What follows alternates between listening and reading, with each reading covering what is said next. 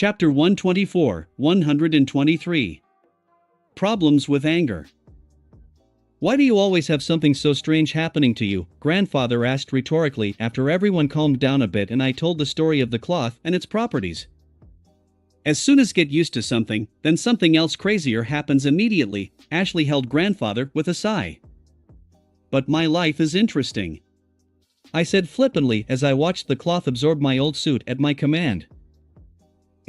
You were right, it works, Gwen said, seeing that the cloth had no problems repeating the look of the suit and all its properties, even the technological stuffing. As a result, nothing has changed for me, only the costume is no longer in the form of a small briefcase that lies in the spatial storage until I need it, but always with me, in the form of my clothes, which can change their appearance at any moment. Well, the protective properties are now much better. Okay, let's move on. But first, Lex, could you please, said Grandpa, and pointed to the ruined kitchen of the bus. No problem. Restitutio damnorum, I said, and once again repaired the damage to the RV. Who would have thought that I would use this spell mainly for this purpose? Grandpa, are you feeling better already?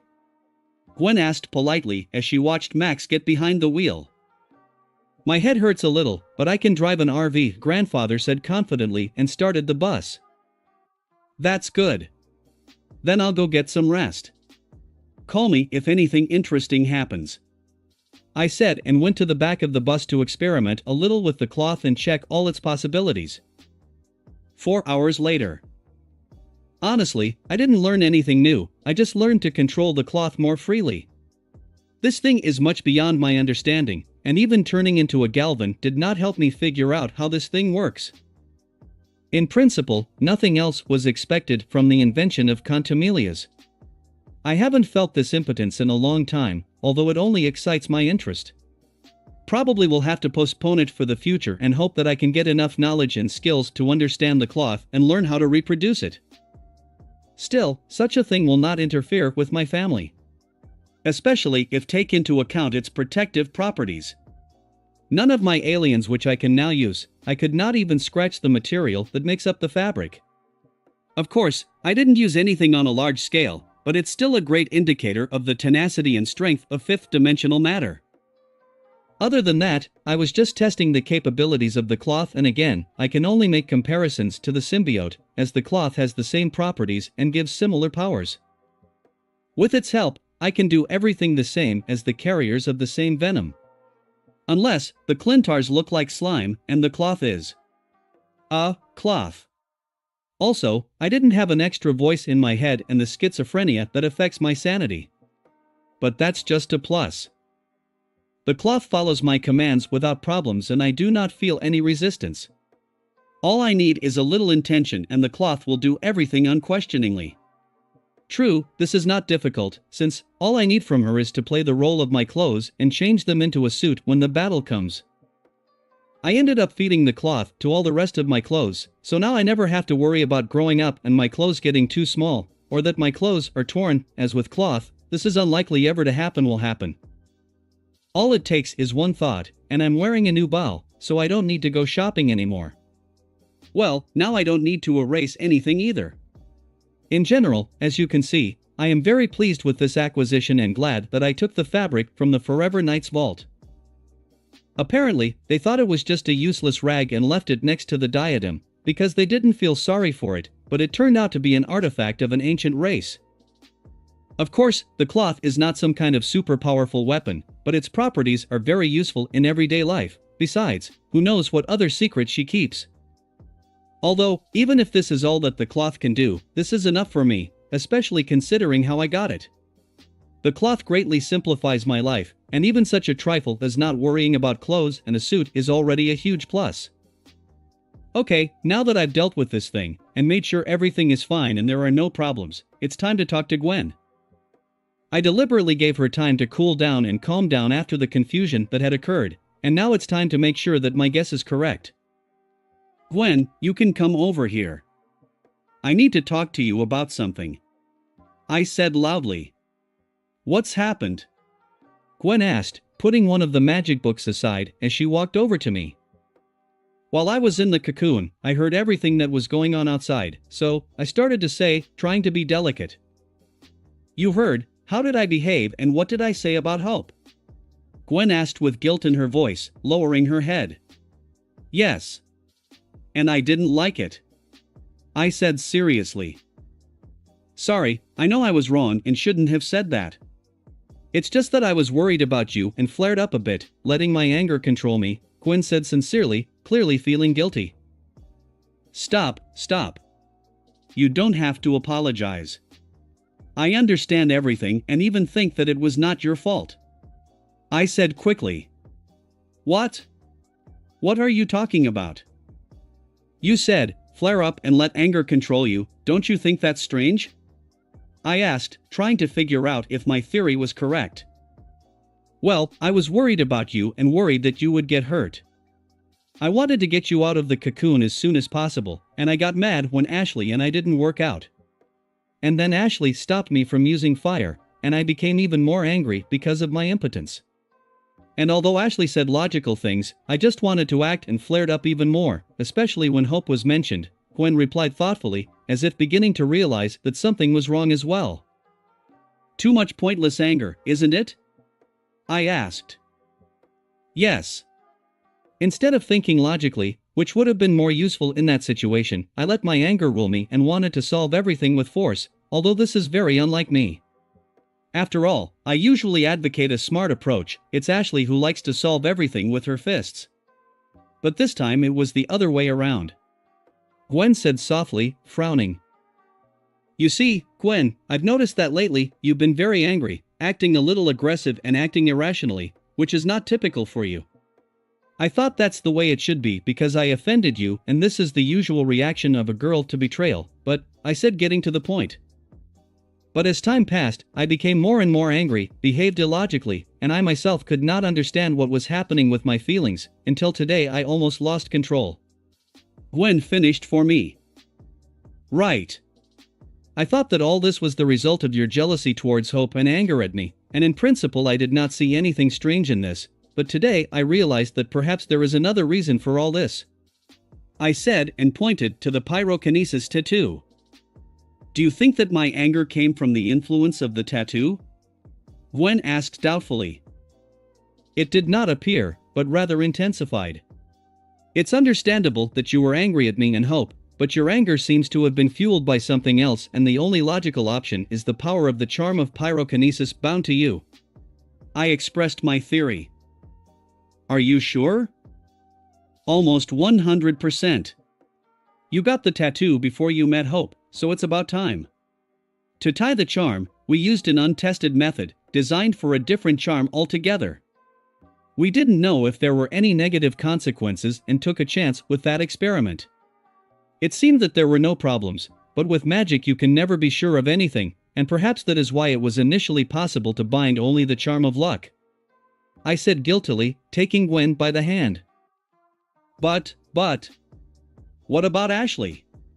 She doesn't have any problems with the electrokinesis tattoo. She's fine. Gwen said quickly.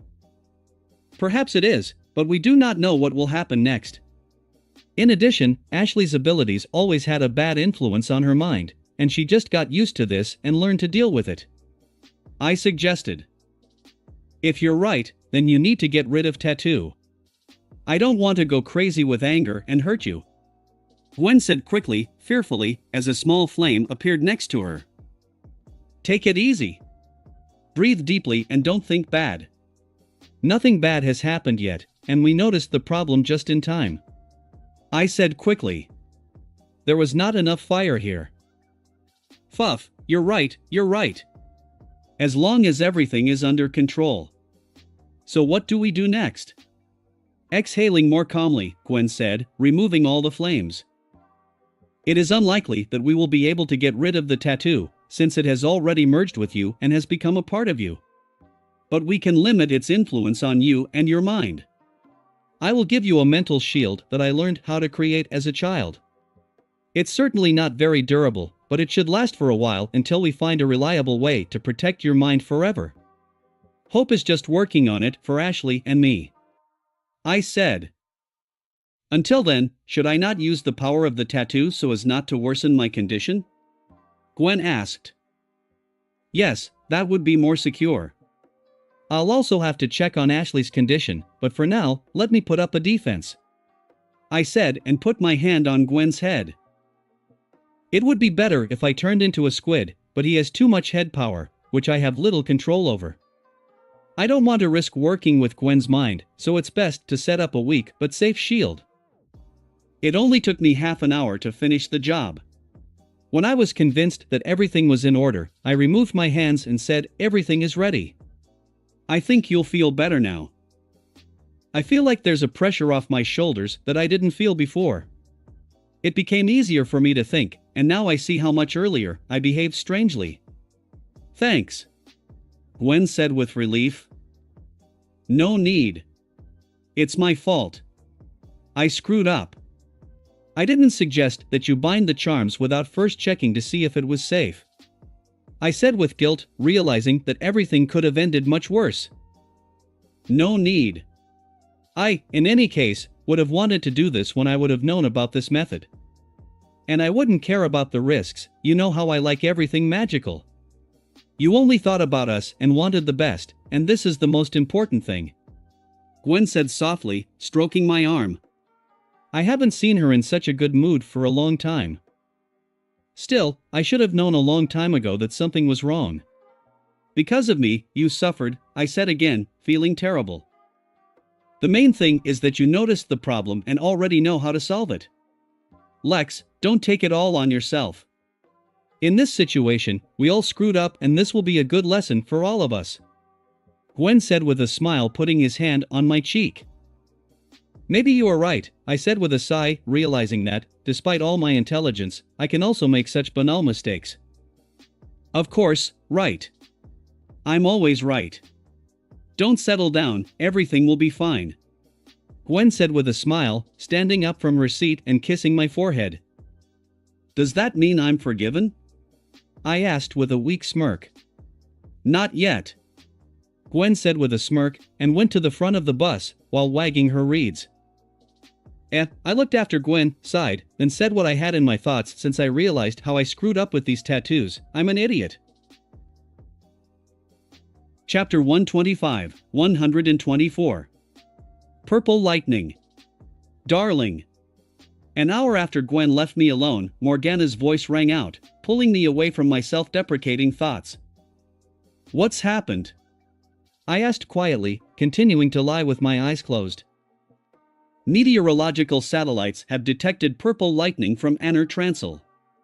The data almost completely coincide with what was in New Mexico. There's only a minute left before it hits the surface of the Earth. Morgana said. It looks like Victor is checking to see if Valet has done his job and if the beacon has been installed. Where should lightning appear?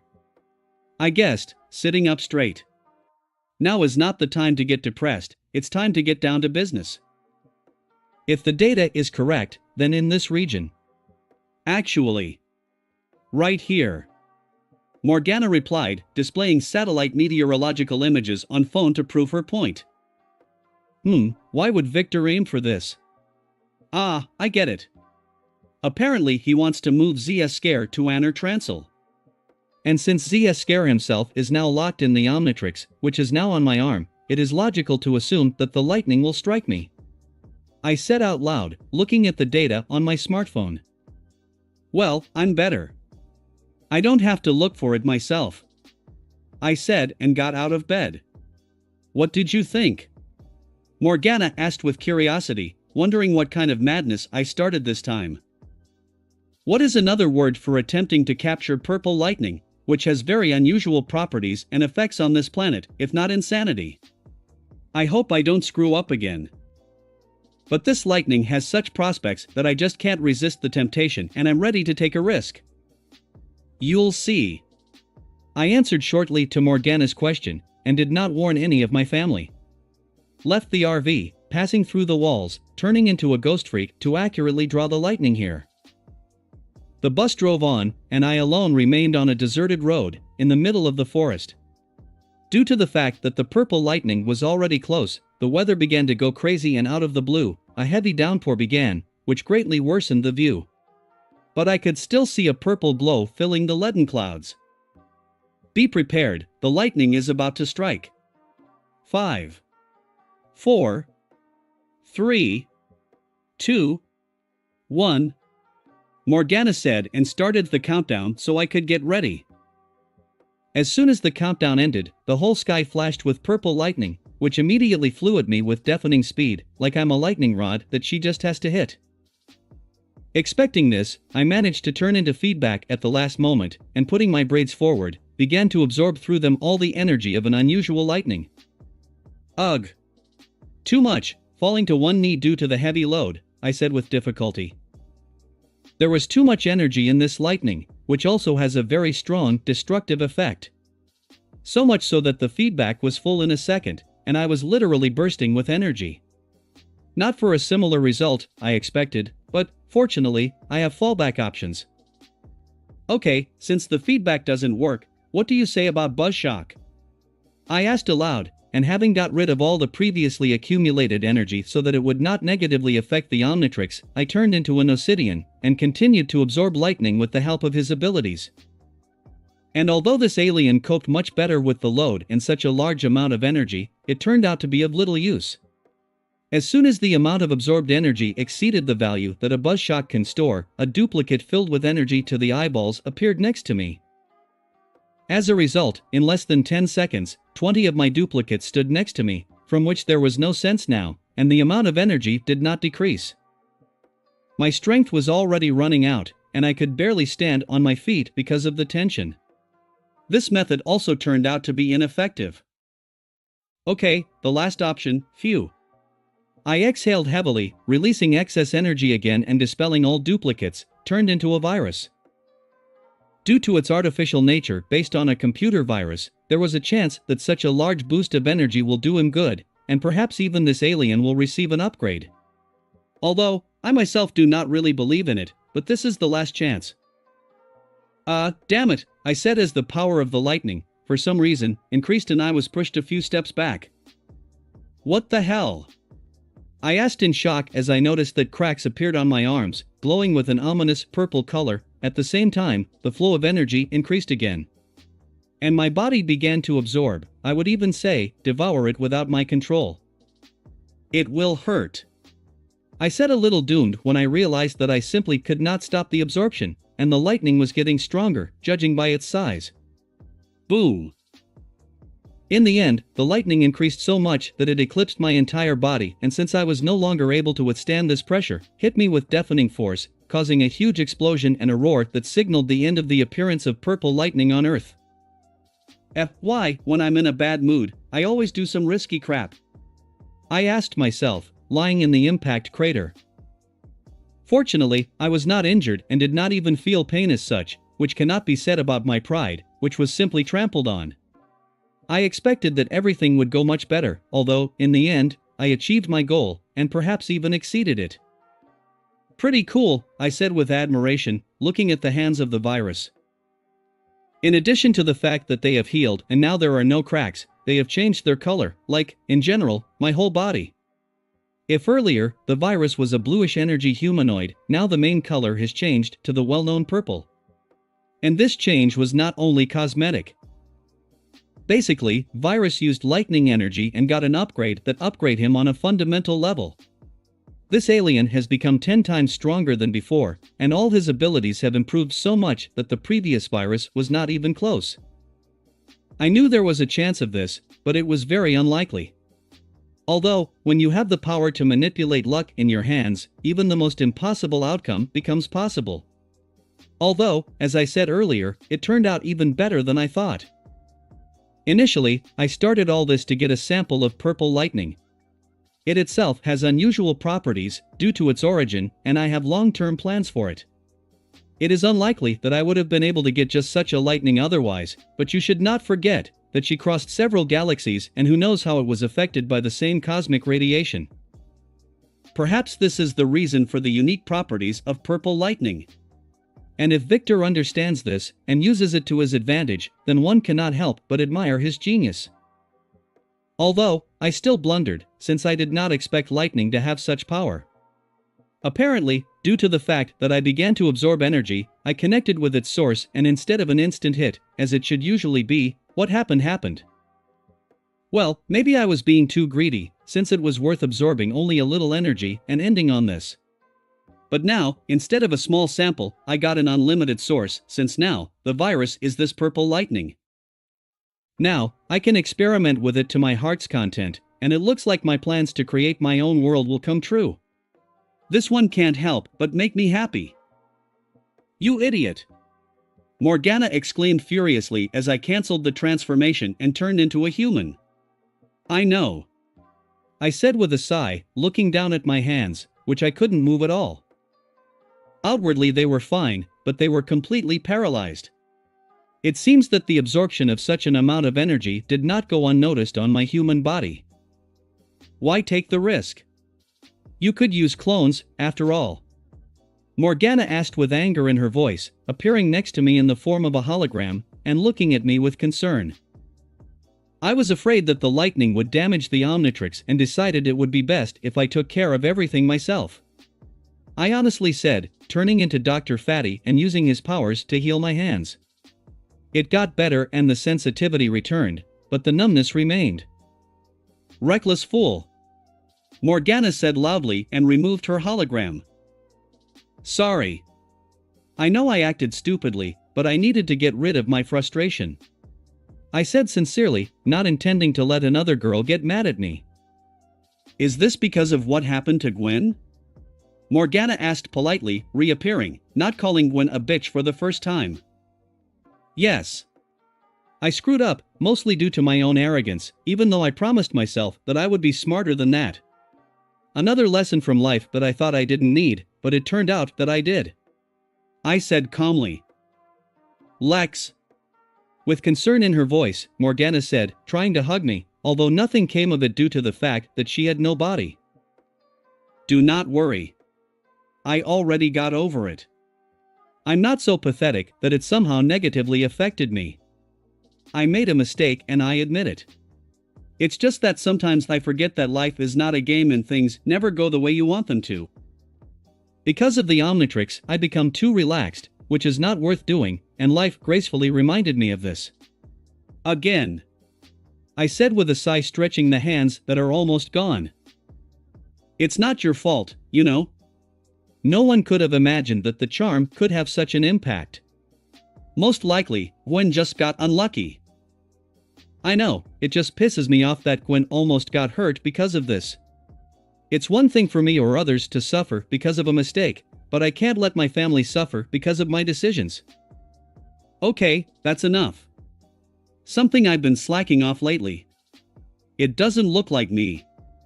Let's leave this behind. Everything ended well, and this is the main thing.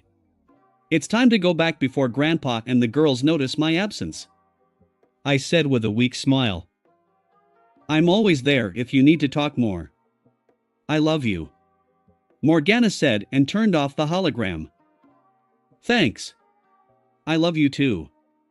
I said sincerely, and turning into Jet Ray, I flew in the direction where the bus had left. Today wasn't such a bad day. I got the cloth, solved Gwen's problem, got a limitless source of purple lightning, and also shed the accumulated frustration and anger. I think this is a very good result. I thought involuntarily, catching up with the RV, which had only traveled 10 kilometers since then. Chapter 126, 125. Virtual World. July 23, 2010. Fortunately, no one noticed my short absence, so I calmly returned to the RV, took my seat, and we continued on our way.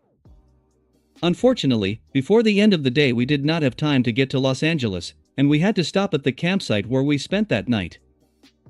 I was very exhausted after yesterday's fight against lightning, so, in the end, I slept until almost noon, and did not even notice that we were on the road again. Why didn't you wake me up? I asked, rubbing my sleepy eyes. We tried, but you were sleeping so soundly that you didn't even react when I brought you breakfast. Grandpa replied that, as always, he was driving an RV. Something happened? Ashley asked worriedly. Not. It's just that the process of binding to the cloth was more tedious than I thought, and I needed to restore the lost energy. I lied because I didn't want my family to know what I did last night. Are you sure? Gwen asked a little suspiciously, obviously not believing my excuse too much. Yes, don't worry. Let me show you something interesting, I said, and to change the subject, I showed my laptop. Is it Sumo Slammers? Ashley asked, noticing that on the screen was the game she recently gave me. Yeah, I said with a smile, anticipating their future reaction when I told everything. And what's so interesting about this stupid game? Asked Gwen doubtfully, who never liked this media franchise. In the game itself, there is nothing special, and you are right, it is stupid, I began to say, but I was interrupted by the indignant cry of Ashley, who loves this game. Hey! How can you say that? This is the masterpiece of all time. Completely ignoring Ashley's displeasure, I continued to explain, but look what's happening on the screen.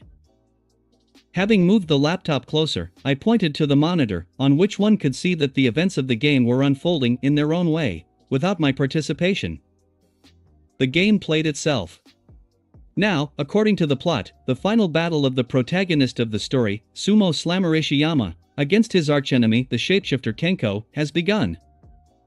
The most interesting thing was that on the side of Ishiyama, a man fought who should not be in the game, and who looked suspiciously like me. It's you? How so? Recognizing me and not understanding how it happened, Gwen asked. You hacked the game and created your own character in the game? Ashley asked. Not. This is not a character, this is my clone. I answered shortly. Hello girls. My clone voice came from the laptop after he crushed Kenko in one move using only martial arts. Were you able to send a clone to the game? Ashley asked in shock. Yes. I was able to obtain a sample of that lightning from Anner Trancel. As Violet said, it has very strange properties on our planet. With a little experimentation, thanks to lightning, I was able to improve one of my aliens, and now he has a very strong connection with the virtual world. Whereas before, the virus only had normal control over electronics and computer systems, now he is practically the god of the virtual world, and everything connected with it. And of course, now he can send things from the real world to the virtual one, and vice versa. I said with a little bragging. Still, I feel proud that I managed to do it. It's incredible!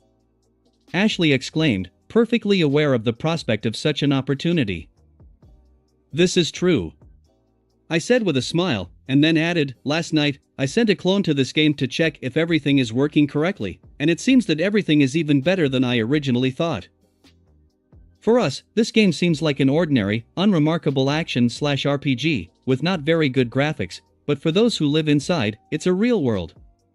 Virtual of course, but the same Ishiyama considers himself an ordinary person, and for him everything that happens in the game is part of life. That beats me.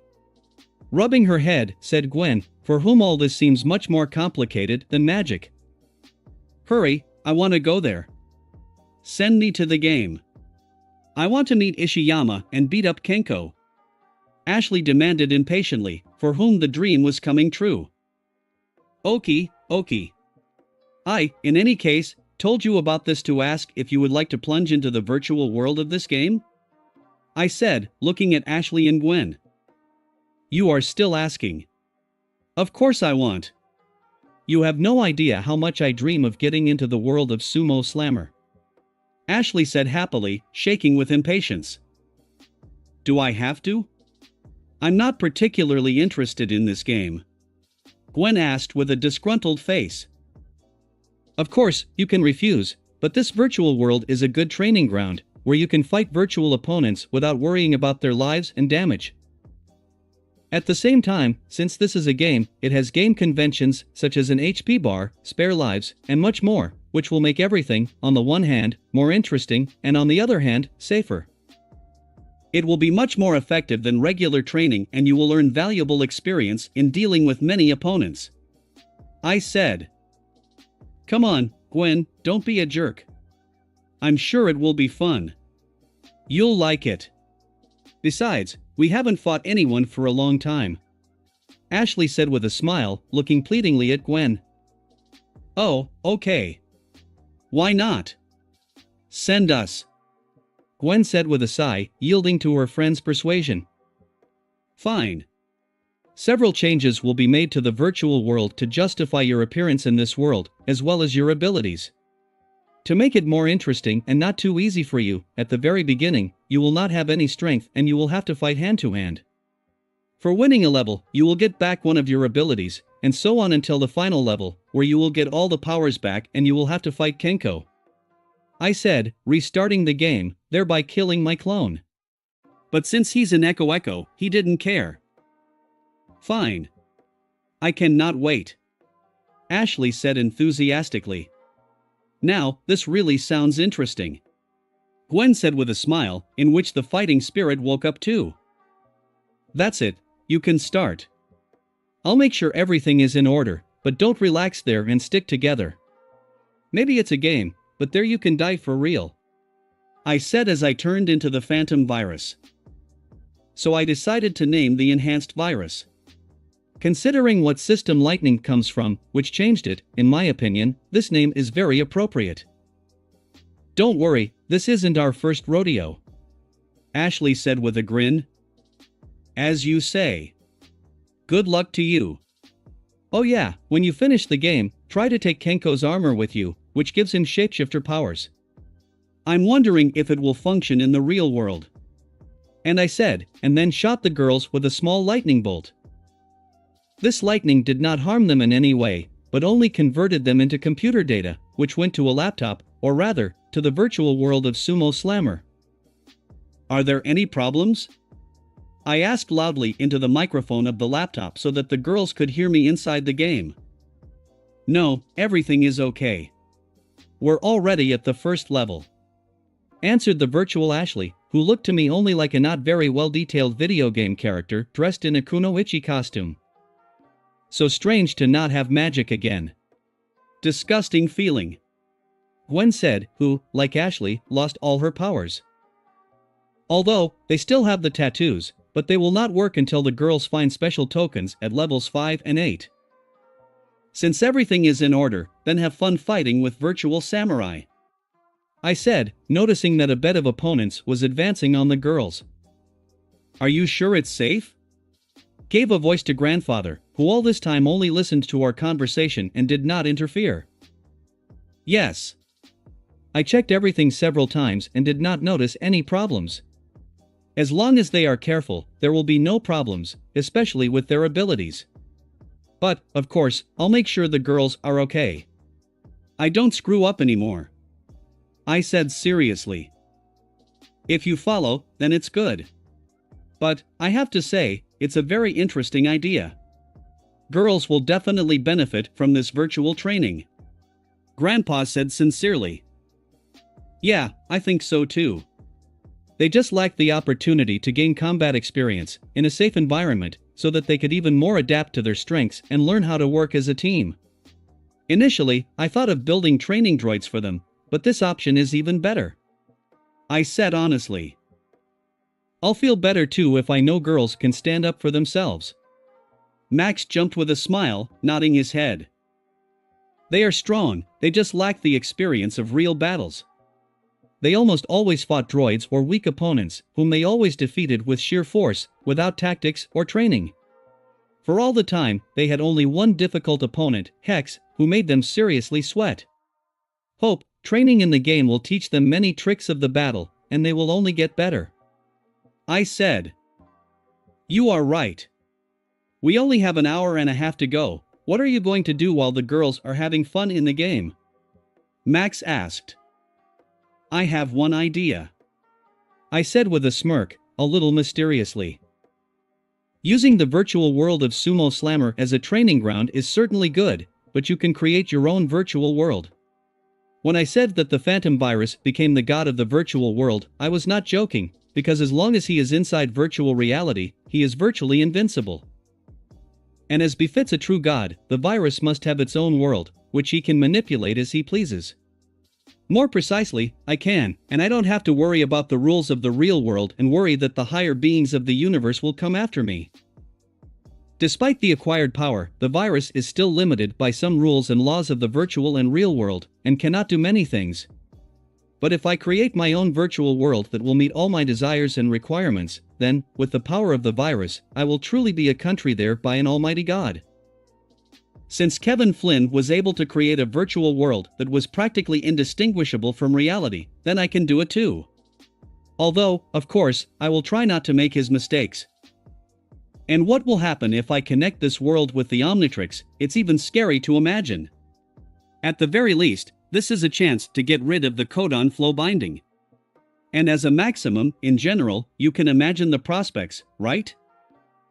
Although, at the moment, it is not the time to dream about what is not yet, but you need to get to work, and start creating a virtual world, with which Morgana will undoubtedly help me. After telling Max I was going to watch a movie, and taking Ashley's laptop since mine was busy, I set to work modeling my future world. This will take a significant amount of time, but it's worth it. Can't wait to see the finished result. Chapter 127, 126. Robot Invasion. Lex, this is work for you. Grandpa said loudly after a couple of hours, distracting me from designing my virtual world. What is there? I asked, setting my laptop aside as I walked over to the windshield. There are some robots running amok. Max said, pointing to a group of 40 robots. As grandfather said, the robots ran amok and went crazy, breaking everything that they only met on the way. They overturned cars, smashed shop windows, tore out traffic lights, and scared people who ran as far as possible from them. What the hell? What are we doing here, a machine uprising? I asked aloud, not understanding why they decided to start destroying everything. It seems that nothing like this should have happened in this city. We must stop them as soon as possible before they hurt anyone. Max said seriously, watching as one of the robots pulled out high-voltage power lines that fell right next to the man running away in fear. Yes, we need to get rid of them as soon as possible. And also find out who is to blame for what is happening. I said as I mentally ordered the cloth to change from casual wear to combat suit. Can you manage without help? Asked the grandfather. Don't worry, it's not that hard. Besides, I don't want to distract the girls, they just reached the last level. I said, turning into the big chill. Good luck then. Max said with a smile. Nodding to him, I became invisible and flew through the flow of the bus. Rising higher into the air so that no one could know where I came from, I flew closer to the robots, and right in the air turned into shock squatch. Having landed heavy on the asphalt, I sent a wave of electricity that immediately neutralized a dozen robots. Luckily, there were no humans around anymore, and I didn't have to worry about anyone other than the robots getting hurt by my attack. As soon as the rest of the robots saw what happened to their comrades, they froze for a second, after which they emitted a very nasty cry, and, leaving what they had been doing before, ran at me, like bulls, in front of which they waved a red rag. All this is strange. Before disabling all the other robots, I decided that first we need to fix everything that they destroyed, since one of the robots tore out the hydrant, and the water was now creeping up to a broken power line. This could end badly, so I quickly used Restitutio Damnorum and then attacked the rest of the robots, which were just about to get close to me. It only took one ball of lightning to fry the rest of the robots, and they fell limp to the ground. This whole situation seemed very suspicious to me, since I did not see an objective reason for the robots to make such a mess on this street. It looked like it was some kind of performance or a trap. Hack! I said out loud as I felt a signal from my sixth sense and heard a faint ticking sound that could only mean one thing. Fortunately, I managed to react, and right before the explosion I managed to cover all the robots with a very dense magic shield. The explosion of 30 robots was strong enough to destroy several blocks, and perhaps even I would not have been greeted. At least, the whole shield cracked and 8 withstood. When I removed the shields, I saw that nothing remained of the robots, only a deep crater in the asphalt, which I had to repair again. Now, I will not be able to find out who is the owner of these robots, and what the hell happened here. Woo! This is Legion. Knocked me out of my thoughts, a loud cry of a man. As if this was some kind of signal, a bunch of people ran out into the street, most of which had previously been hiding from the robots. They all looked at me with delight and were going to come up to me to ask for a photo or an autograph. In addition, a reporter with a cameraman managed to come from somewhere, who unceremoniously filmed me on camera. Foo **ing media. All I could say, and turning into Ultimos, I soared into the sky, where I was lost in the clouds. Ha ha ha ha ha ha. The first thing I heard when I got back to the RV was the laugh of my grandfather, who was amused by watching the people from whom I had just escaped. Well, what are you laughing at? I asked, becoming human. You ran away so fast. Don't like the attention of the fans? Max asked with a smirk, holding back his laughter. You laugh, but I suffer. I've already regretted 100 times that I let them know about me. With a heavy sigh, I said. Now I'll have to endure his jokes again. Ha ha ha, my words only angered grandfather, and he began to laugh even harder. Yeah, you.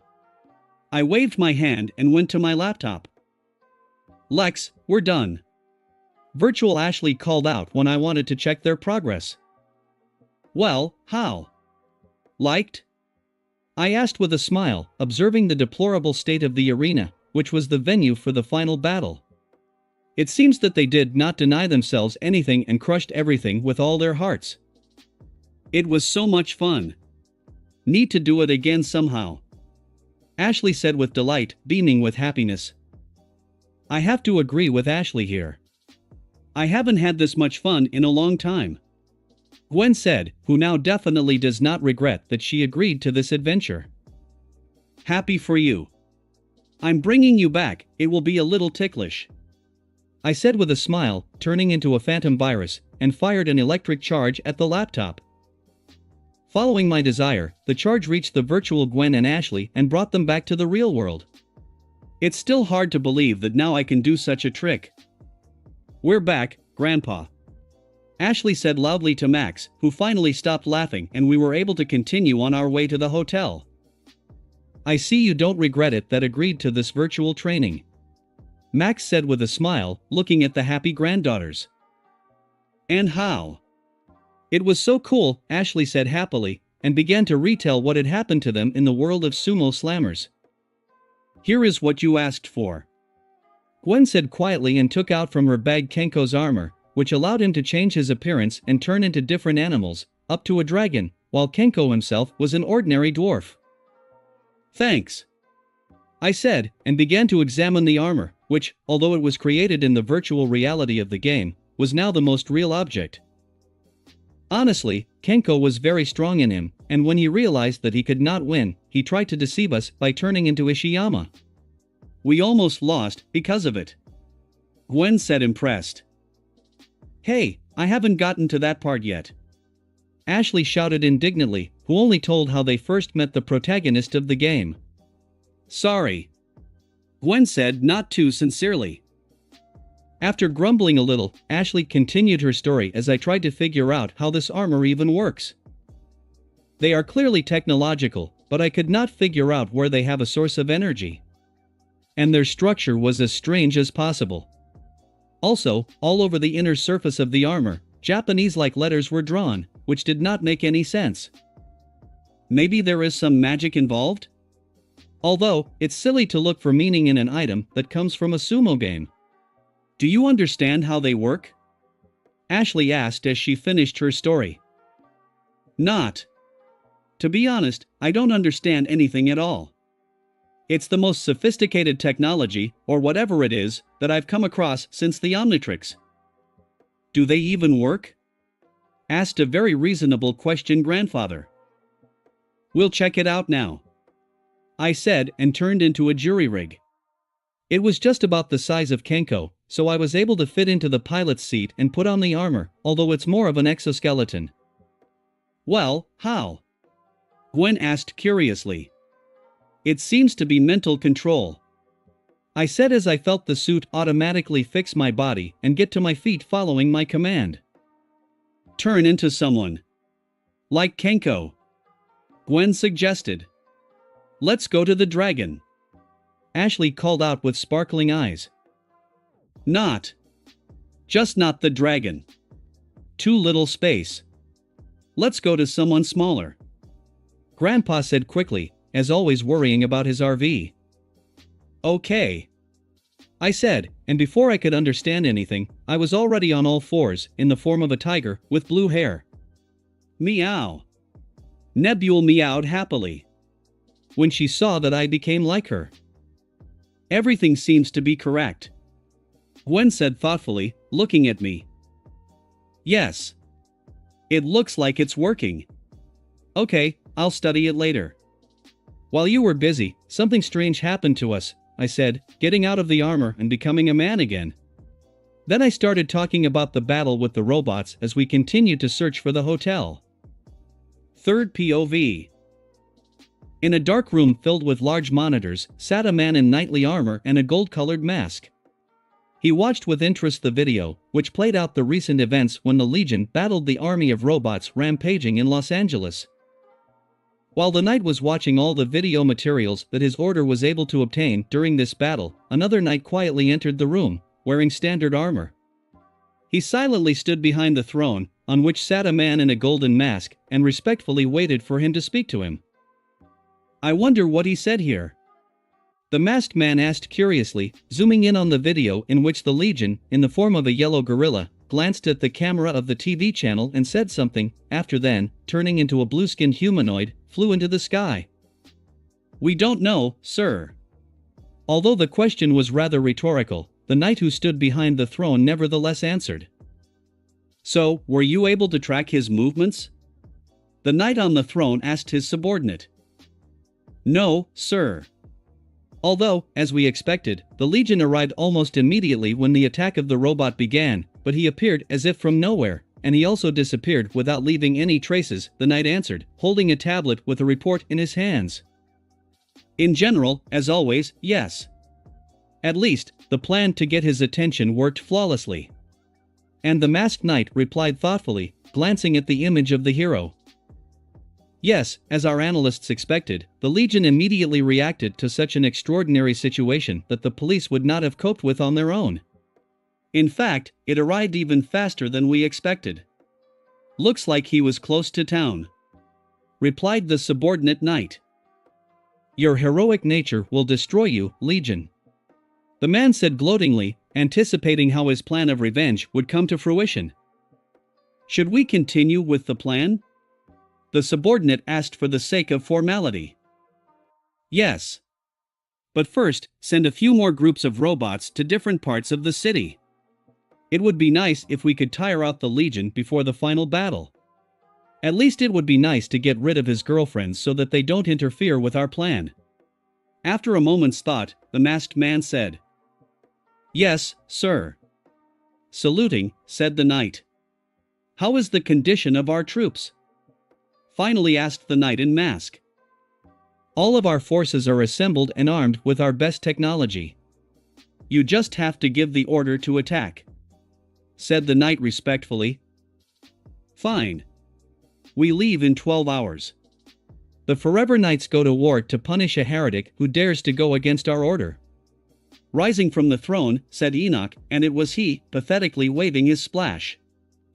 Legion, you will greatly regret tampering with our great order. Your fate will be an excellent example for all the rest, fools who think too much about themselves. And you will answer for the shame that you personally inflicted on me during our last meeting. Enoch said expressively, with righteous anger, looking at the photo of the Legion. Chapter 128, 127. Kenkatrix. It's really very suspicious. Gwen said when we checked into a hotel, not far from Hollywood, and I finished my story about the attack of robots. This attack was clearly a trap. And most likely just me. We need to keep your eyes open and be ready for the next attack or the appearance of an unknown enemy. I said seriously, taking out Kenko's armor again. It happened faster than you thought. See? Grandfather said loudly, and pointed to the report on TV, which he had just turned on. The news channel was talking about another attack by robots in another part of the city. There were 3 times as many of them, and they raged even more strongly, not at all sparing the city infrastructure. Well, at least people were not touched. Looks like today is going to be a tough day, I said with a sigh as I prepared to leave for battle. Let's deal with them ourselves, Gwen suggested. They obviously want to lure you out. It will be better if we go. They certainly don't expect it, Ashley added, who really just wanted to fight the robots again. Are you sure? I asked just in case. They're just robots. We can handle them with no problem, Ashley said confidently. In fact, if the girls go, it will at least upset the plans of an unknown enemy. Perhaps he will even begin to act recklessly, which plays into our hands. Grandfather shared his opinion. Okay, if you want, you can go. Just be careful, and if something happens, call me right away, I said sternly. Do not worry, everything will be fine, Gwen said with a smile. You can deal with Kenko's armor for now, Ashley said, clearly knowing that this is exactly what I want to do now. Well, you can no longer persuade me, I agree. Go and break a couple of dozen robots. Just be careful with their self-destruct system, I said with a smile. Thanks, Ashley quickly said, having already put on her suit, and opening the window, flew into the city.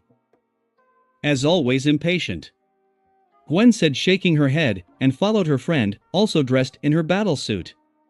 You won't send a clone after them? Max asked when we were alone in the room. Not, they are no longer so helpless. And it's really just robots. Besides, Morgana will look after them, I said confidently, though I couldn't completely leave the girls unattended. You grow up. Grandfather left in the end and went off to do his own thing. I have been an adult for a long time, I said in annoyance as I looked at the news report. Instead of the legion expected by many, his assistants, Mystique and Rogue, arrived on the scene. Apparently, the hero decided that there would be enough of them to cope with the army of robots, which is destroying our city for the second time today. So it remains unknown who initiated this invasion, but it can be said with confidence that this person did not start anything good. Luckily, we have the Legion.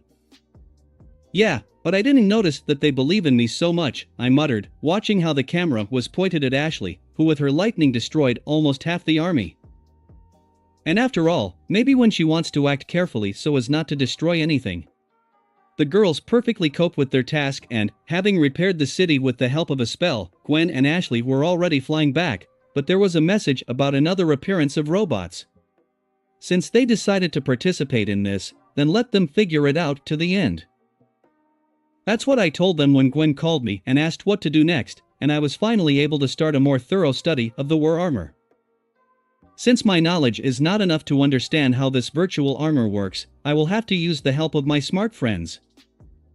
Transforming into Echo, I created 5 clones, which turned into Upgrade, Grey Matter, Brainstorm, Jury Rig and Phantom Virus, respectively, and I became human again. The special technopathy of the galvanic mechamorph will allow him to disassemble the armor into its component parts, with which the Jury Rig's engineering skills will undoubtedly help him. And the ingenious intellect of Galvans and Cerebrocrustacea will be able to understand how the armor itself works. Well, the virus will help all the aliens with his skills in hacking any technology. I, on the other hand, will lead the clones like a conductor, and together we can understand this illogical armor from the game world. Several hours later. To be honest, it was harder than I thought. Armor violates several laws of physics and works according to unknown rules. Even magic seems more logical to me than this obscure Kenko armor. Although, one should not expect anything else from an item from a stupid game, but still. This is literally the most difficult task I have ever faced in this life.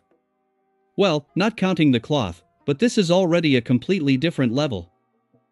But, do not forget that I am a foo****ing cheater, with the most imbalanced watch on my hand. Thanks to the aliens, I was still able to recycle the armor and turn it into a small bracelet that retained all of the original functions of the armor.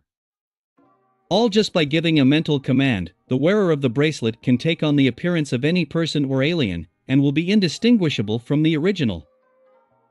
Unfortunately, the power of the bracelet does not allow copying racial skills, only the appearance and voice, but thanks to the bracelet, you can turn into any animal, and possibly into a cryptid. This will still have to be checked. This is literally Omnitrix at the minimum. Or is it an improved version of Unitrix? Or rather Dr. Psychobo's upgraded Nematrix, which allowed him to transform into alien predators, but only an unintelligent beast could use it safely. But the bracelet is even better, and therefore I decided to call it by analogy, Kenkatrix, in honor of the former owner of the armor. Although, I could not understand how the transformation itself takes place.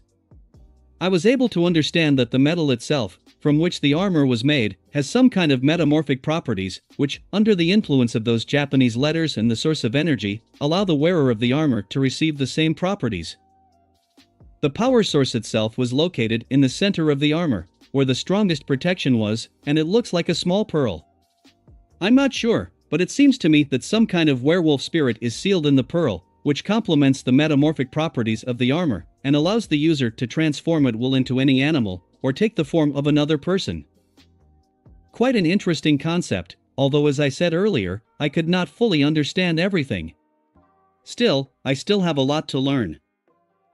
In any case, I was able to create a dark purple, almost black, bracelet from a piece of armor, on which I transferred all the letters. And only then I encrusted the pearl itself, which I hid behind a red emblem similar to the Omnitrix symbol, which was divided in half. The result is a stylized letter K.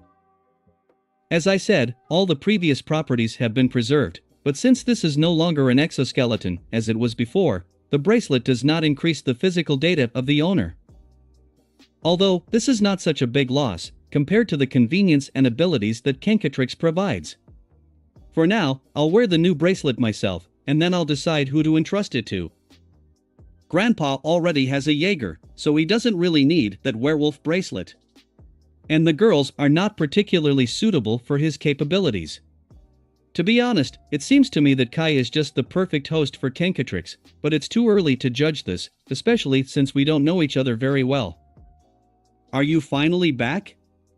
I asked the girls with a smirk as I put the rest of Kenko's armor into inventory. Maybe I'll still need them. I hate robots. Ashley said angrily, and collapsed into bed from exhaustion. As soon as the girls finished with one army of robots, a new horde appeared, larger than the previous one. And so on for several hours. Given that they had previously fought in sumo slammers, it is not surprising that they spent all their strength today. You made up your mind to deal with them. Shrugging, I said. But who would have thought that there would be so many of them? Ashley complained.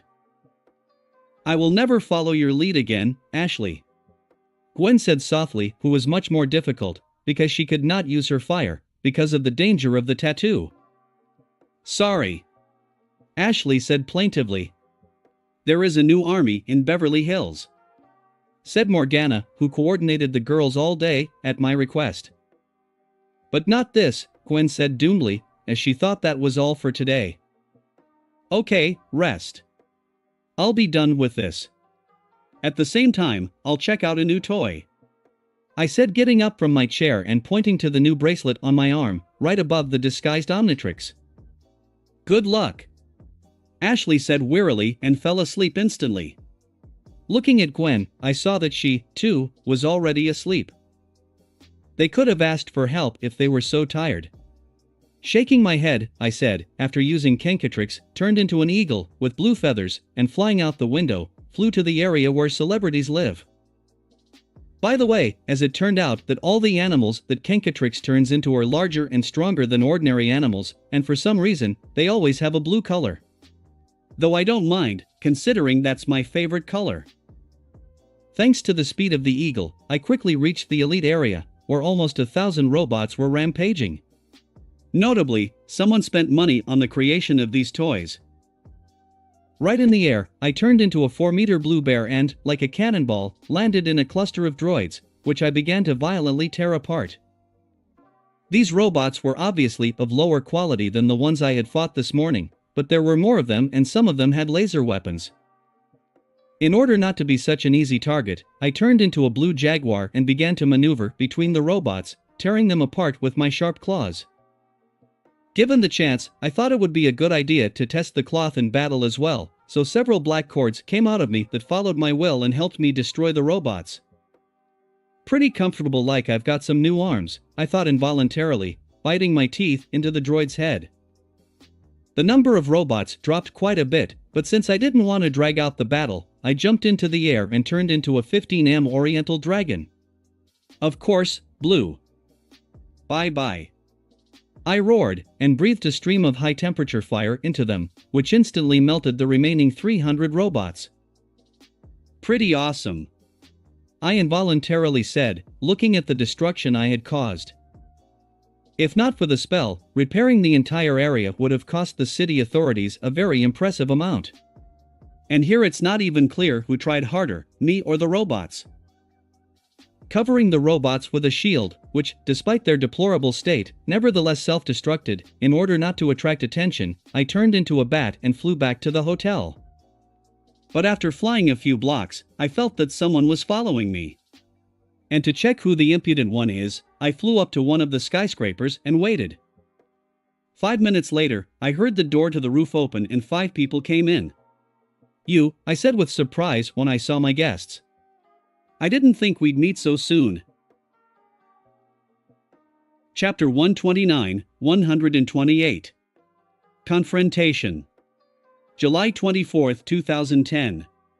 Lex, the robots have reappeared.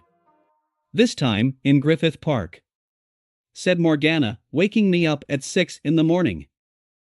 "Looks like it's time for the final round," I muttered, rubbing my sleepy eyes. "Everything, just like those guys said," Morgana said, referring to the people I met last night. "Right. Did you do everything I asked?" I asked, washing my face and ordering the cloth to look like my suit. "Yes, everything is ready. All you have to do is sell the signal and the house of cards will fall apart." With a pleased voice, said Morgana. "Then do your job. Send all the collected information wherever you need it.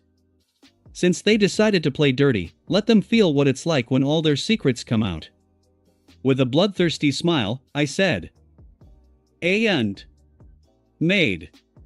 Now, all the ins and outs of the order are in the public domain," Morgana said. "Wonderful. Then, it's time to end this whole circus," I said with a smirk, and without warning anyone, I left the hotel, going to deal with the last batch of robots and their owners. Third POV. Since yesterday, groups of robots of unknown origin began to appear in Los Angeles, which did not touch people, but staged a mayhem throughout the city. In total, there were 12 such attacks, and fortunately, before something irreparable happened, the Legion and his assistants managed to neutralize the hordes of robots.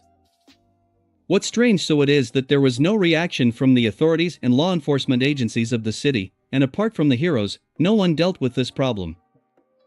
Although logically, the government should have already brought an army into the city, which was supposed to at least help the heroes deal with the robots. But nothing of the sort happened. The only reaction from the city authorities was the decision to introduce a temporary state of emergency, which forbade residents from leaving their homes until the problem was resolved.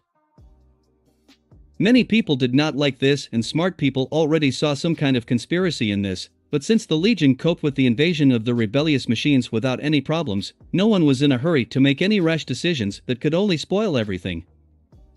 But it was about how, since this morning, information about some ancient order of knights did not begin to appear on the internet and in the press, who started this whole mess in LA.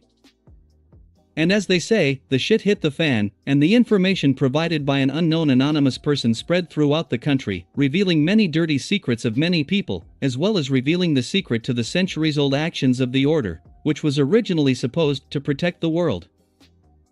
The culmination of this whole event was the appearance of a video on all screens of the country, which depicted another battle of the Legion against robots, which ended with the appearance of that very order and the disclosure of even more dirty secrets. Lex POV. And that was the last one. I said, tearing Wrath, the last working droid, with my claws. This time there were fewer of them, but they were all of excellent quality, so I had to work hard. Though who am I kidding, it was just a little warm-up before starting the main action. Transforming into an ice pick, I froze all the broken robots so they wouldn't ruin this beautiful park with their explosion. After becoming human, I turned to face the Griffith Observatory and said loudly, "I know you are here. You can't hide." "Oh, so you guessed it." Their emptiness arrogant voice rang out. Then, as if the whole landscape in front of me was a painting, someone pulled the canvas and revealed the true essence of things. Behind the fake appeared a giant mech, with a familiar golden mask, 2,000 armed Eternal Knights, and several thousand more robots very familiar to me. Good camouflage system, I sincerely praised, pointing to the canvas, which projected what was behind and was able to hide an entire army in plain sight. Thanks, I'm glad you appreciated it. We've been working hard for you, the mech pilot said kindly. It is very kind of you. I can't imagine how much this rubbish cost you, just to divert my attention. You really did a great job, I said sincerely. We are pleased that you appreciated our efforts. But it looks like you're not at all surprised by our appearance, Enoch said puzzled, and it was he who was sitting in the mech, which was created in the image of his knightly armor. At first I could not figure out who was behind these robots, but then, before all the robots self-destructed, I was able to notice a very familiar stigma.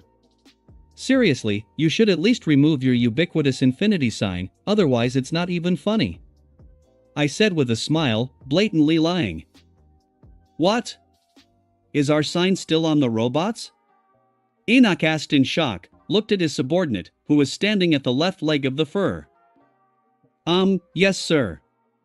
In order to create so many robots, we used the punching machine we used earlier for one secret project, and it looks like someone forgot to remove the badge that identifies us, the knight said awkwardly.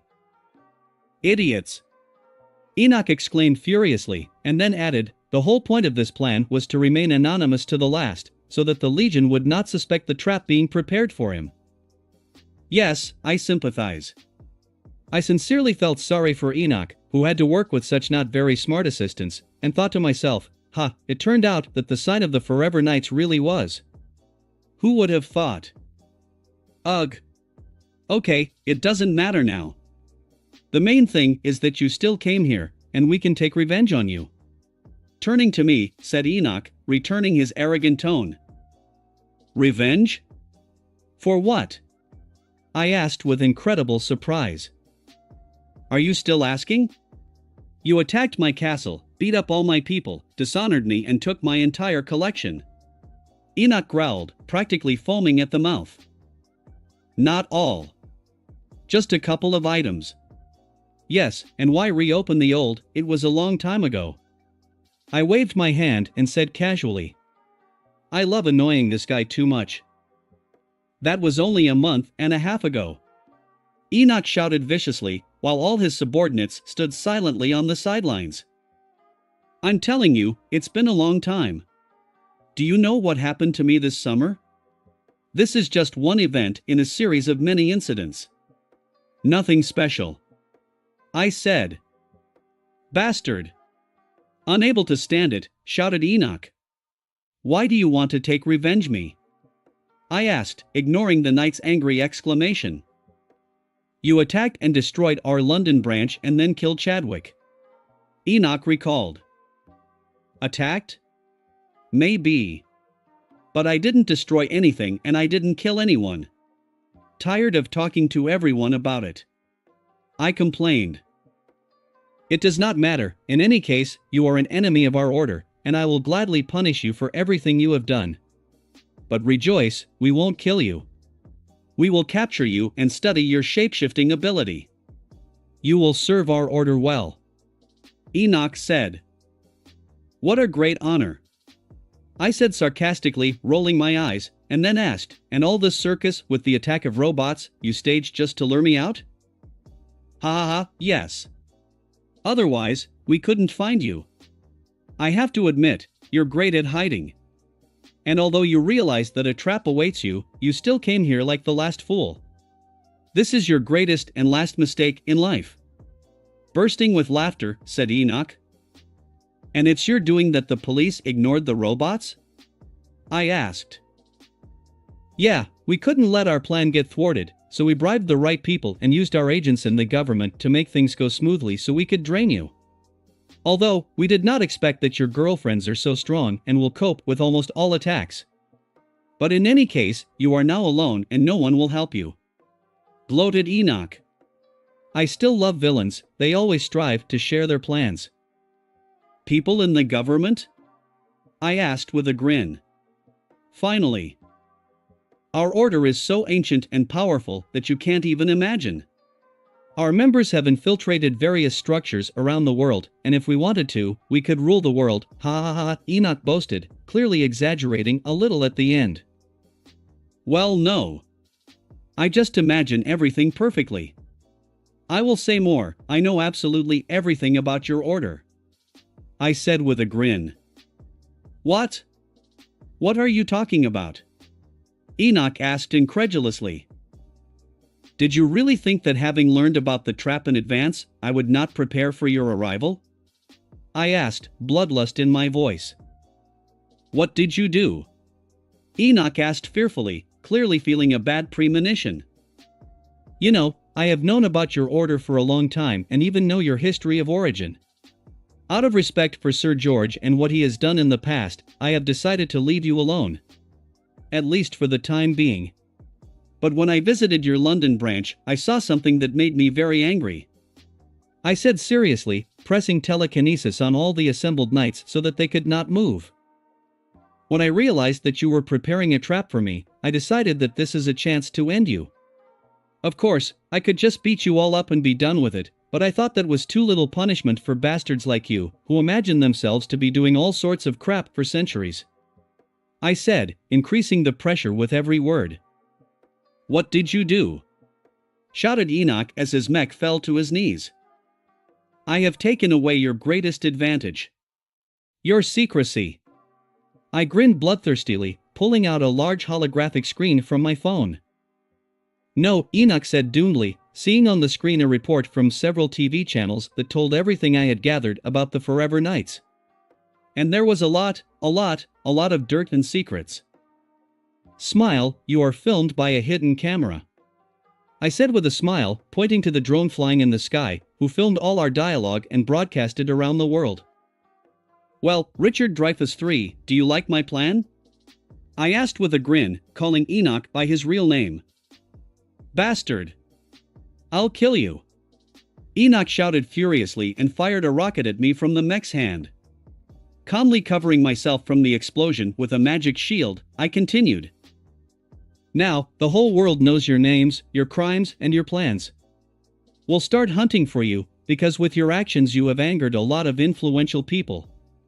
The President of the United States was very unhappy when he learned that you wanted to replace him with a robotic double during a baseball game a few days later. Sir, our bank accounts.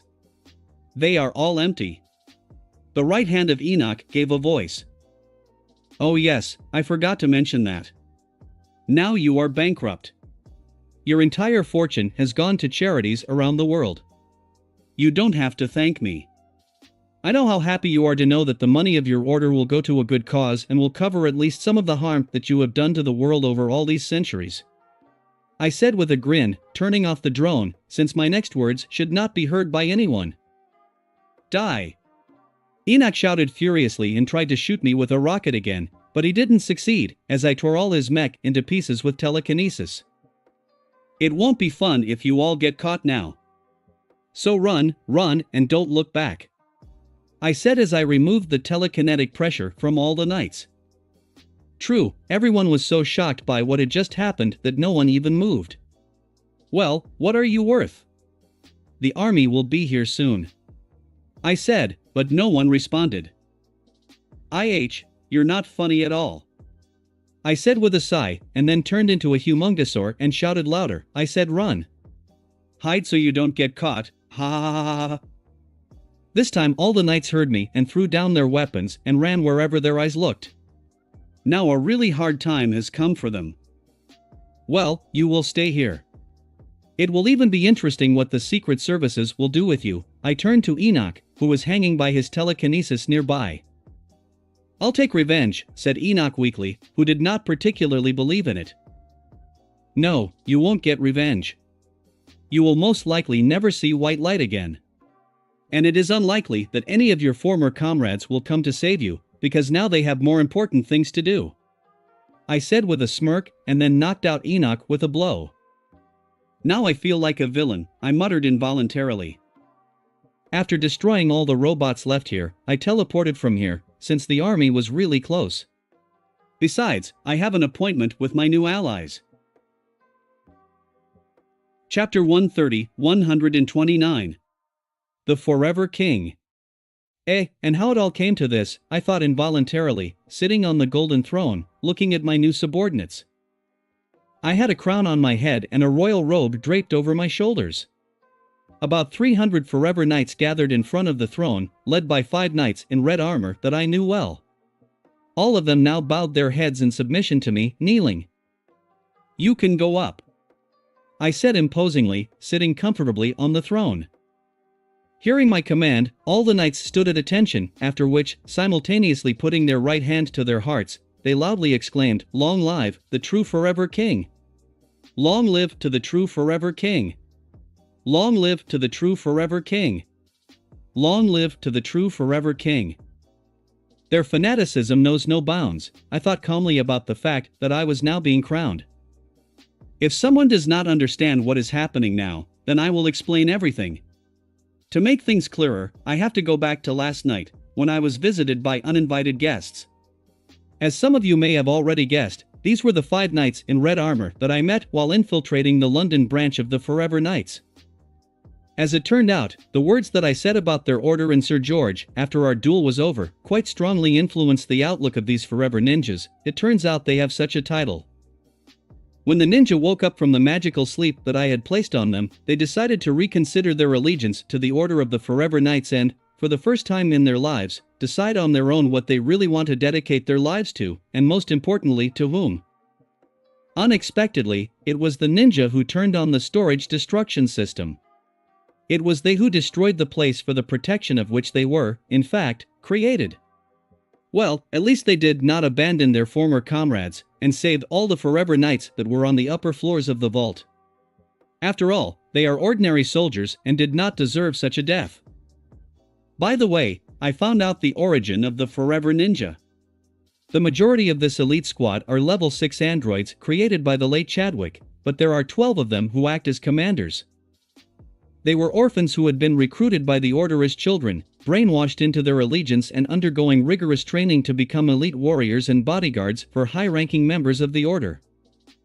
Everything is so sad that they don't even have their own names, but only the call signs they got from the names of the Knights of the Round Table, who, most likely, were also eternal knights in the past.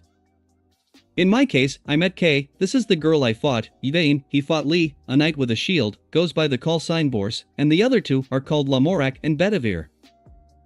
Somewhere in the world there are still Forever Ninjas with the call signs Gawain, Beaumain, Galahad, Percival, Uriens, Gaheris, and Agravain.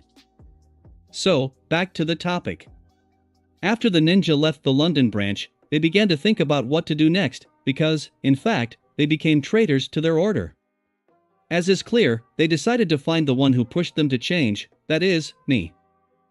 Ironically, creating such subordinates was the main mistake of the Forever Knights. They created 2 loyal soldiers who honor the code the most. The problem is that these high-ranking members of the Order themselves did not give a damn about the code for a long time, and everyone did what they wanted. In principle, this was the reason why I was able to shake their faith so easily, and they came to me so that I could direct them to the right path, which their former order had long lost. That's what Kay said when she and her comrades found me in Los Angeles, kneeling down and swearing eternal loyalty to me. For some reason, they were sure that it was me, or rather even the Legion, who should lead the Order of the Forever Knights and return it to its roots, and punish all heretics who violated their oaths for their own benefit. People like Enoch. Frankly, it was an unexpected turn of events. But after a little thought, I decided that this is the right way. Anyway, it was dangerous to leave the Forever Knights unattended. You never know what these fools would do. Remember only Sir Reginald, who in the animated series opened the Seal of Dagon, only because he thought the treasures were hidden there. This idiot almost let a dangerous demon into the world, and I don't want a story like that. In the end, after I was convinced of the sincerity of the intentions of the Forever Ninja, I accepted their offer, in fact, founded my own faction, consisting of 5 ninja and 300 Forever Knights, whom they found and pulled over to my side. These people were truly devoted to the original cause of the order, the protection of the earth, and were ready to swear allegiance to me, which was actually happening right now. As proof of her loyalty, Kay gave me all of the Forever Knights' data that she could access. This included the identities of the spies and members of the order, all their ins and outs, secret properties, their other possessions, bank accounts, and so on. And also, the plan that Enoch was building against me. This, of course, was not necessary, since, nobly Morgana, I could already get access to this information, but it was still a nice gift that I gladly used to destroy the North American faction of the Forever Knights and the life of Enoch in particular. I did this, firstly, because they pissed me off with their attempt to set a trap for me, dragging the whole city into it. It's good that no innocent people were hurt, and secondly, because I needed to make room for my own the faction could flourish. Although, of course, I did not reveal the identities of some ordinary knights. As I said, they are only soldiers following orders for a salary. I also spared those who did nothing wrong and those whom I decided to give a second chance. These are mainly those who have families who did not know about the real work of their relatives. And everyone else is now really wanted all over the world and they are on the run.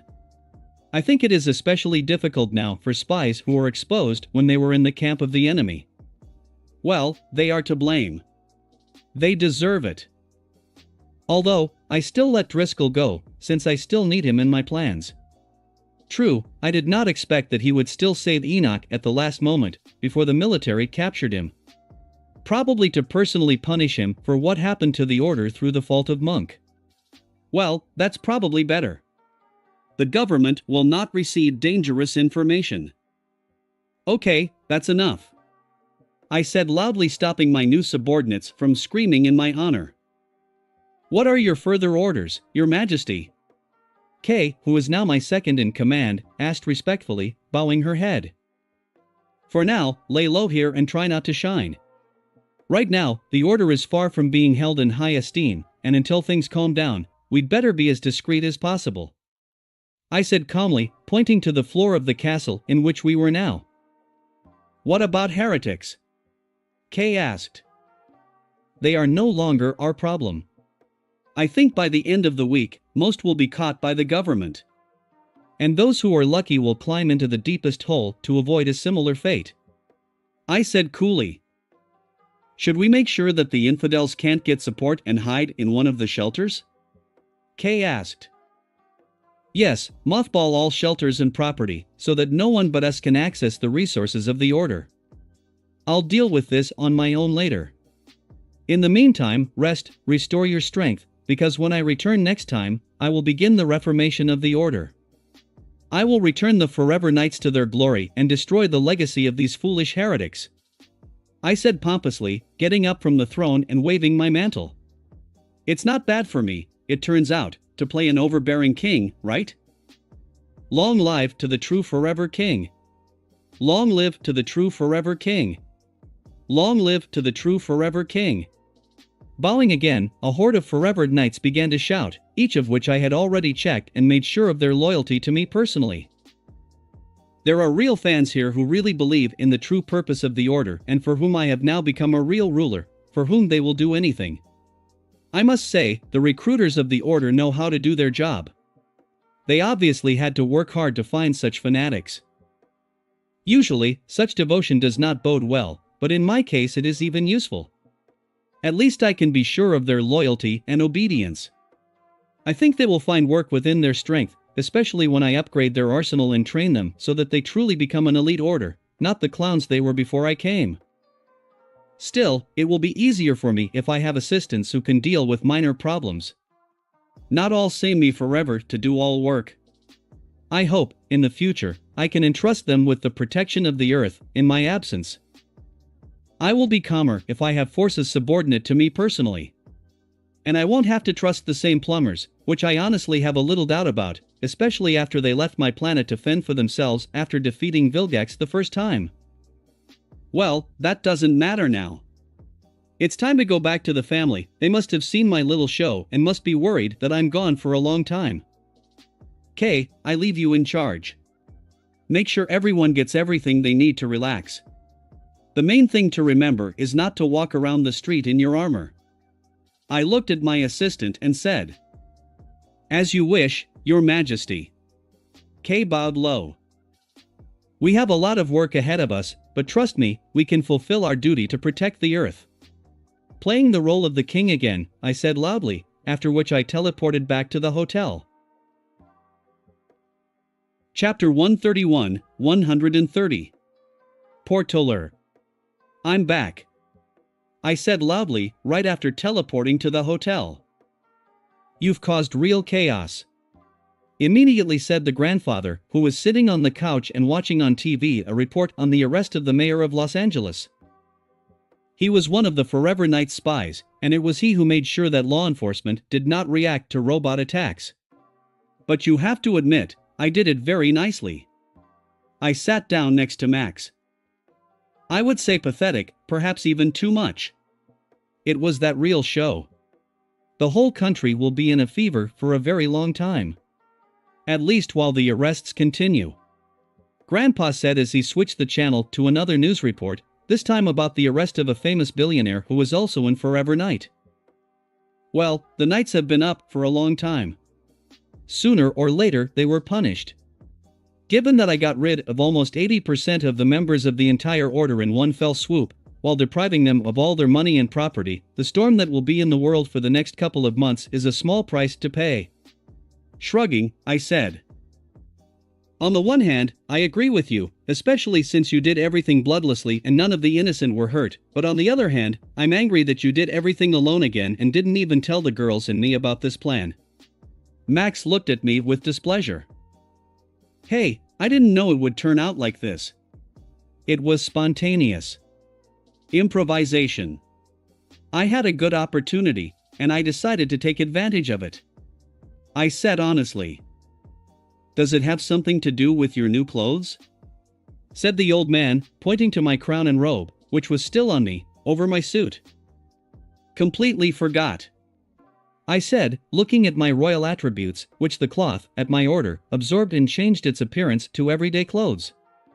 So what happened in the end? Max asked. A long story, but in short, I decided to give some worthy Forever Knights a second chance. I said with a smile, also noticing that sleepy Gwen and Ashley, who seemed to have just woken up, walked past the room on their way to the bathroom. Understandably. So, you yourself decided to direct the order in the right direction. Nodding his head, said Max, already guessing everything. You can say that. It would be foolish to refuse the resources that the Knights have collected over the centuries of their existence. Plus, extra hands never hurt. This was also a spontaneous decision, but I hope that something worthwhile will come out of this. I said sincerely. I think it's a good decision. It is also an opportunity for you to learn to trust your work to others. Maybe you'll stop doing everything on your own. Again throwing a displeased look at me, said Grandfather. I'm trying my best. I entrusted the girls to deal with the robots, and when Valet appeared, we went together to his squeaks, although I could find him myself in a couple of seconds. I muttered. Yes, and I understand it very well, you are really well done. But then again, I just can't help but worry about you. I'm sorry I pester you all the time. Max said, stroking my head with a faint smile. Nothing. I'm even glad that you're so worried about me. It means that you don't care about me. I said softly, feeling awkward. That's right, you're my grandson. And the only one. Max said, hugging me, after which he added, okay, I see that you have begun to accept other people's help more, so for my part promise you that I will grumble less about your reckless actions and I will trust you more. Still, you're old enough. Thanks, I said weakly. Still, it's nice to have such sincere support. In a past life, I didn't have this, and that's why I appreciate Max so much now. Rarely do you meet such people in life. It's my pleasure.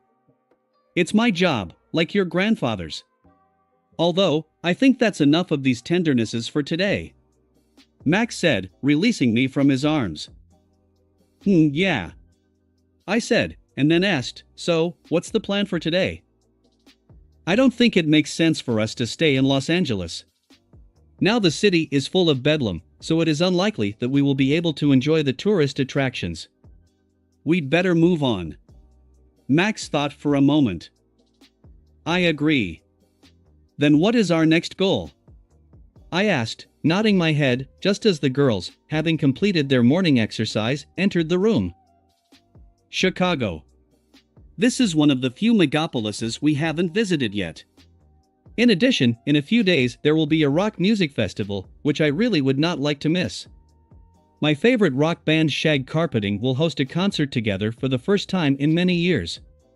Max said happily. Chicago? But, Grandpa, this is Illinois, on the other side of the country. We have always had a strange route, but this is already too much. Gwen complained. You don't understand, Gwen. It makes traveling so much more fun. We spend more time on the road and see a lot more than other travelers since we travel through the same states, but by different roads. Our summer trip is absolutely unique, Grandpa said confidently. But, Gwen tried to argue, but apparently she couldn't find the words. Calm down, Gwen. If Grandpa wants it that way, so be it, Ashley said calmly. Ashley is right. Anyway, while we are on the road, we are lounging on the bus, and Grandfather is driving. There is nothing to complain about here. The driver chooses the route, I said as I got up from the couch.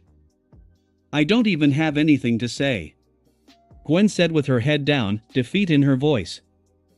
Well, that's good. Pack your bags, we're on our way.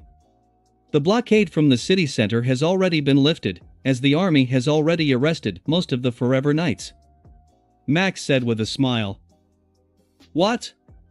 What blockade? Asked Gwen in surprise, having slept through my entire show. I'll tell you later. Let's hurry, we still need to have breakfast, I said, hurrying the girls. As you say. By the way, weren't you supposed to meet Hope today? Ashley asked. She texted me and said that research on that gold sphere is a bit delayed. It seems to have fascinated her quite a lot. She'll let know when she's got it all figured out, I said. Hopefully nothing as crazy as what happened to your cloth will happen this time, Gwen said unhappily. I hope so too. Okay, I'll wait for you downstairs, I said, leaving the room and heading to the hotel restaurant. It's time to continue working on my virtual world. Several hours later. Chin. It's been a while since I heard that sound, I muttered as I heard the signal from the Omnitrix. Is this a new alien? Ashley asked, sitting next to me at the RV table. Looks like it, I said, pushing aside the laptop I've been working on for the past few hours. And who is it? Gwen asked, coming up from the back of the bus where she was reading her books on magic. Let's see, I said, opening the dial and scrolling it over 60 times to get to the new alien. It is small. And it looks like a turtle, Ashley said, looking at the silhouette of the alien visible on the clock. The alien had a humanoid, slightly chubby build, and his arms and legs were thick and short. His head was a strange, square shape, and apparently, small antennas were visible on it, and behind his back was a round shell, with spikes. Then, I think I can turn into him here, I said and slapped the dial. After that familiar flash of light, I examined myself and saw that I was only 50 centimeters tall. I really looked like a humanoid alien turtle, especially in the face and shell, although you could see the features of a beetle.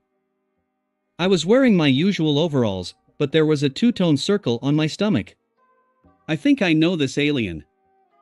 What a nice little one. Ashley said and tried to lift me, and she did succeed, but with great difficulty. You are very heavy. Ashley said as she laid me back on the ground, deciding not to hurt her back. And what can this strange alien do, besides the fact that he is obviously weak and small, but at the same time heavy? Gwen asked, eyeing me critically. If I'm not mistaken, this is, I said in a nasally alien voice, after which I raised my hand forward and opened a round-dimensional gate leading to the desert. Portal? Gwen asked in surprise. Yes. This alien can open portals to any place I've ever been. I said, nodding my head. If I'm not mistaken, this alien is called the Portaler and has only appeared in the Ben 10 web game. He appears to have been created by some fan. Luckily, I've played the game and know this alien's powers. This is incredibly helpful, Ashley said, impressed. Yes. And although I have the two tails, and I can use the infinity tattoo to move, but sometimes there are situations when the portal is better. For example, to move a large number of people or cargo. Plus, the portal can always be used in combat to redirect an attack. I said quickly, already beginning to analyze the usefulness of this ability. What else can he do? Gwen asked, curious.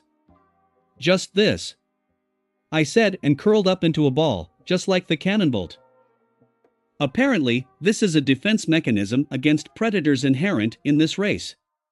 This is not particularly useful, but thanks to the spikes on the carapace, the Portaler has good penetration power. It looks like this alien is more like a mixture of an armadillo and a turtle, and not skulls and a beetle, as I originally thought. It's funny, Ashley said as she watched me roll on the floor of the bus. Variety never hurts.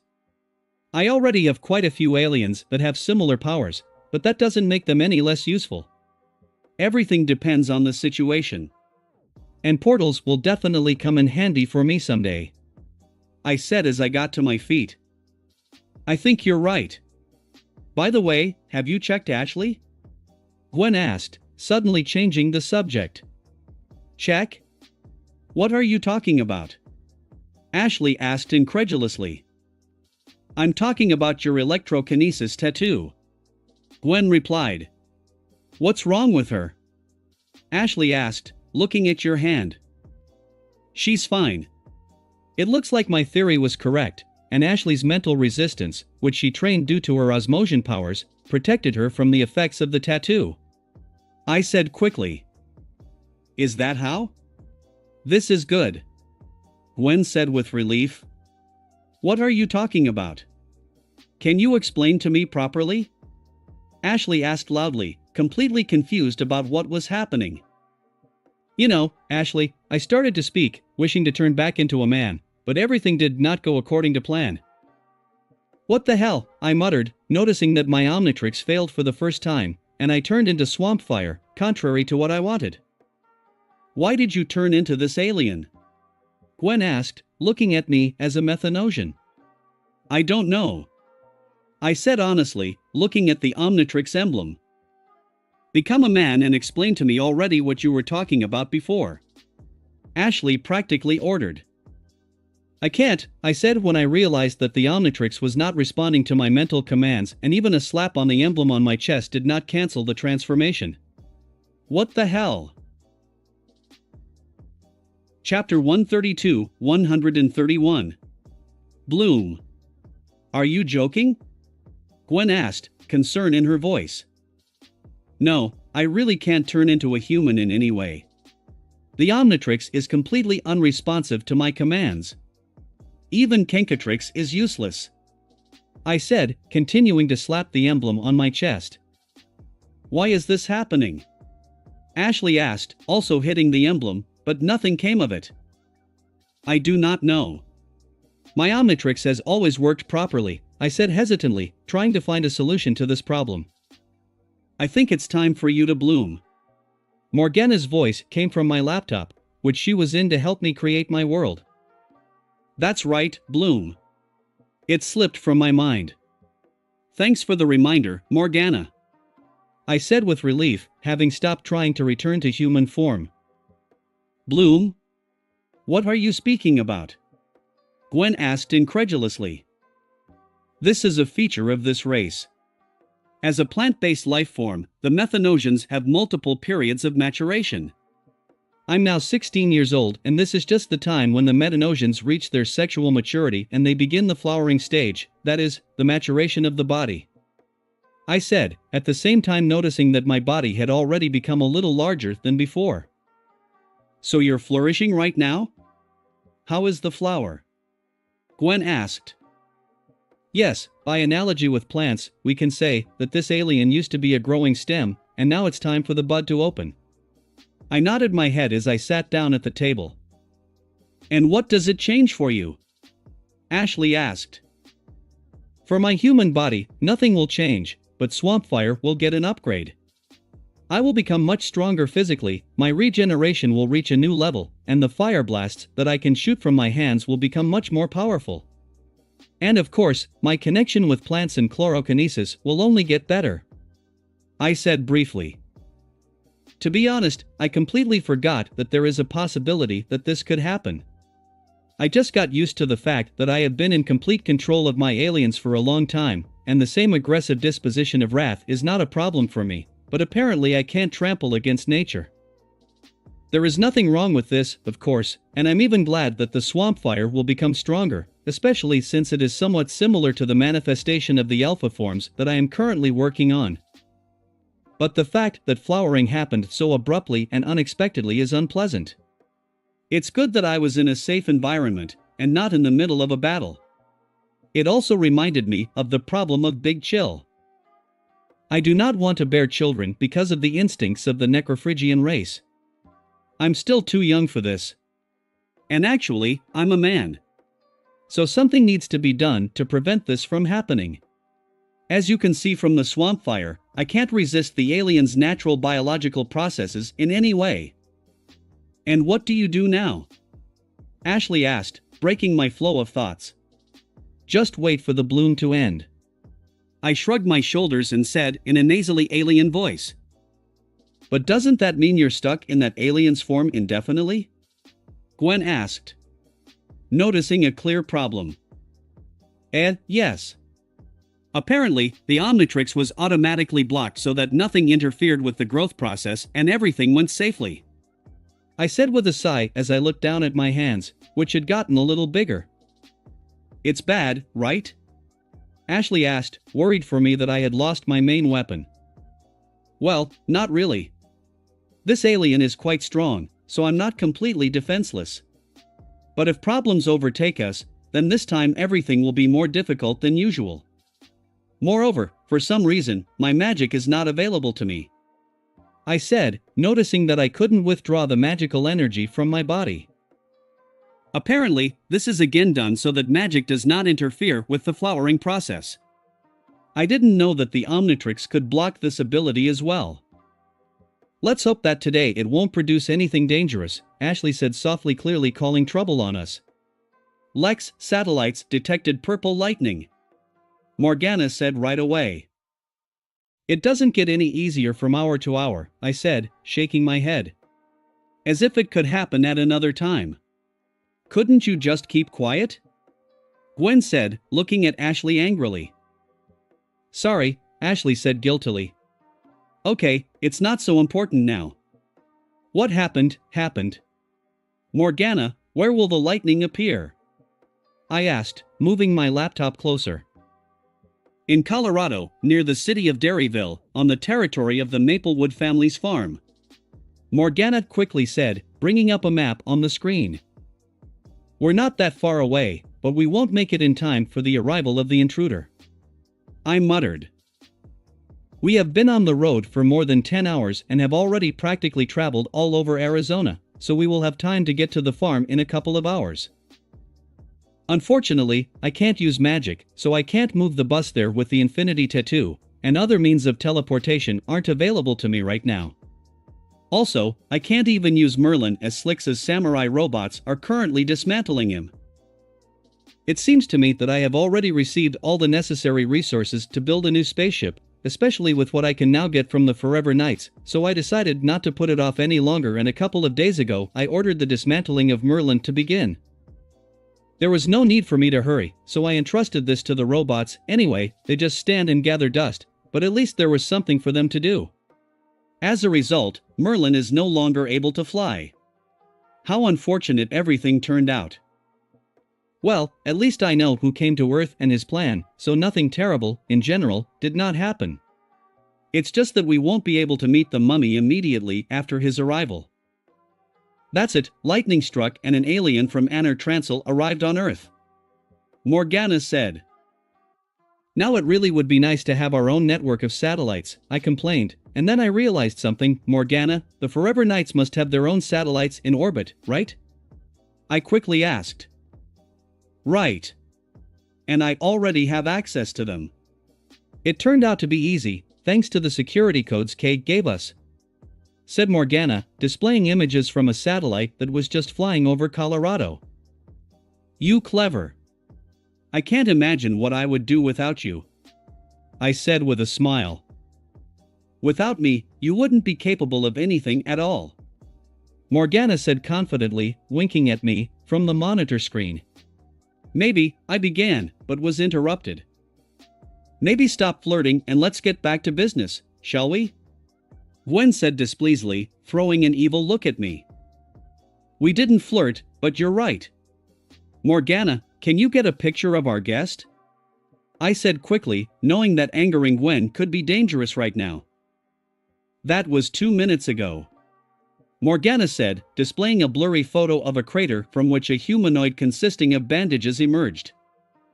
A mummy this time? Ashley asked with a wry smile when she saw another monster from fairy tales. This is Thep Kufin, from the planet Thep Kufos. Now, we are sure that this alien is from Aner Trancel and most likely a subordinate of Victor, who came to Earth on his behalf. Apparently, the second phase of their plan has come into effect, I said, even knowing why this alien had come. Could it be that he is the same victim as Violet? Ashley asked. It is unlikely, after all, Violet was used, because he is not sorry. And now that the transporter was working properly thanks to the beacon, Victor had to send a trusted person to get everything set up properly. Although, of course, there is a chance that this mummy also works against its will. But, in any case, we first need to meet with him and find out his purpose, I said after a little thought. Still, despite the fact that I kind of know everything, the case of Violet showed that there are many secrets left behind the scenes of the series, so do not rely too much on my meta-knowledge. Better if I check everything personally. Then I'll go and tell grandfather to change the route. We need to get to the mummy as soon as possible before he does anything, Gwen said seriously. Okay, tell him everything, I said, nodding at Gwen's words.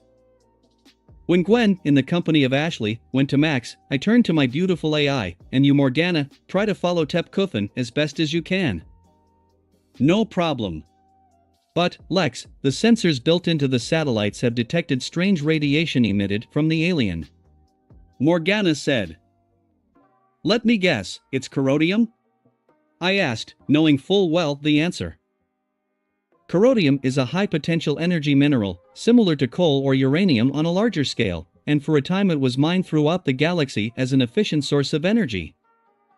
However, corrodium has serious side effects and mutagenic properties that can negatively impact biological life. It is very unstable, so its use has been discontinued, except for the inhabitants of the Aner system, mainly due to the fact that Thep Kufin are the only ones in the universe who can handle corrodium without special protection. In general, corrodium is the reason for the unique properties of purple lightning. Victor's plan is to use corrodium's mutagenic properties on Earth's inhabitants to turn everyone into mutants who will not resist the blackout and the subsequent takeover of Earth. And of course, I can't let that happen. Although, I myself am interested in this mineral. Yes. It looks like the alien is using a piece of this mineral to find deposits on Earth. Apparently, in ancient times, a meteorite fell to Earth, which contained corrodium. And it seems that this is the reason why the mutation appeared in the Circus Freak trio, said Morgana. Really? But you said you couldn't figure out what influenced the trio, although your database should have samples of the radiation emitted by coronium. I said. It is, so I was able to understand what the satellite scanners recorded. But, as I said, the circus freak trio's mutations occurred while still in the womb, and it seems to have been caused by minimal exposure to coronium.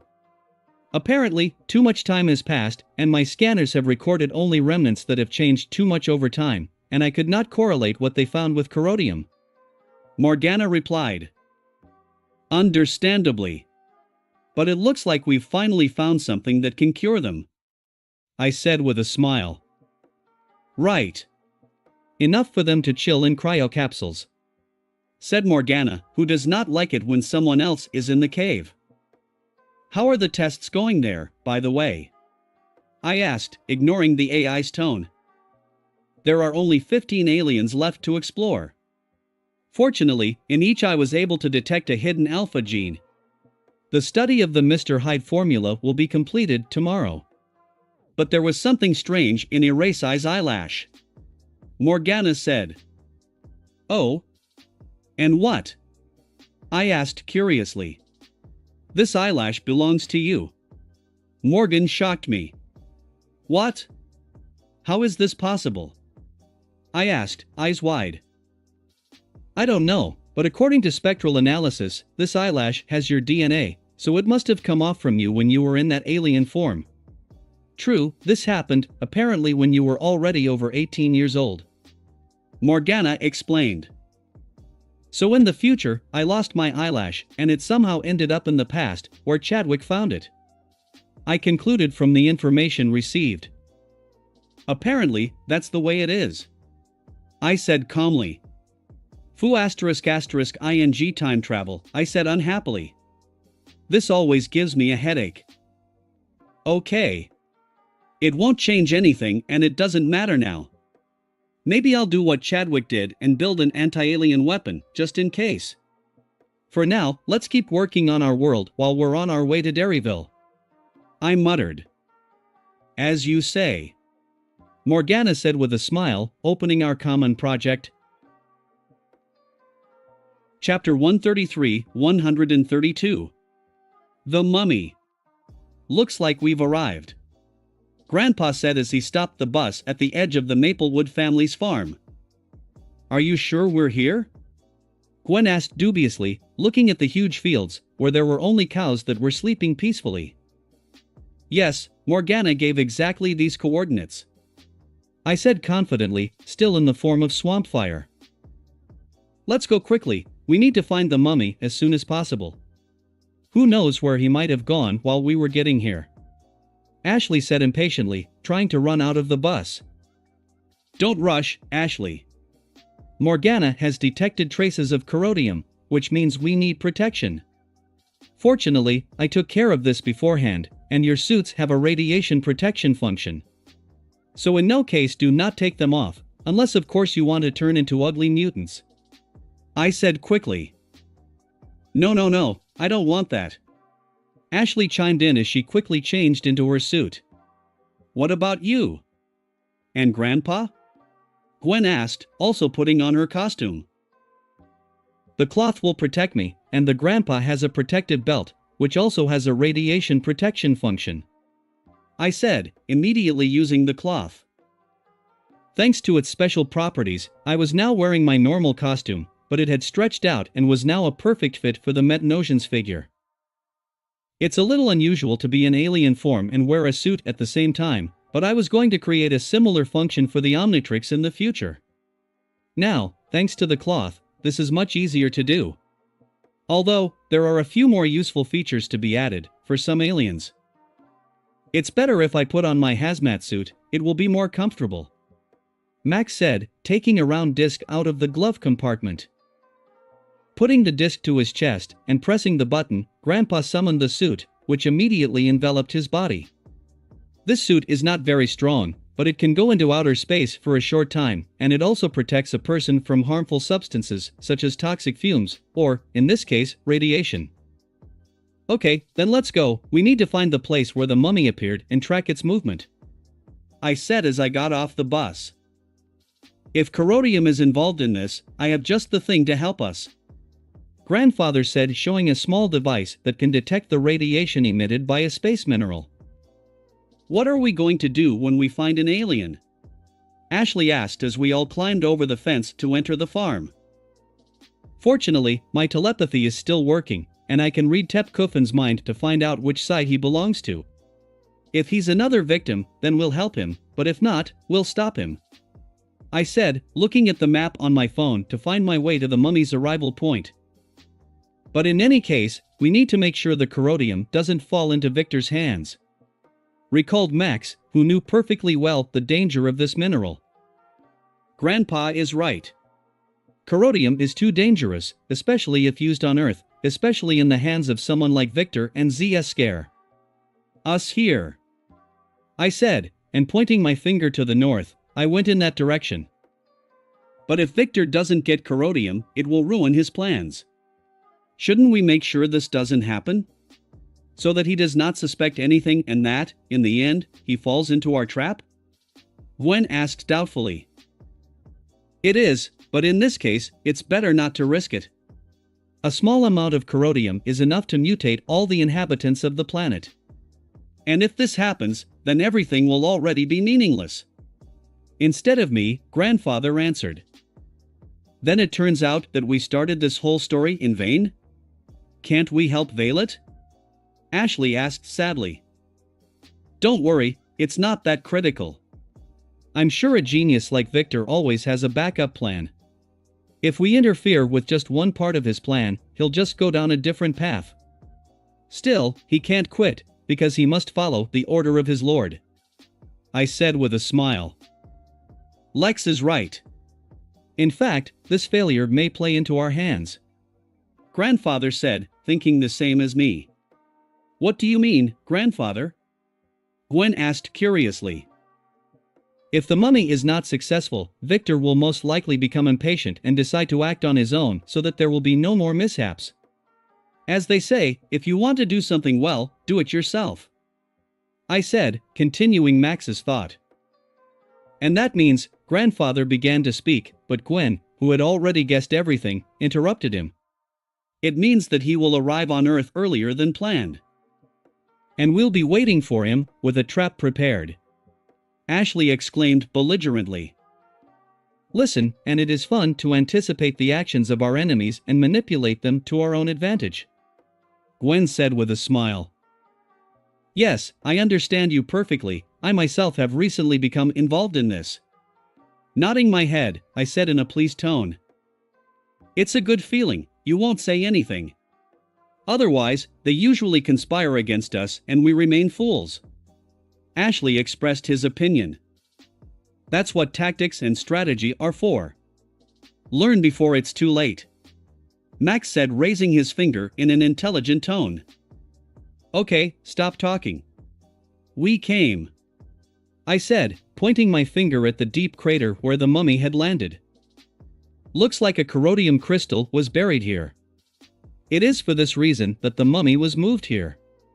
He dug up the crystal and with its help is now looking for others. Said Grandfather, checking the area with his instrument. And it looks like that someone has already managed to undergo a mutation due to the radiation remaining in the pit. I said, noticing footprints near the crater that glowed with an ominous purple light. Something lately, there is too much purple in my surroundings. And what are we going to do? Gwen asked, looking warily at the footprints. We'll have to split up. Gwen, you and Grandpa, find all the mutants, this should not be allowed to become an epidemic. Ashley and I will follow the trail of the mummy. Thinking for a bit, I said. Okay, but what about the mutants? We what? Do you have to kill them all? Gwen asked with hidden fear. No, don't worry, it's not that bad. If exposure to corrodium is short-term, then the mutants can still be returned to normal. It is only necessary to isolate them and give time for all the infection to disappear.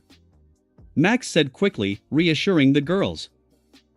Grandpa, set your radar to find the minimum radiation to find all the mutants, and we will use the help of Morgana and find the mummy. We'd better hurry and not drag this out.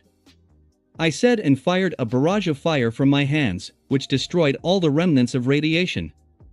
So it will be more reliable. Fine, but don't forget to be careful with corrodium and never take off your suits. Let's go, Gwen, let's go that way. Max reminded again, and having adjusted the radar, he went towards the nearest mutant. Good luck. Finally threw Gwen and went after Max. So where do we go? Ashley asked. Last time, Morgana spotted him at the silo tower. Looks like that's where the second crystal is.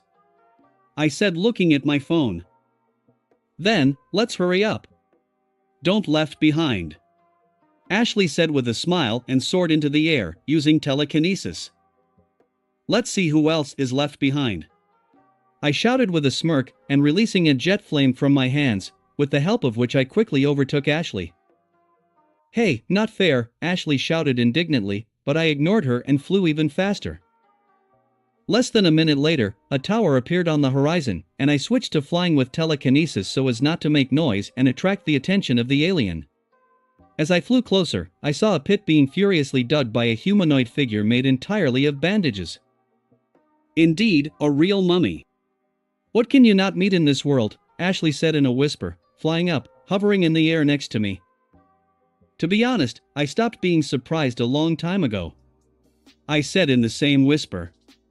So, is he also under Victor's control? Or does he act of his own free will? Ashley asked. Wait a second, I'll check it now, I said, and putting my fingers to my temple to focus, I began to invade the alien's mind to read his thoughts. Fortunately, he did not have any mental protection, and I was able to find out everything that interested me without any problems. Well, sometimes you regret that you can read minds. What only muck you will not see. He is not under control. He is an ardent fanatic of ZS Scare and takes pleasure in following Victor's orders, wishing to darken our planet.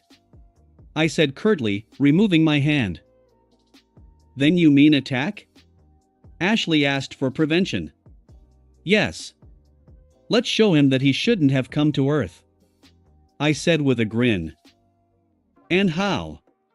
Ashley said shortly, after which she flew down, having previously absorbed the hurricane from her homemade bracelet with different materials. The mummy obviously did not expect that a metal girl engulfed in fire would fall on him from the sky, so he took the whole blow and flew out of the crater, while grief.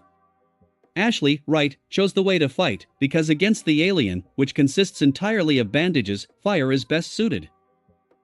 Tep Kuffin landed on his feet with no problem, and as he put out his burning bandages, he looked at Ashley. Since the alien was well aware that his bandages were useless against the burning Ashley, he decided to use the surrounding area. Almost instantly wrapping a nearby silo with his bandages, the mummy pulled it out and dropped it right on Ashley, who had just left the crater and clearly did not expect that the building would be thrown at her. Ashley had a rather funny expression on her face when she saw the tower falling on her, but I didn't even bother to help, because I knew that this was not a problem for my girlfriend. Which she further proved. Having no problem stopping the tower with her telekinesis, Ashley threw it at the mummy. Now the alien had to wonder, although he did not have time for this, as Ashley accelerated the flight of the building and it successfully fell on Thepkuffen, crushing him. True, there was no sense from this, as due to the fact that he, in fact, is a sentient bandage, physical attacks do not harm him. And even if you cut it into pieces, the mummy can easily get back together.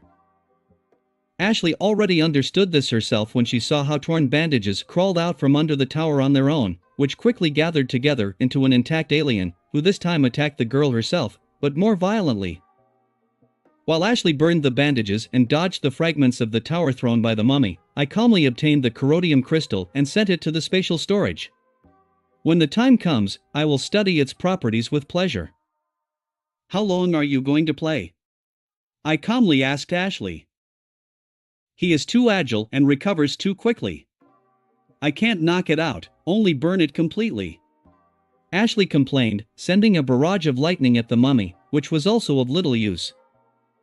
Okay, let me finish it. I said, coming closer. The alien obviously understood us, and now he looked at me warily, planning how to escape, as he knew that he could not defeat the two. As a last resort, he opened his chest and tried to irradiate us with corrodium, although it was no use. I, in turn, simply used telekinesis and tore out the crystal, which immediately went to inventory, to the second one. Thanks. This is exactly what we need, I said sweetly, and threw a few seeds I created under the alien's feet. The seeds under my control burrowed into the ground, then sprouted into thick vines that burst out of the ground and quickly enveloped the alien who tried to escape, wrapping him in an impregnable cocoon from which he can never escape. Here you go, you bastard. Feel what it's like to be wrapped up. You love to do that. Ashley yelled vindicatively, still offended that a building had been thrown at her. And now what? Ashley calmed down a bit. We just have to wait for Gwen and Grandpa to finish their task. And then we decide what to do with it.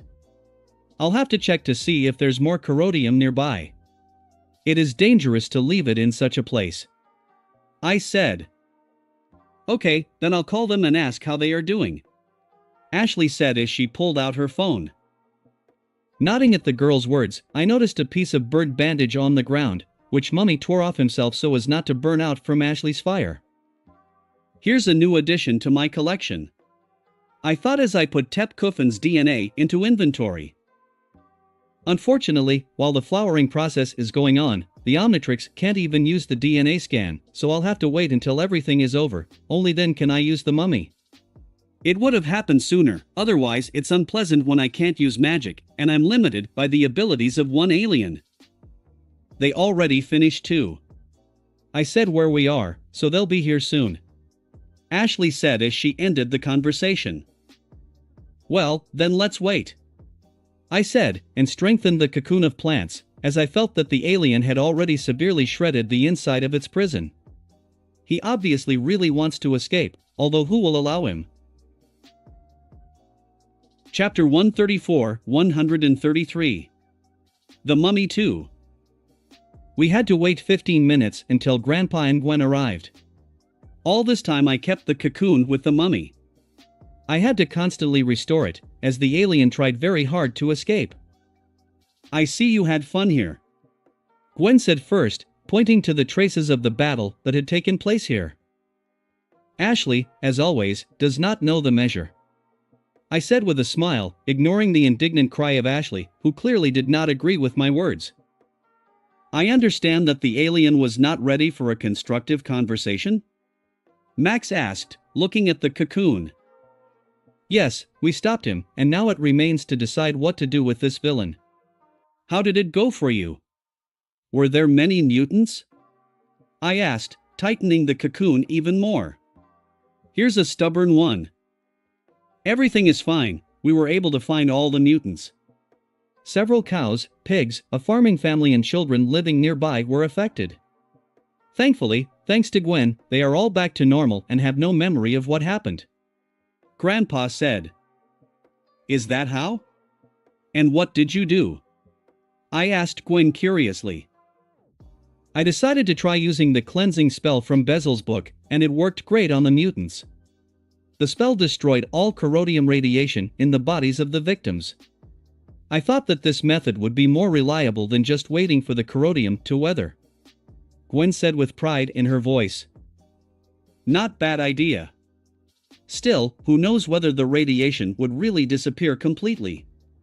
There could be some health side effects left, but we are sure that everything will be fine with them.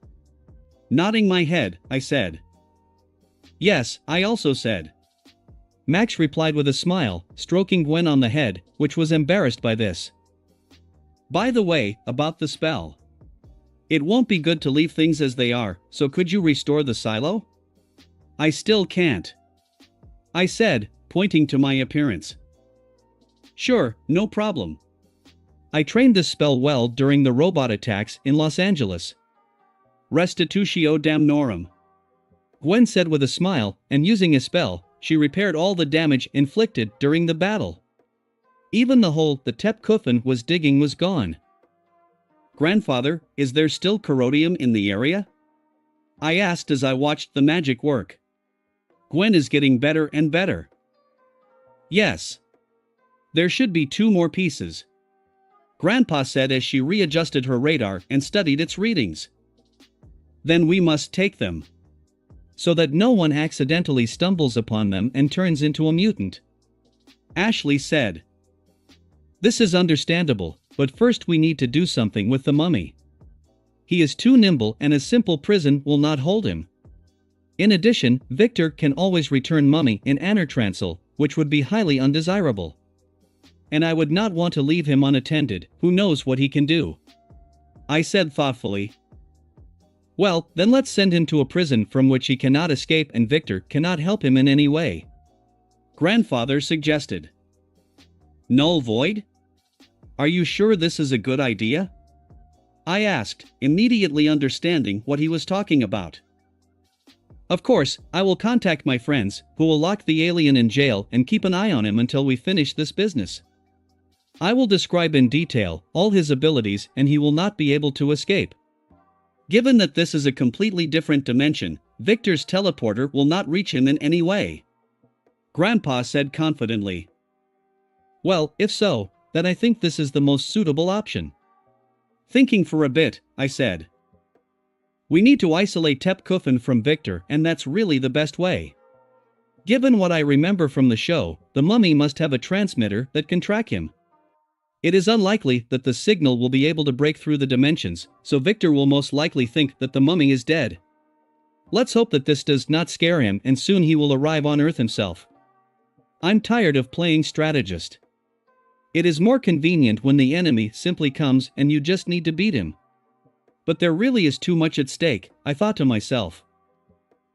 Okay, then contact your friends and warn them of everything, while the girls and I will pick up the rest of the corrodium shards. I said again when I had finished thinking. No problem. Nodding his head, said Grandpa, taking out his phone. Gwen, there was a freezing spell in Bezel's book, can you use it? I asked looking at the girl. Yes, but what is it? Gwen asked. The mummy can't calm down and is trying to escape. We can't leave him like that. Due to his special physiology, it is very difficult to knock him out, even my telepathy does not help here. The only way is to freeze him to sleep. I said, once again strengthening the cocoon. And since you can't use the Omnitrix or magic, only I can do it now. No problems. Soft glass. Gwen said quickly, and, creating a spell that, for some reason, was in Creole, exhaled an icy breath on the cocoon with the mummy, which instantly froze both the cocoon and the mummy. Now, I'll be much calmer. But still, how inconvenient not to be able to use all your powers. This is a real nightmare, I thought displeasantly, letting go of my grip on the vines as I felt they were completely frozen. As, in general, and the mummy. Then shall we go after corrodium? Ashley asked, tapping the frozen cocoon a little to test its strength. Yes, we must be in time before dawn breaks. In this area people get up very early and it will not be good if they replace us. I said, catching the radar that was thrown to me, from still talking on the phone, Grandpa. And where do we go? Gwen asked as she wrapped herself in a layer of magic to take off. This is an alternate way of flying that she learned to avoid relying on the fire charm. To the ice cream factory, and to the local school. I said, correlating the radar readings and the map of the area. Well, then Gwen and I will fly to school. Ashley suggested, also flying up into the air. Okay, hold the radar, and I can handle it myself. When you're done, I'll meet you here. I said as I tossed the said device to Gwen. Whoever comes later buys pizza. Ashley yelled, and quickly flew away. She is right. Gwen said with a smile and flew away in the same way. It's already clear to everyone that I will succumb. If you wanted pizza, you could just ask. I muttered, shaking my head, and also flew off in search of the crystal. July 25, 2010. We got both crystals without any problems, and now I have a total of 4 corrodium crystals. Given that it is quite rare and generally banned from use in almost the entire known universe, this is not a bad catch. When we returned to Max, he had already agreed on everything, and we sent the mummy to Null Void, where the plumbers immediately received him and locked him in the darkest cell, leaving him right there, frozen, to be sure. After that, we returned to the bus and, having found the nearest parking lot, went to sleep. I woke up before everyone else again and continued to work on my virtual world, at the same time playing with Nebula, who had grown even more.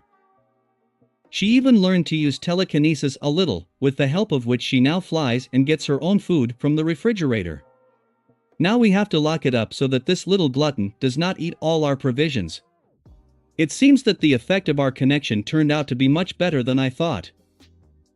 Also, as Morgana said, today she finished the analysis of the Mr. High formula and, surprisingly, it turned out that its main component was corrodium. That's such a coincidence. Although, given its mutagenic properties, it is not so strange. The formula also includes many different herbs, both from the Earth and from other planets, and of course, the blood of aliens, which, under the influence of corrodium, turns people into alien hybrids. There was also one strange component unknown to me, which apparently was necessary for the stabilization of the serum and so that it could be safely used by people. Fortunately, Morgana was able to unravel the composition and formula of this substance, and I was able to reproduce it without any problems. Since I'm stuck in swamp fire form, I can't go to the cave, even though I can fly, but the distance is too far and I don't want to spend several hours on the road. I will have to postpone work on recreating the high formula, but this does not mean that I cannot start modeling the cure for Gilbert. All the necessary components for the formula I can get later, but the medicine also needs the blood of an alien, in this case a Tekadonian, in order to remove exactly parts of the DNA of this species from Gilbert's body. Luckily, I know that there is one member of this race living in the underground city of Bellwood, and when the flowering is over, I will take his DNA at the same time and buy all the necessary ingredients. Still, this is the right place to look for medicinal herbs from other planets. Also, I couldn't resist and decided to try and improve the hide formula. I don't know why I need it, but it won't be superfluous. Maybe, I will one day need the ability to turn a human into an alien/human hybrid. Especially since I have no problem getting DNA samples from all sorts of aliens thanks to my Omnitrix. Unfortunately, without my equipment, I won't be able to study corrodium, so the Circus Trio's healing is delayed again, but I guess they won't mind waiting a little longer. How many times I say, but it's terrible not to be able to use the Omnitrix to its full potential. I immediately lose most of my abilities. Still, it's very convenient when you have such a wide variety of skills for a variety of occasions. And as always, I realized this only when I lost this opportunity. I will definitely make sure that this does not happen again and do not care if I have to go against the nature of my aliens. Even if I have to sterilize them, I will do it. Yeah, I hope the flowering will end soon, otherwise tomorrow is a full moon and I have to be in London to pick up Excalibur. Wow, you really are blooming. Ashley's voice had just woken up when she saw my renewed appearance. During the night I became taller and a little more massive in the shoulders. My arms have gotten bigger and have red spikes that I can use to get more seeds. My fingers got longer and changed color to yellow. And around my neck appeared something like a collar, something like a tulip petal. The second stage of flowering has begun. There is one more left and I will finally be free. I said, continuing to work at the computer. Understandably. Where's the pizza you owe us? Ashley asked, rubbing her belly, which was clearly empty. Here. I said and pulled out from under the table 5 boxes of pizza that I hid from Nebula. Good boy. Ashley said with a smirk and kissed me on the lips, took one of the boxes. It seems to have made a compliment, but it seems to have offended, I involuntarily thought. Half an hour later, Grandpa woke up and we immediately continued on our way to Chicago, without even waiting for Gwen to wake up. Max really does not want to miss the concert of his favorite band. Chapter 135, 134. Road to Chicago. It took us a few more hours to drive all the way through the state of Arizona, and here we were in Colorado, where we stopped in a small parking lot to have a decent lunch. By the way, I remember. Lex, in a couple of days, Philadelphia is hosting the Junior Baseball National Championship Finals. Looks like the team from your school will be participating, right? Said Grandpa, distracting me from eating his next culinary masterpiece. It turns out that even if I'm in the form of a methanosian, his food does not become tastier. Sadness. Yes, last week they beat the team from New Jersey and reached the final. Nodding my head, I said, "Do you want to visit the championship? After all, they are students from your former school. It would be nice to cheer for them." Max asked. No, it doesn't make sense. First, because the guys on the team hate me. And second, because the final was cancelled. I said calmly. What? Cancelled? Why? Grandfather asked with surprise, adding a new batch of beetles to my plate. I told about it during the exposure of the Forever Knights. The team that the guys had to compete with in the finals consisted entirely of robots. The Knights started all this to try to replace the president, who was supposed to arrive at the championship finals, with an android double in order to gain more power in the country. I said, secretly handing over part of his portion to Nebula, who was under the table and ate these bugs with pleasure. Oh yes, exactly. You also said that the president was very angry about this. He also released a statement declaring the Forever Knights a terrorist organization and an enemy of the country, which is why the army and the FBI are so furiously catching all the members of the order throughout the country. Said Grandfather, throwing a menacing look at me when he noticed what I was doing under the table. Why do the members of the baseball team hate you? Ashley asked, joining the conversation.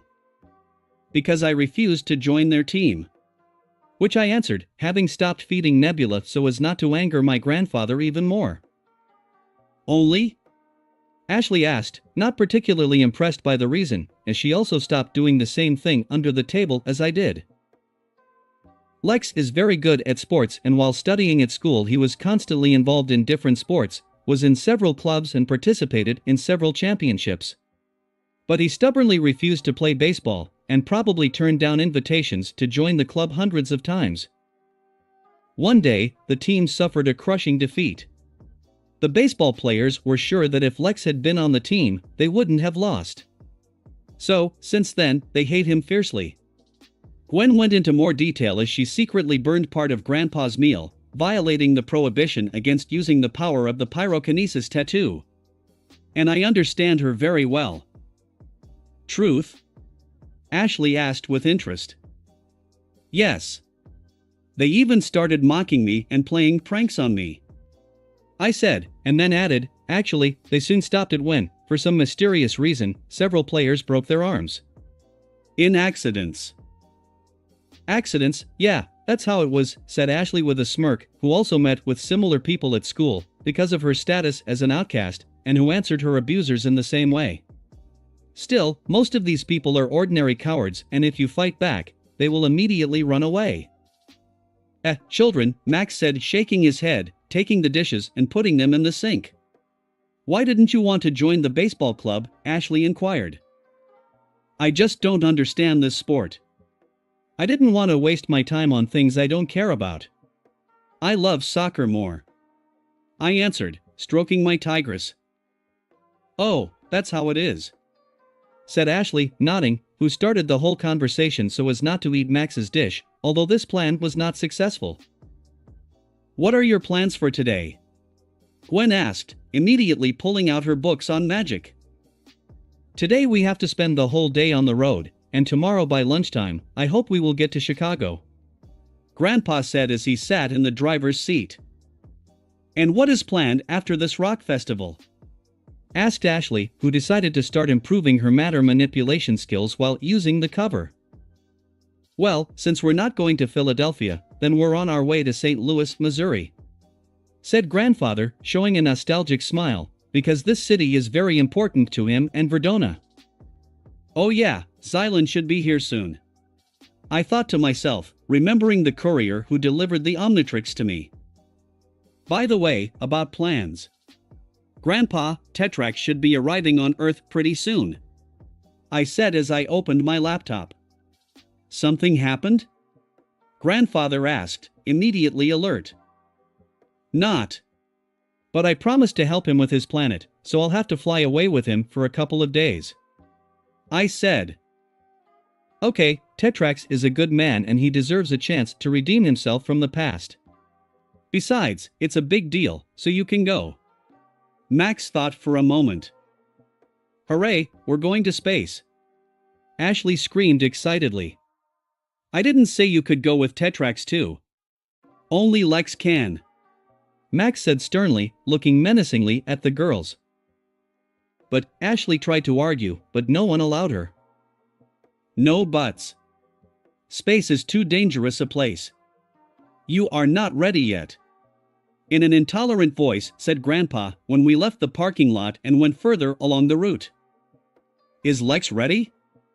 Ashley asked angrily. I don't think so, but I trust him enough to let him go. Lex is strong enough to stand up for himself, plus, Tetrax will look after him. And do not forget that he will fly not to have fun, but to resurrect an entire race of aliens. For this, can take risks. Grandpa replied. Oh, okay, Ashley said, making a displeased face, who was nevertheless convinced by Grandpa's arguments. Don't worry, Ashley, we still have our whole lives ahead of us. We will have time to explore the entire universe. And not only this one. I promised with a smile, stroking the girl on the head. Okay. Ashley said happily, accepting my strokes, showing a beautiful smile. But if you leave Earth, what will happen to Victor? Asked Gwen, who also wanted to go with me, but she also accepted Grandpa's arguments. Well, I'm not leaving tomorrow, Tetrax will arrive only next month. I think by then we'll have dealt with Victor and his plan. Even if not, I think Tetrax will not mind waiting a couple of days. I said calmly. Understandably. Gwen said with a nod of her head. By the way, about Victor and his plan. We should call Wes and the Saturdays and tell them about our meeting with the mummy. Grandpa remembered. Don't worry, I already called Kai and Zach and told him everything. I even talked to Violet.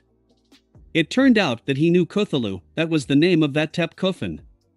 He is indeed a loyal subordinate of Zskar and the son of Cthulhu, another loyal servant who is second in line to Victor and the leader of the Dagon cult. I said. Dagon? And here is the bad news, Grandpa said seriously. Who is this Dagon? Ashley asked with interest. A very powerful demon from another dimension that tried to take over our universe many centuries ago. Although this is only a legend, but if there is a cult in the Anner system dedicated to him, it seems to me that all this is not just. Max said. Grandpa, you forgot what world we live in. Of course, this legend is true. I said with a smile. Seriously? And what happened to this demon? Asked Gwen with interest, who actually loves stories like this. He was eventually defeated with a powerful weapon, but he was never defeated. Whoever inspired him sealed the demon and found it in order to ensure that the seal was never opened. Guess from 3 attempts exactly where the demon was sealed. I said with a grin. On the Earth. Gwen thought instantly. And that order. Is it the Forever Knights? Grandfather asked, obviously not knowing the ins and outs of these terrorists. Yes, I learned about it from the archives of the Knights when I captured part of the order. And the weapon that the founder of the order used was called Ascalon, and he was donated by a little gray man, like a frog coming from the stars. I quoted a little from Sir George's notes, which Kay found yesterday when she checked the castle, where they are now located, and sent them to me this morning. Galvin. Grandpa understood instantly. I will say more, it was Azimuth, the creator of the Omnitrix. Ascalon was his first greatest invention, which he entrusted to mankind in order to get rid of Dagon, who threatened the entire universe. I said. Wow, what a coincidence. How small the world is, it turns out, Grandfather said in amazement. Wait, what about the seal? Gwen asked. Well, since the world hasn't been taken over by an interdimensional demon yet, it still hasn't been opened. True, and the place where it is located is unknown. Probably under one of the Forever Knights' castles, but they did build a lot of them. I said. You can't leave this demon just like that. It will be necessary to deal with him, so that no idiots will let him out. Ashley said belligerently. That's true, of course, but I don't think we can do anything right now. At a minimum, we need to get Ascalon, and only then we will think about what to do. In the meantime, I'll find the seal and make sure it's safe so that, as you said, no idiots let Dagon out. I said with a shrug. That's good, it's better not to leave it to chance.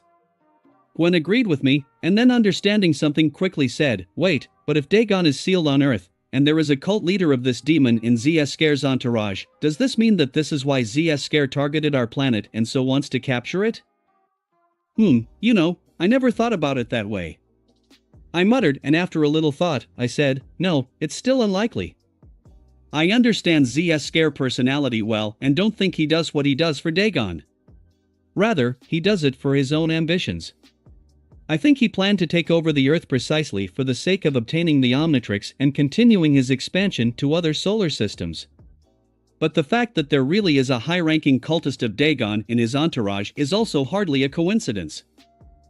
Do you think this Cthulhu serves Zscare because he wants to use his plans for himself and ultimately free Dagon? Max asked, understanding my train of thought. I don't know, but this is the most logical option. Although, Tep Kufin, whom we recently met, was indeed personally devoted to Zscare and did not even know about any Dagon. So, this is just speculation. But one thing is clear, I said, raising my index finger. We need to prevent Zscare's plan from succeeding and Dagon's seal from being opened. The fate of not only our planet, but the entire universe depends on this. Ashley finished pompously. Right. Still, it is unlikely that other than us, someone else can do it. Moreover, we are kind of like heroes and this is our job. I said with a smile. By the way, about the heroes. Looks like a job has arrived for your part. Max said loudly, pointing to the highway where the police chase took place, apparently for a stolen cash-in-transit car. It's my turn to have some fun. I said, stopping Gwen and Ashley, who were about to go after the hijackers.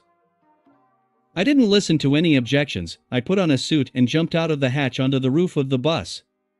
Deciding not to use any of Swampfire's abilities, but only the capabilities of the cloth, I fired the black cords forward and, clinging to the overpass, I jumped down and flew forward like Spider-Man. A few similar pirouettes later, I caught up with the cash-in-transit car and jumped right onto its roof. Having created 4 more harnesses, I wrapped them around the wheels, which immediately blocked, and now, the car flew forward by inertia. Quickly tying the car with a few more ribbons, I stopped it and hung it over another overpass. For all of the above, it took me only a couple of seconds and now the robbers are stopped. Oh, what people! It's hard being a wanted criminal, isn't it? What, have you already stooped to robbery to get at least some money? Seeing that the 4 rank-and-file Forever Knights were the ones who stole the car, I asked. You!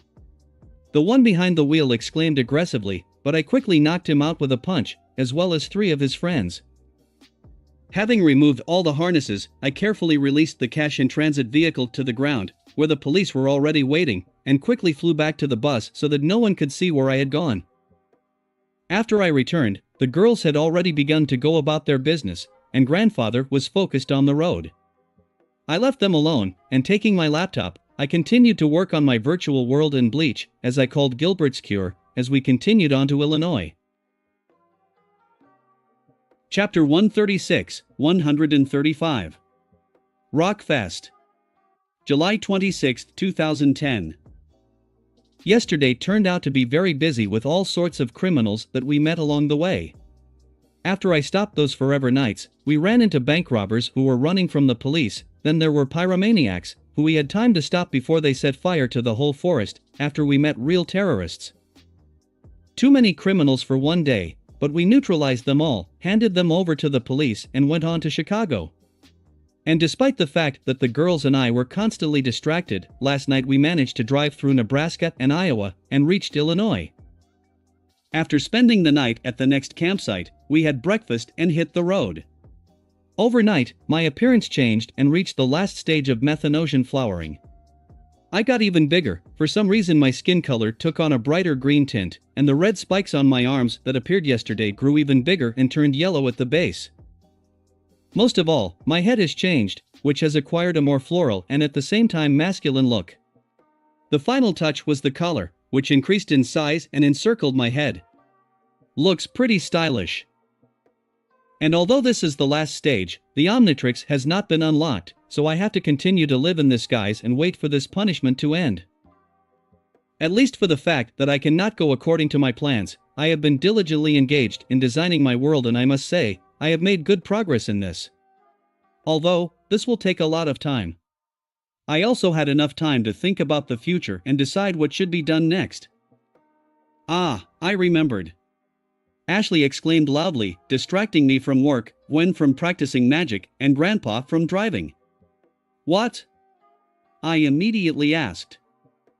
Kenko's armor is also made of metal. What happens if I absorb it? Ashley asked patiently, watching me in anticipation. Now I'm curious too. Here you are. I said curiously as I took out a piece of armor and handed it over to Ashley. Luckily, even though I don't use magic, I can still use my dimensional ring. Although, it is not as easy as before. Well, Ashley muttered as she absorbed the purple metal. And? Gwen asked with interest, watching the purple Ashley. It's not clear yet, Ashley began to say, but stopped when she noticed that her arm was stretching down on its own. Putting her hand back in place, Ashley began to try again to do this trick again, but instead her legs swelled into a puddle and she fell to the ground. When she managed to gather herself back, Ashley began to try to take control of her body, which she quickly succeeded in, and she began to play with her changeable body. You are rubber. Gwen concluded as she watched Ashley's manipulations. Yeah, I can stretch my body as much as I want, like it's made of rubber, but if I lose concentration, I'll lose a stable shape. It's harder than usual, but I think if I practice, I'll get used to it. Ashley said with a smile as her hair began to involuntarily pull down. Given the metamorphic properties of this metal, I expected something like this. This material is great for your collection. It has the properties of rubber, but remains a metal. This is much better than using regular rubber, which has many weaknesses. Thinking a little, I said. And besides, it's a lot of fun. Ashley said happily, playing with her outstretched hands to the ground. Yes, very. I said awkwardly, and then added, if you want to understand what your rubber body is capable of, I advise you to read manga and comics. This will open your eyes to how powerful this ability is. Okay, Ashley said, practically ignoring my words as she was now trying to curl up into a ball, which she somehow managed to do. Grandfather, do we still have a long way to go? I asked loudly, ignoring Ashley's frills, in this case, literally. There are only a couple of hours left. Max replied. Okay, so that's enough time, I muttered as I started my new project, codenamed Watchtower. 2 hours later. Finally we arrived, Gwen said with a sigh. Yeah, the road seemed too long that time, agreed Ashley, who had finally stopped playing with the new metal. And I'm still an alien, I said displeasedly, not feeling the same joy as the girls. It's okay, but we can have fun at rock festivals. My favorite band's concert is tomorrow, so today we can walk all day and see what this festival has to offer. Grandfather said enthusiastically, for some reason putting on a denim vest with stripes. But I'm an alien, I reminded once more. Oh, yes, people are not used to the fact that an alien can walk nearby. They will be afraid of you realizing why I am so dissatisfied, Grandfather said embarrassedly. So you have to sit on the bus until you become human? Ashley asked sympathetically. It turns out that it is. I could create a massaging projector to hide my appearance, but it would take too long without the help of my aliens, I said with a sigh, laying my head on the table. What about this spell? Gwen suggested, showing me one of the books Hope had given her that I had never read. Henge no Jutsu? Seriously? After reading the description of the spell, I involuntarily asked. Yes, it's an ancient Japanese spell. If you roll it up, then a thin shell of magic will appear around the body, which can be given the appearance of any person and disguised. Although, this shell itself is fragile and easy to dispel, so you have to be careful. Gwen said enthusiastically, obviously not understanding the reason for my surprise. Okay, do your magic. I said, deciding not to pay attention to the next oddities of this world. Okay. Although, the incantation is in Japanese and I'm not sure about the pronunciation, but... Henge no jutsu, Gwen said, after which she cast the spells. Everything worked as it should, and a pink mist poured out of Gwen's hands, which quickly enveloped my body. And when he disappeared, I was already in my human form, but it was only an appearance, because I am still Swampfire. A useful spell, I'll have to read those books too, I thought as I looked at my human hands. Well, since this problem is sorted out, let's go have fun. Grandpa said with a smile as he put on a goofy-looking sunglasses. That's who will definitely have fun at this festival. I'm hungry, let's go find some festival food. Jumping out of the bus, offering Ashley. We can also look at the souvenirs that are sold here. Gwen said with equal enthusiasm, following Ashley. I'm sure you'll like it here. When I was young, I often attended such events.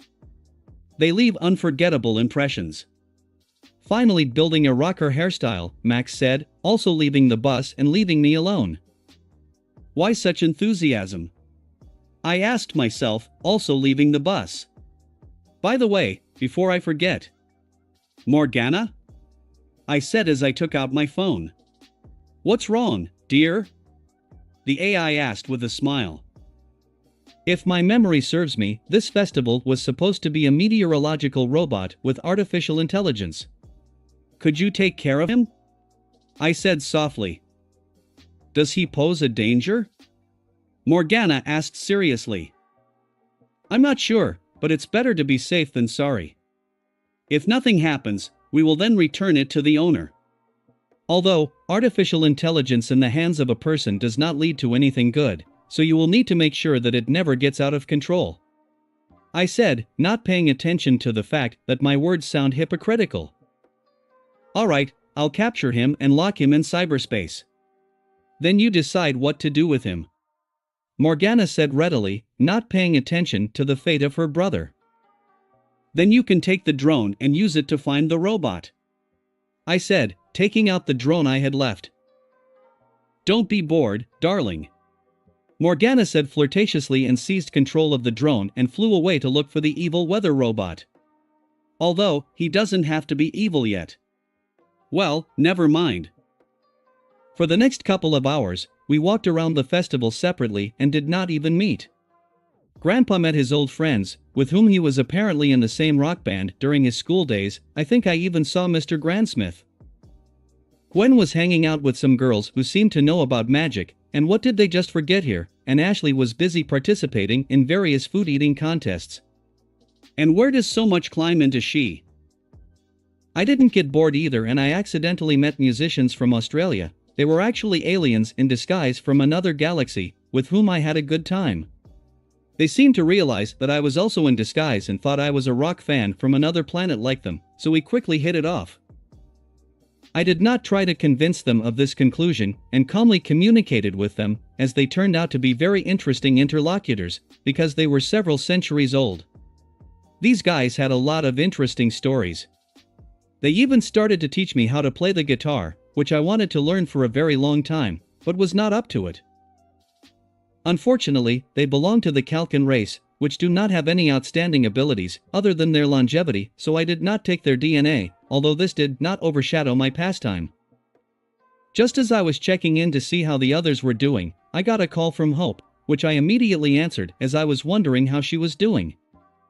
Hey, Hope. How are you? I asked with a smile, having missed my little wife. Hey. It's great, although I miss you so much.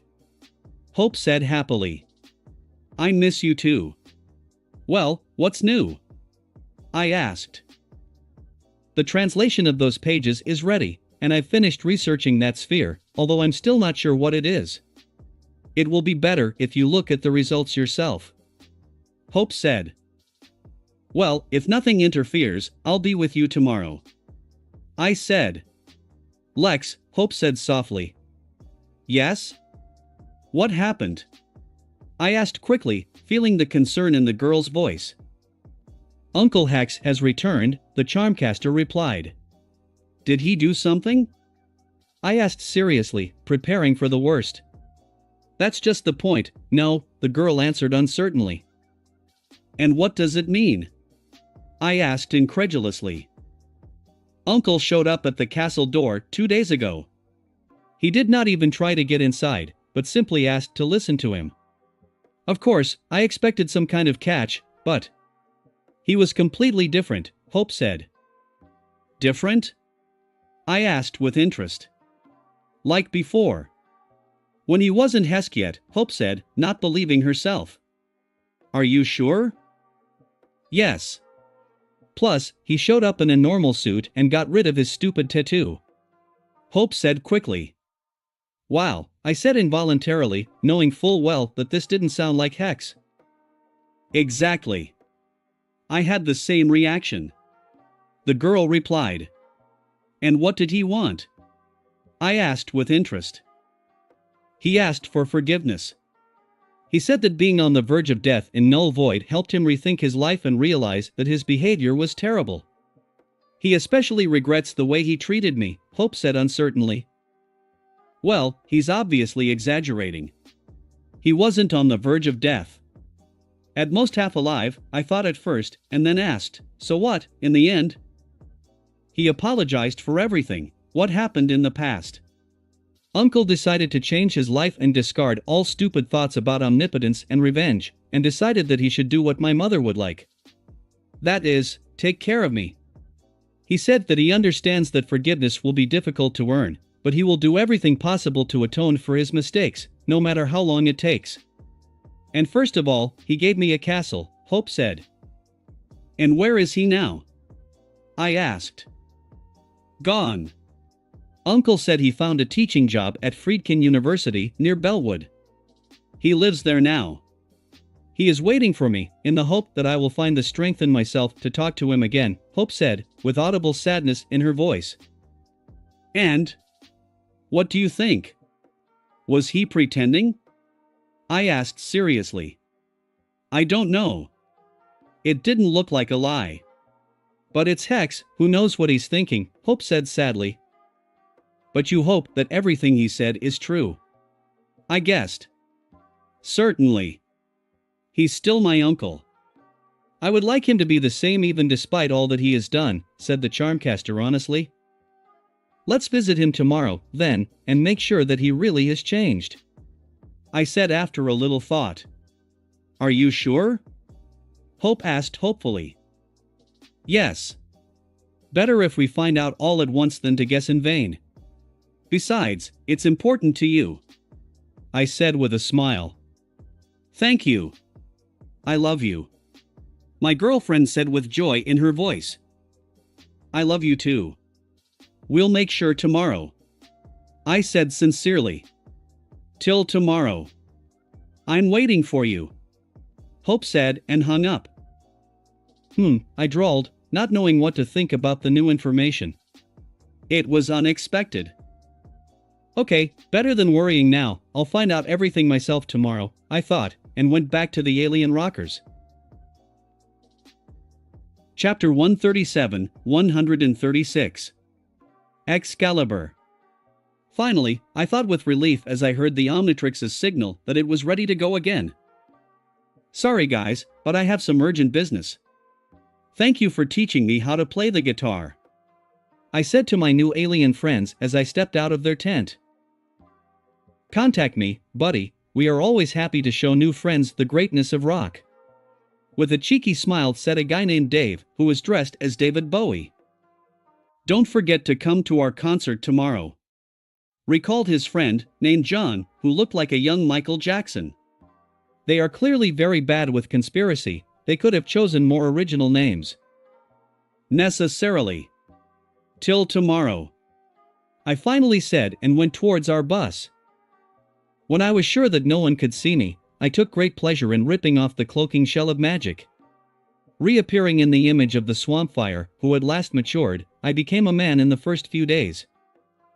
"Oh, I missed you so much," I involuntarily said, examining my human form, which this time was not fake. "I never want to be stuck as an alien form again," I said decisively, involuntarily clenching my fist. After a quick check of the Omnitrix, I was convinced that it was working properly, and there were no more failures. Actually, as with the magic, that returned to me in full force. Just in time, I thought, noticing that it was now 14:57. Considering that the difference with the UK is 6 hours, it should be nearly 9 o'clock in London by now. And today is July 26th, full moon day. The perfect moment I'd been waiting for to pick up Excalibur. Wasting no time, I turned into a portaler and opened a portal to Victoria Tower. To prevent anyone from seeing my machinations, since I don't want to attract the attention of the government, who would certainly want to get their hands on the legendary sword, I used a powerful spell that, if translated, would mean illusion of normality. The effect of this spell allows to create a dome that will cover a certain area and hide from the usual muggles everything that happens inside. Since I didn't want to interfere with traffic, I domed the Thames and only part of the Victoria Tower in Big Ben, where the clones, at my command, placed both eyepieces that I found in fake graves a week ago. Just when the clock struck 9 o'clock in the evening and the full moon appeared in the sky, the magic began.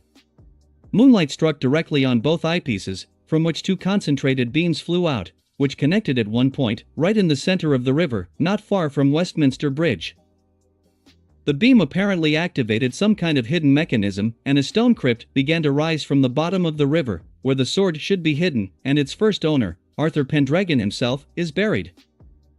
Leaving the clones to look after the area so that no one bothered me, I jumped off the bridge on which I watched all this lunar show, and flew up to the crypt, which I immediately entered after making sure that there were no traps.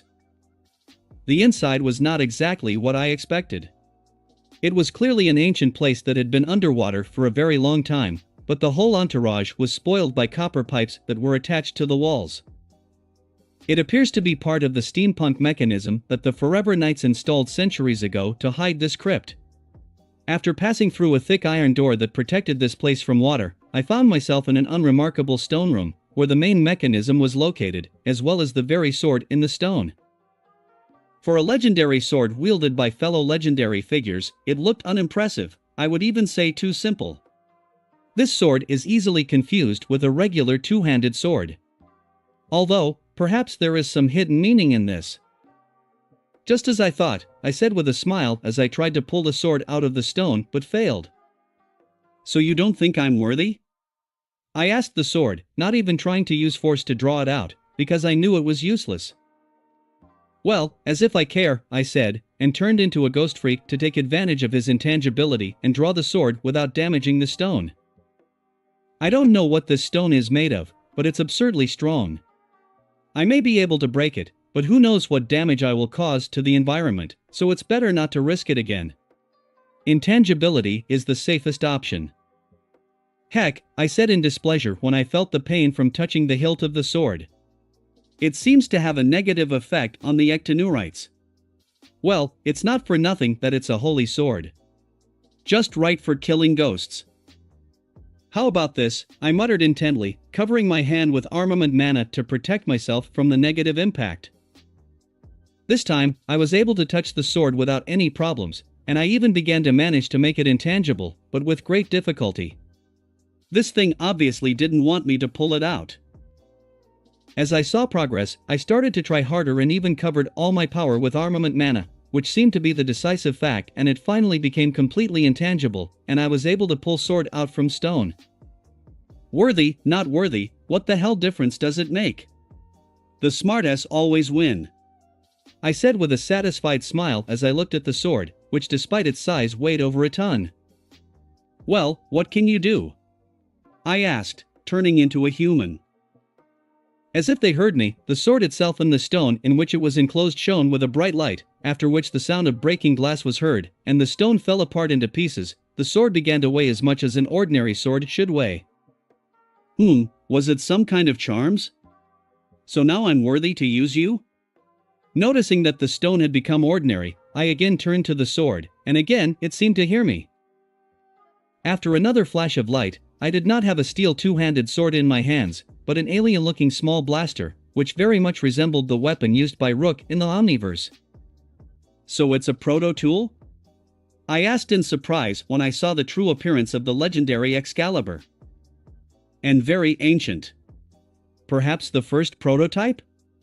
Continuing to inspect the instrument, I noticed that it was larger than the one that Rook used in this series and had quite a few scuffs, apparently from the fact that it was used a lot in the past. But I also feel magic, I muttered, clearly feeling the mana emanating from the weapon. Maybe he's been enchanted? So what do we have? This is clearly an ancient proto-tool, most likely created on Galvan Prime, as will future versions. As is usually the case, he accidentally ended up on Earth, where he was found by a random person who used him for conquest. Perhaps it was King Arthur. And considering the mana, it can be assumed that the same Merlin had a hand in it, which made the weapon a mixture of magic and high technology. I guessed to myself. And this is the perfect weapon for me, I added aloud, looking at the proto-tool with delight. I've been thinking about creating something like this for a long time, since it's too time-consuming and actually pointless to make for each of my aliens their own weapons. I don't really need a weapon, but it's always nice to have one just in case. And although I have the Tetraman sword, which I made myself, and the Ykshuage dagger, in general, are also powerful and useful weapons, which I honestly completely forgot about, they are clearly inferior to weapons that can change at the will of the owner and take on any form, from cold weapons to firearms, and even to a banal vacuum cleaner and fishing rod. And do not forget that my proto-tool was enhanced by magic, and who knows what secrets it still hides. Although, do you work at all? I involuntarily asked, realizing that I was not even convinced of this. As if offended, the proto-tool began to randomly change against my will, starting to turn into various kinds of weapons: a sword, an axe, a spear, a bow, a shield, a pistol, a kind of machine gun and a sniper rifle, even a yo-yo and a boomerang. That's enough, I understand. You're doing a great job. I said to stop this crazy Excalibur. Again reacting to my words, the proto-instrument stopped going crazy, which made me draw a logical conclusion. So you are alive? The proto-instrument that returned the appearance of an ordinary steel sword vibrated slightly, which clearly indicated that he had a mind. And what else did Merlin add to that sword? I involuntarily complained, although I have no evidence that the wizard was to blame. So you're my new partner? I asked, at the living proto-instrument. Having received another vibration in response, I was convinced that the sword had a mind of its own, although not at the level of an adult. Rather, it looks like a devoted dog. Well, as I understand it, you recognized me, and now you are my weapon? I raised my sword for the last time. Having received another vibration, since there is no other way for this proto-instrument to communicate, I nodded my head and said, well. You will be useful to me in my future battles. I'll call you Cal, otherwise Excalibur is too long. Having beamed a little, showing his joy, Cal turned into a small medallion with a chain, which I immediately put on my neck. Convenient, but will have to be tested in battle.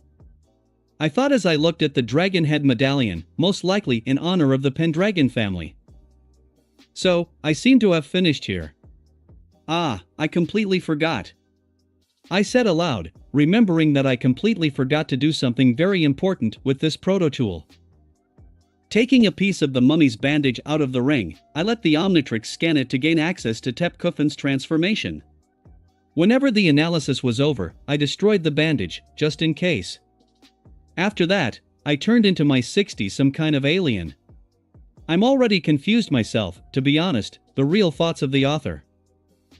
After the flash of light, I turned into a typical member of the mummy race, and I looked almost the same as the one we recently met.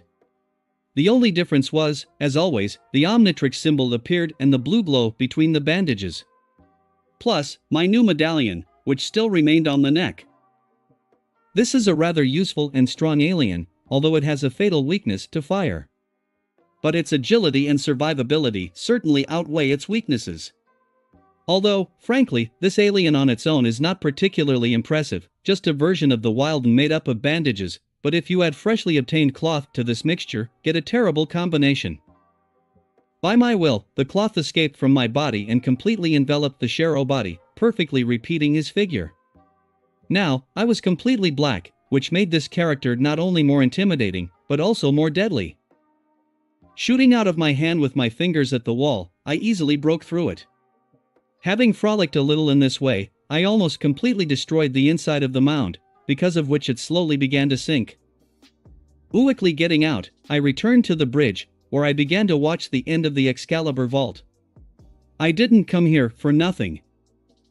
I think now this is my most resistant alien, which, moreover, can use the full potential of the cloth, I muttered, looking at my black bandages.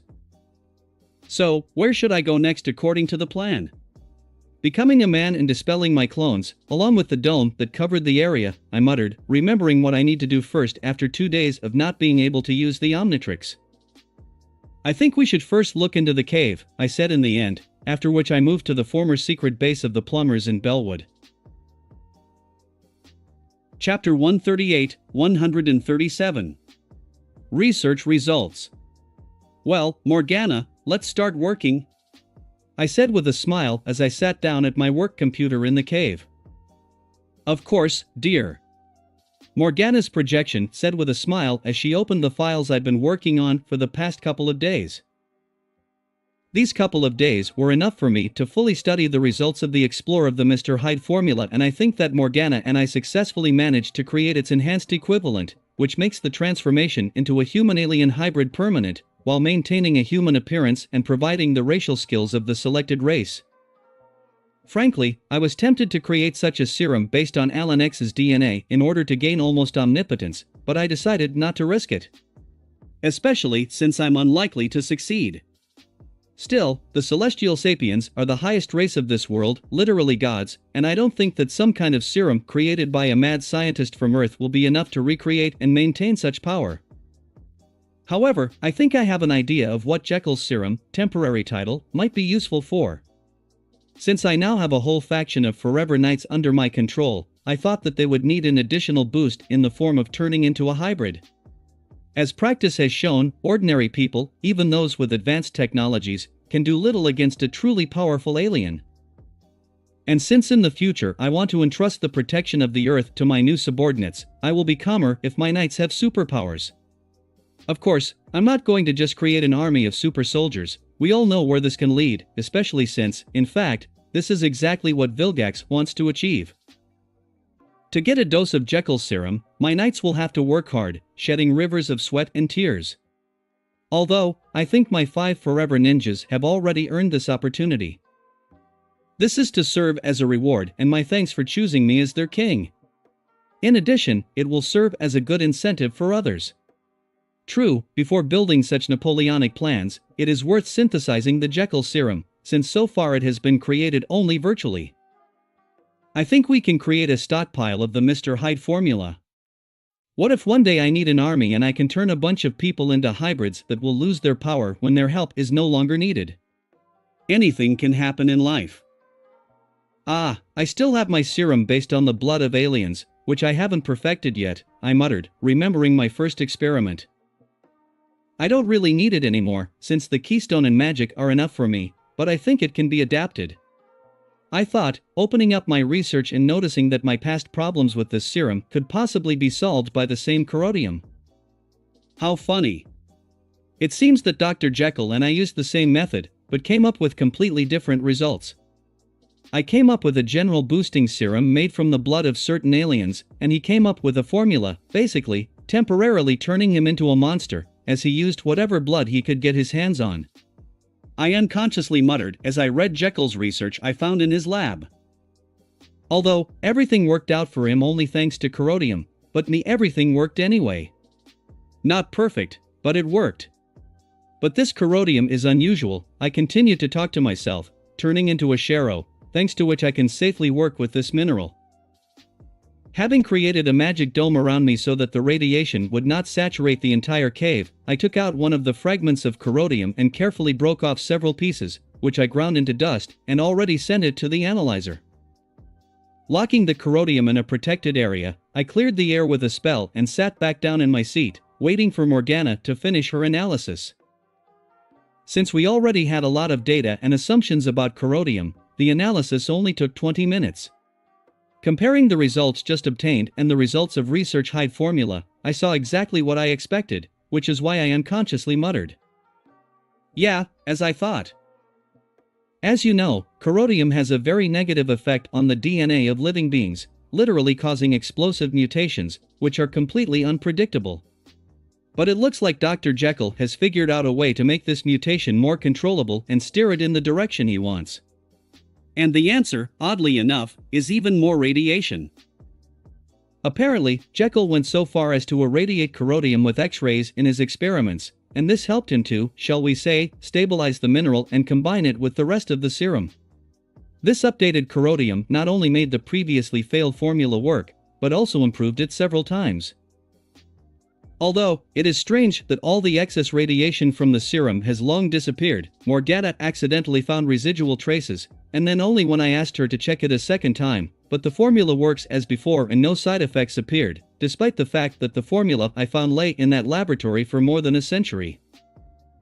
I wanted to verify everything for myself and see how it would affect my serum, so I decided to repeat the Jekyll method, albeit in a slightly different way. I have one alien that can use radiation, so after taking everything I needed for the experiment, I went to the safe room. Yes, there is one here, it's just that before I was too lazy to go there. Having completely isolated the room, I turned into NRG and left the bulky armor that protected the world from the radiation emitted by this alien. Picking up another corrodium crystal, I began to intensely saturate it with my radiation.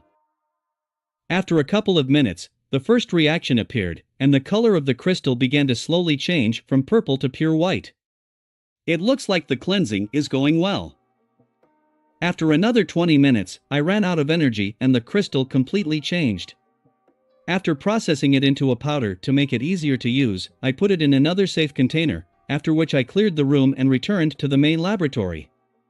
Too much actions. Morgana, is the serum ready? I asked as I walked over to the computer. Yes, I synthesized it from the DNA samples I have of the same aliens, said Morgana, bringing a new batch of Omni-enhanced serum out of the fabricator. Come on, let's try, I muttered as I added some altered corrodium powder to the vial of serum, after I had secured everything, of course. As soon as the powder got into the serum, it boiled and began to intensely shimmer with all the colors of the rainbow, until the vessel itself exploded, but fortunately I expected something like that and managed to surround the entire liquid with a small sphere, in which I enclosed the serum. When any external reaction was over, I poured the serum into a new vessel and sent it to the analyzer to see the changes. All the radiation is gone. And the serum has completely stabilized and now it can be safely used by anyone. In addition, the effect increased 4 times. I muttered when I saw the result. I used to not be able to give this serum to Gwen and Ashley, firstly, because it was dangerous for everyone except me, and secondly, because they are still growing and this could affect their development. But now, I think they can be given serum. It won't be redundant. Although, it depends on their choice, I thought, making a few Omni-enhanced serums plus just in case. And now, the most interesting. What happens when you combine Hyde formula, Jekyll serum and my serum plus? Morgana, start the virtual calculation. I ordered, wanting to see the result. Wait a minute. Done, said Morgana, and having made all the necessary calculations, deriving a new formula. Wow, I said involuntarily, realizing that I had accidentally created something revolutionary. With this, the need for the Omnitrix will completely disappear, I said, not fully believing what I saw. Not too early for that. I have not yet fully realized my plans with this Omnitrix, Alpha Forms, Ultimatrix and Biomnitrix. I must first finish with this, and only then move on to this formula, which will be the finale of all my research. Shaking my head, I thought. Honey, it's not so rosy. Look at this part of the formula. Morgana caught my attention, magnifying the problematic part on the screen. Yes, you are right. If you use it in this state, then a real disaster will happen. It looks like one more unknown detail is missing to complete the whole picture. I said, noticing that the connection of the 3 serums didn't go as smoothly as I thought. Well, that's good. I still have a lot of time to find the answer, otherwise this thing would only distract me. I said with relief, also thinking, it's even scary to imagine what will happen if this formula falls into the wrong hands. Morgana, remove her to hell. When we find the 4th component, we will return to her, but for now this forbidden information. I said seriously, not wanting to risk it. As you say, dear, Morgana said with a smile, and destroyed something that could lead to the death of the entire universe, and I'm not exaggerating. Okay, that's sorted out. It remains only to buy all the necessary ingredients, and it will be possible to synthesize a supply of Hyde formula and Jekyll serum. And it will be possible to make personal serums for Kay, Ewain, Bors, Lamorak, and Bedivere. I thought as I leaned back in my chair. How is the creation of bleach going? I asked my dear assistant. I think everything is ready, it remains only to obtain the blood of the Tekadonian and conduct the final test. Morgana announced, displaying a special formula based on the invention of Dr. Jekyll, but having the exact opposite effect. That's good, but I think we need to finish these 3 first. I said, turning my chair and looking at the circus freak trio, who had been in cryopods for several weeks now. Do you think bleach will help them? Morgana asked. Well, if we can identify absolutely all of their mutations and program the bleach to destroy them, then most likely yes. But they are unlikely to survive it. In addition, we need to deal with the remnants of corrodium, which is also unpleasant, given how deep he penetrated them. I said after some thought. And what will you do? I will cure them, of course. I promised. I said calmly, and then added, although, they will not become ordinary people. In order for them to survive all the procedures, you will have to give them an Omni-Enchanted Serum Plus. I was hoping to cure them and let them go so they wouldn't be my problem anymore, but now with the new powers from the serum, I'll have to keep an eye on them to make them even more trouble than before. I thought with displeasure, because I knew that this was the only way and the serum itself could not be removed from the body, because I took care of it in advance and now I regret it. Okay, once I get down to business, I need to finish it. Isolate all of their mutations that need to be removed. I said and got up from my chair and got to work. First, I dismantled the cryocapsules and replaced them with stimulating healing flasks, into which I immediately placed the bodies, so far freaks. The flasks themselves I filled with healing mucus, which can be excreted by Dr. Fatty. It is perfect for this situation, as it will be able to maintain the bodies of the freaks during the change. Then, I gave all 3 of them in turn injections with strong sleeping pills and painkillers so that they would not wake up and their pain would be less. And it will be very painful, because it is a restructuring of the whole organism. And in the end, I only introduced the bleach synthesized especially for them and immediately added Serum Plus to keep them alive. It will take time, but I think they will be fine, I said. I saw that all 3 began to convulse, which means that everything is working. So they have to spend about 2 more weeks. Okay, then I'll go to the underground city for ingredients and blood. I'll be back soon, don't miss it. I said loudly and, turning into ultraviolet, ran away from the cave to go shopping. I never thought that everything would be so serious, it would seem a common cold, but everything almost came to the amputation of several fingers. Don't ask how it all turned out this way, I'm still in shock myself, but most importantly, I finally recovered and can return to writing again. Although, I'm still not quite in shape, but the most important thing is that a start has been made and the next chapter will be released on Thursday. I sincerely apologize that I was gone for so long, but it didn't depend on me and you can't imagine how much I missed it, but the most important thing is that I really returned and I'm not going to quit this job. Chapter 139, 138. Moon Base. I knew roughly where to find the alien medicinal herbs and other ingredients I needed, so I quickly bought everything I needed. I also found a Tekadonian who was selling his inventions on the market, and quietly put him to sleep, took some of his blood, and then left as if nothing had happened. Unfortunately, I learned one unpleasant thing while shopping. The aliens are afraid of me. More precisely, the Legion. For some reason, they think I'm a terrible xenophobe and hate all aliens. When I arrived at the market in the form of an alien, everyone immediately recognized me because of the symbol of the Omnitrix, and a real panic began. The aliens seriously thought that I had come to kill them all. It was an embarrassing moment. When I wanted to make it clear that I would not do anything to anyone, no one even listened to me, because everyone fled from me in horror. To prevent this from turning into a mass escape of aliens, I had to leave, and then return in the form of a slug, disguised as a random alien and hiding the clock symbol.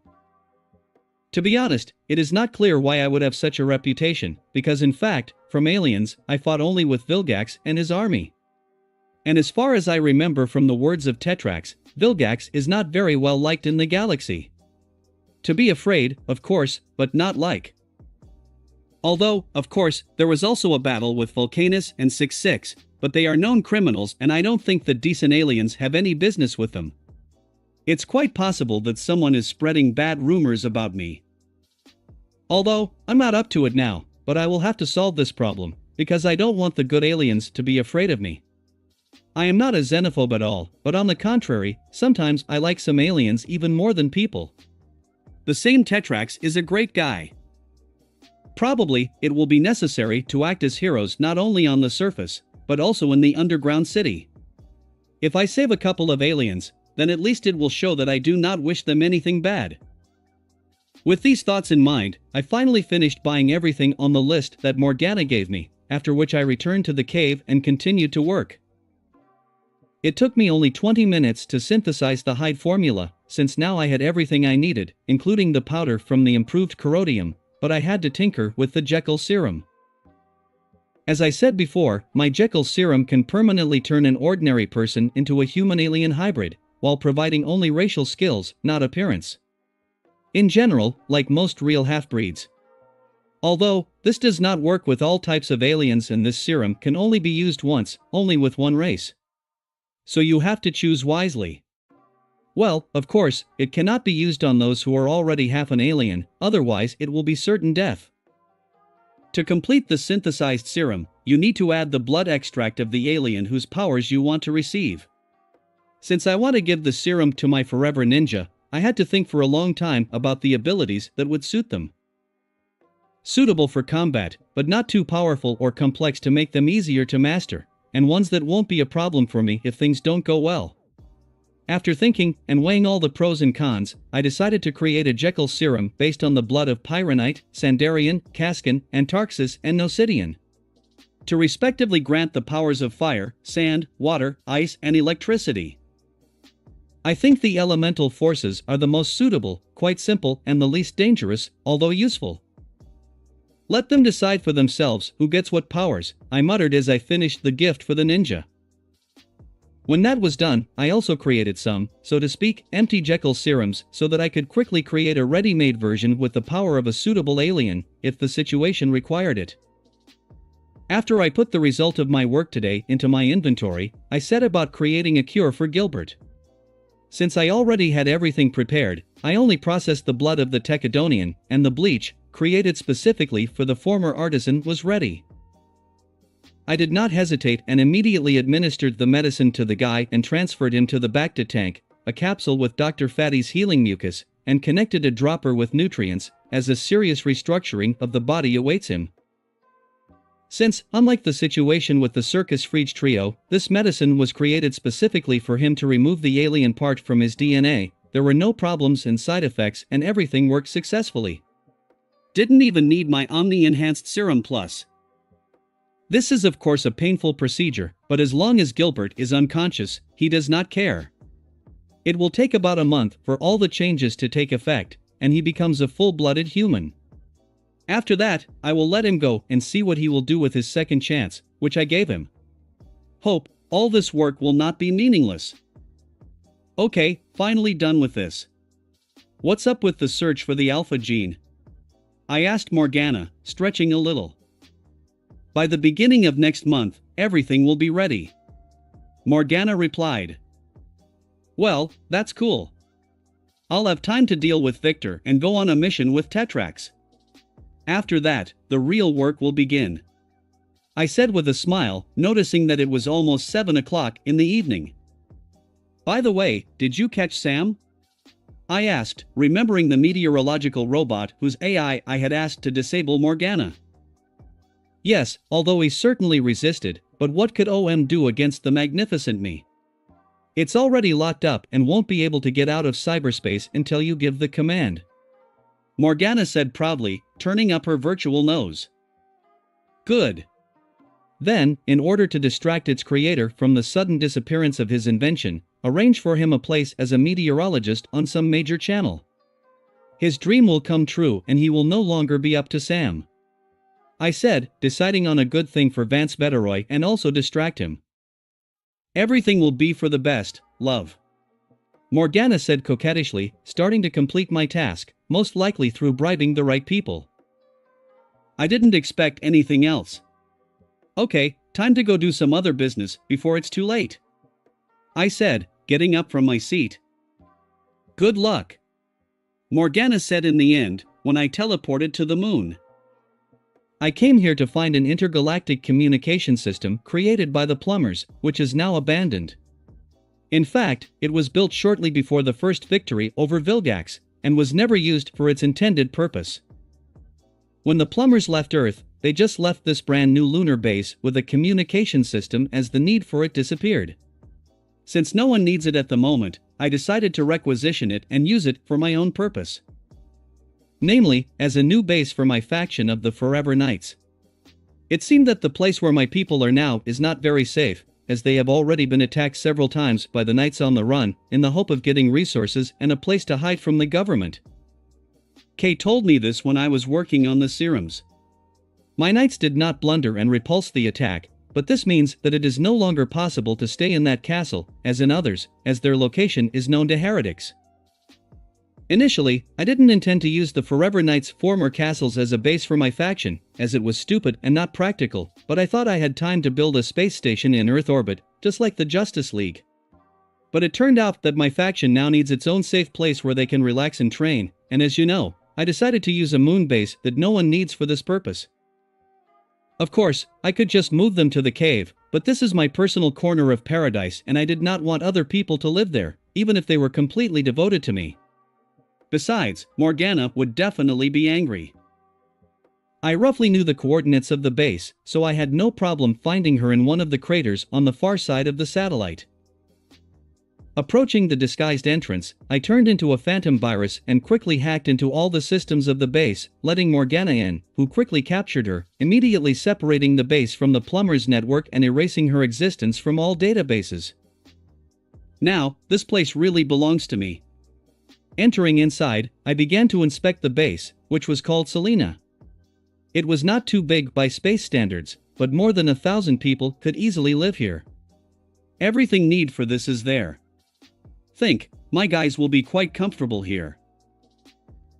After making sure that everything was in order, I quickly made several modifications and added something on my own, after which I opened a portal and let several dozen samurai robots into the base, which will now serve as the base's attendants. Having also delivered a supply of food to the base, filled the water tanks and set up the air supply system, I was satisfied with my work, put on my Forever King costume and moved to the castle, directly to Kay. "Your Majesty!" exclaimed the girl whom I had interrupted from her rest. "You can sit," I said calmly, sitting on a chair. "Yes, Your Majesty," Kay said respectfully, sitting across from her. "I see you had a hard time," I said, pointing to the girl's slightly tattered armor. "Yes, we did not expect the heretics to attack us at night. Luckily we fought back and no one was hurt except for a few bruises, but we never got to rest as you ordered. We are waiting for the next attack," said the girl. "I understand. It's not safe here anymore. Luckily, I found you a new home," I said, imitating the habits of the king. "But, how can we just walk away and leave this place?" the ninja asked uncertainly. "It's just a rundown castle, which also reminds of the Order's failed path. We don't need him. We are starting all over again, and it will be better if we discard everything old, including this place. In addition, it is important for me that you are full of energy and ready for the beginning of the Reformation and changes in the order. We do not need this senseless conflict. I said the nonsense that first came to my voice. I understand. Thank you for your concern, Your Majesty. Kay said gratefully, believing in my words without any doubt. Then let everyone know about the move. Let them collect all their things and I will bring you to the new base. I ordered. Just a second, my king. Bowing deeply, the girl said and ran off to collect all her comrades. In less than an hour, which I killed playing games on my phone, not too royal, everyone was ready and I turned into a portaler, opening a dimensional gate to the moon base. After showing the residential sector, where there were enough rooms for the knights to live alone, I began to conduct a tour and show how everything works. Can go outside, but do not forget to put on a spacesuit, after all, we are on the moon. I said as we all gathered in the large conference room. Have questions? I asked, looking at 305 people, who were completely delighted with their new place of residence. Seeing no reaction, I finally added, in the basement, I installed a transporter, created by Gilbert, with which you can move to Earth and buy everything you need. But again, don't do it in your armor and don't draw undue attention. Got it? Yes, Your Majesty. Everyone exclaimed happily, deafening me for a second. Well, that's good. Settle in for now, and I'll be back in a few days and we'll get to work. I said, standing up. Following me, all the knights got to their feet, and then knelt down with their hands on their hearts, and again they were probably going to shout their fanatical crap, but I managed to move back to Chicago in time. They are too loud. Chapter 140-139. Nightmare. Looks like I'm just in time, I muttered as I moved straight to our RV. Now the sky was filled with leaden clouds, in which the very iconic purple lightning crackled. Looks like Victor made another attempt to find his master. Apparently, having lost the mummy signal, he decided that it was worth rethinking the original plan. Although, this will not give him anything. Just when the lightning was about to strike the ground, I transformed into the phantom virus and pulled it towards me like a lightning rod without any problem, completely absorbing it. It only gave me a small boost of energy. Everything is good? Did the lightning move anyone else? Grandpa asked quickly as he approached, just as I turned back into a human. It's okay. Don't worry. It's just Victor going crazy for not being able to get the corrodium. I suggested, reassuring my grandfather. Is that how? This is good. Luckily he hasn't arrived yet. Grandpa said with relief. He's probably really angry right now. If I understand his character correctly, in a few days he will arrive on Earth and independently begin to prepare his plan. Thinking for a bit, I said. Fortunately, he's in for a nasty surprise in the form of us. Grandpa said with a grin. Exactly. But I think we need to declare a general readiness and tell the Saturdays and the Greens to get ready. I said, opening the RV door and catching Nebula, who missed me. Okay, I will call them tomorrow morning. Well, how did you spend your time at the festival? I see you are no longer worried about your problem. Max asked, pointing out that the Omnitrix was working correctly. Yes, flowering is over and everything is back to normal. And the festival turned out to be much more interesting than I thought. I even met some interesting people. The girls don't seem to get bored either. I said with a smile, pointing to Gwen and Ashley, who were now on stage and participated in some kind of competition. I'm glad.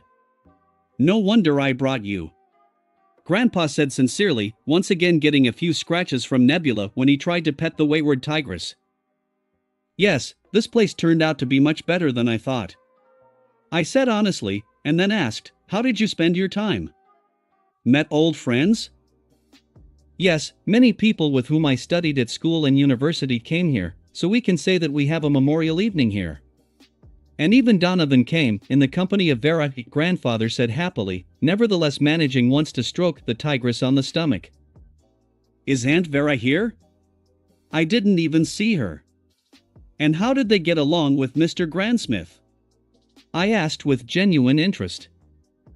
They just started a serious relationship, so they behave like teenagers in love and do not stick to each other at all, stuck in their own romantic world, not at all reacting to the environment. Grandfather said a little displeasedly. Well, it's his brotherly instincts that react like that. I said involuntarily, imagining this, and then, shrugging my shoulders and regretting that I had such a rich imagination, I said, well, I'm happy for them. They deserve happiness. Oh, it's hard to argue with that, grandfather said with a sigh. What else interesting happened while I was gone?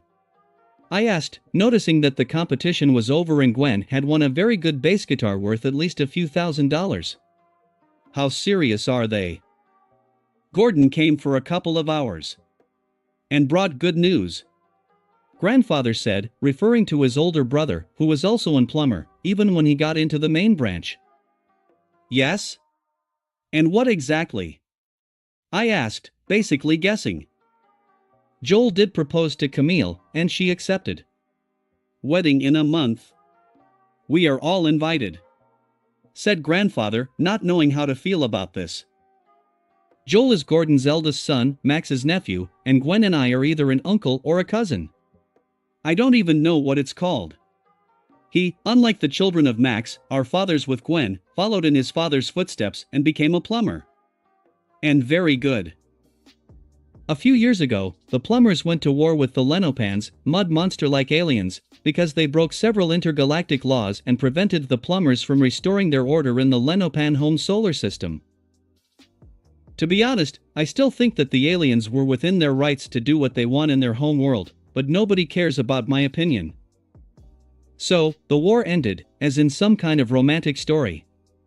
Joel met Camilla, a warrior of the opposite camp, and as they say, there was love at first sight. Two representatives of different races fell in love with each other, just like Romeo and Juliet. But, fortunately, my relative's story ended on a good note. Through great efforts, Joel and Camilla together managed to end the war and sign a peace treaty, albeit a very shaky one.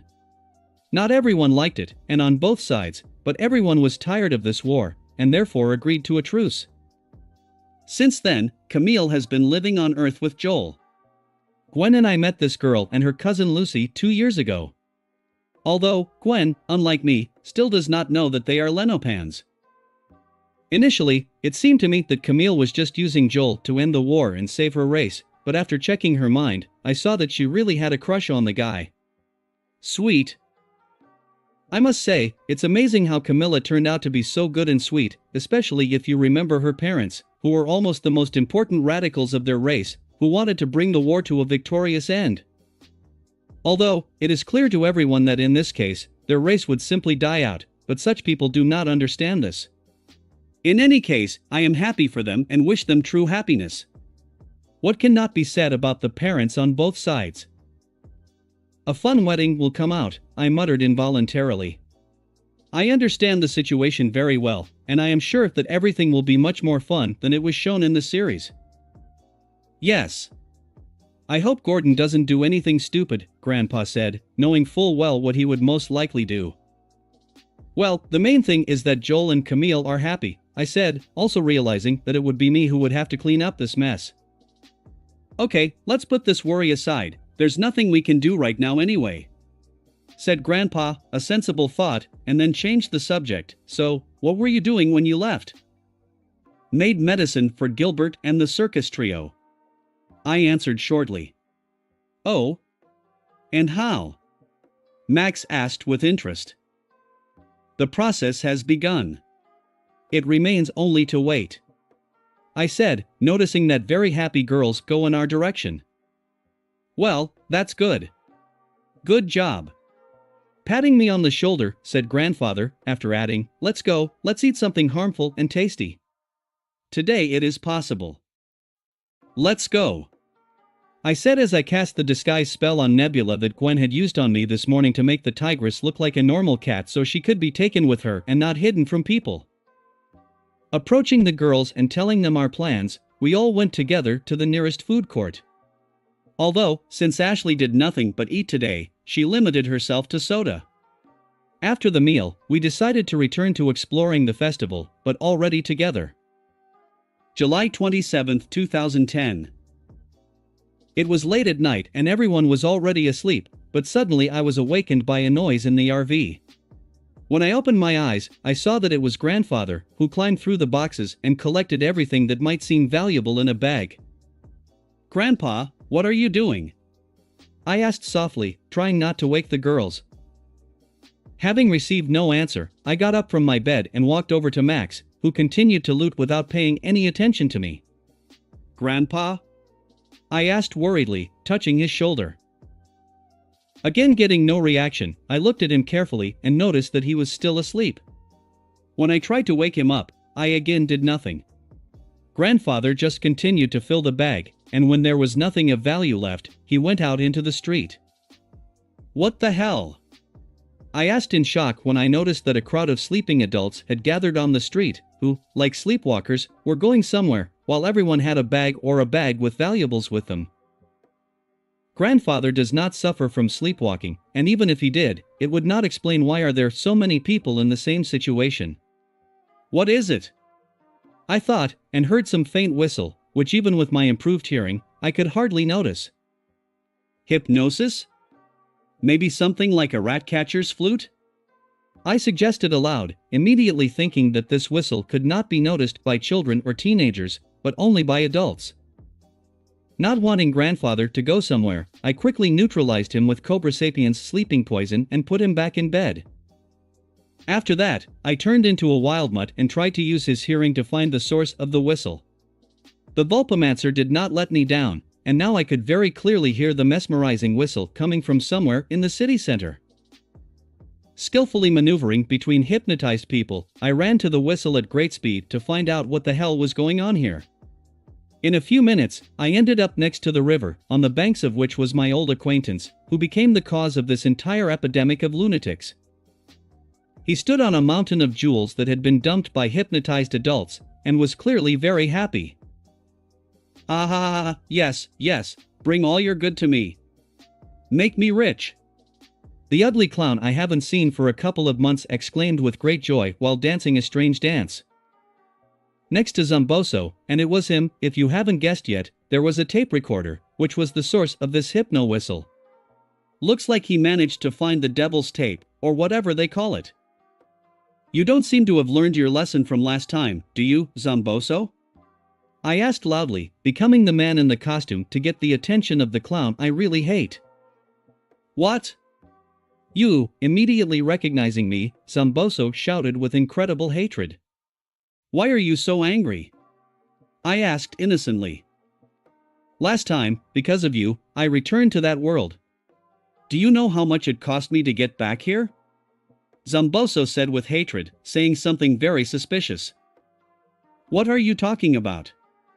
I immediately asked, sensing something was wrong. "You don't need to know about it. Now the main thing is that I can take revenge on you, and at the same time eat your brains, ha ha ha," with a crazy laugh, the clown said. "What?" I involuntarily asked, taken aback by such words. "Capture him, my faithful servants." Zomboso shouted loudly, pointing his finger at me as the sleepwalkers dropped their things and started running at me, wanting to tear me to pieces, at the behest of the clown. Wanting to get this over with quickly, in order to save the poor people and still know what Zomboso meant, I quickly turned into a portaler and opened a portal to the desert, right behind the back of the clown, which in the next second was driven into it by my water dragon. After destroying the tape recorder with a jet of water and freeing people from hypnosis, I managed to fly into the portal at the last second before it crept in, still in the form of water hazard. "So, are you a real zombie?" I asked in surprise when I saw Zomboso, who had lost his makeup because of the water and became visible his true appearance, which could only be described as a living dead. "Yes, and all because of you." Zomboso shouted furiously, attacking me with a laser whip, which I just caught and snatched from the clown's hands.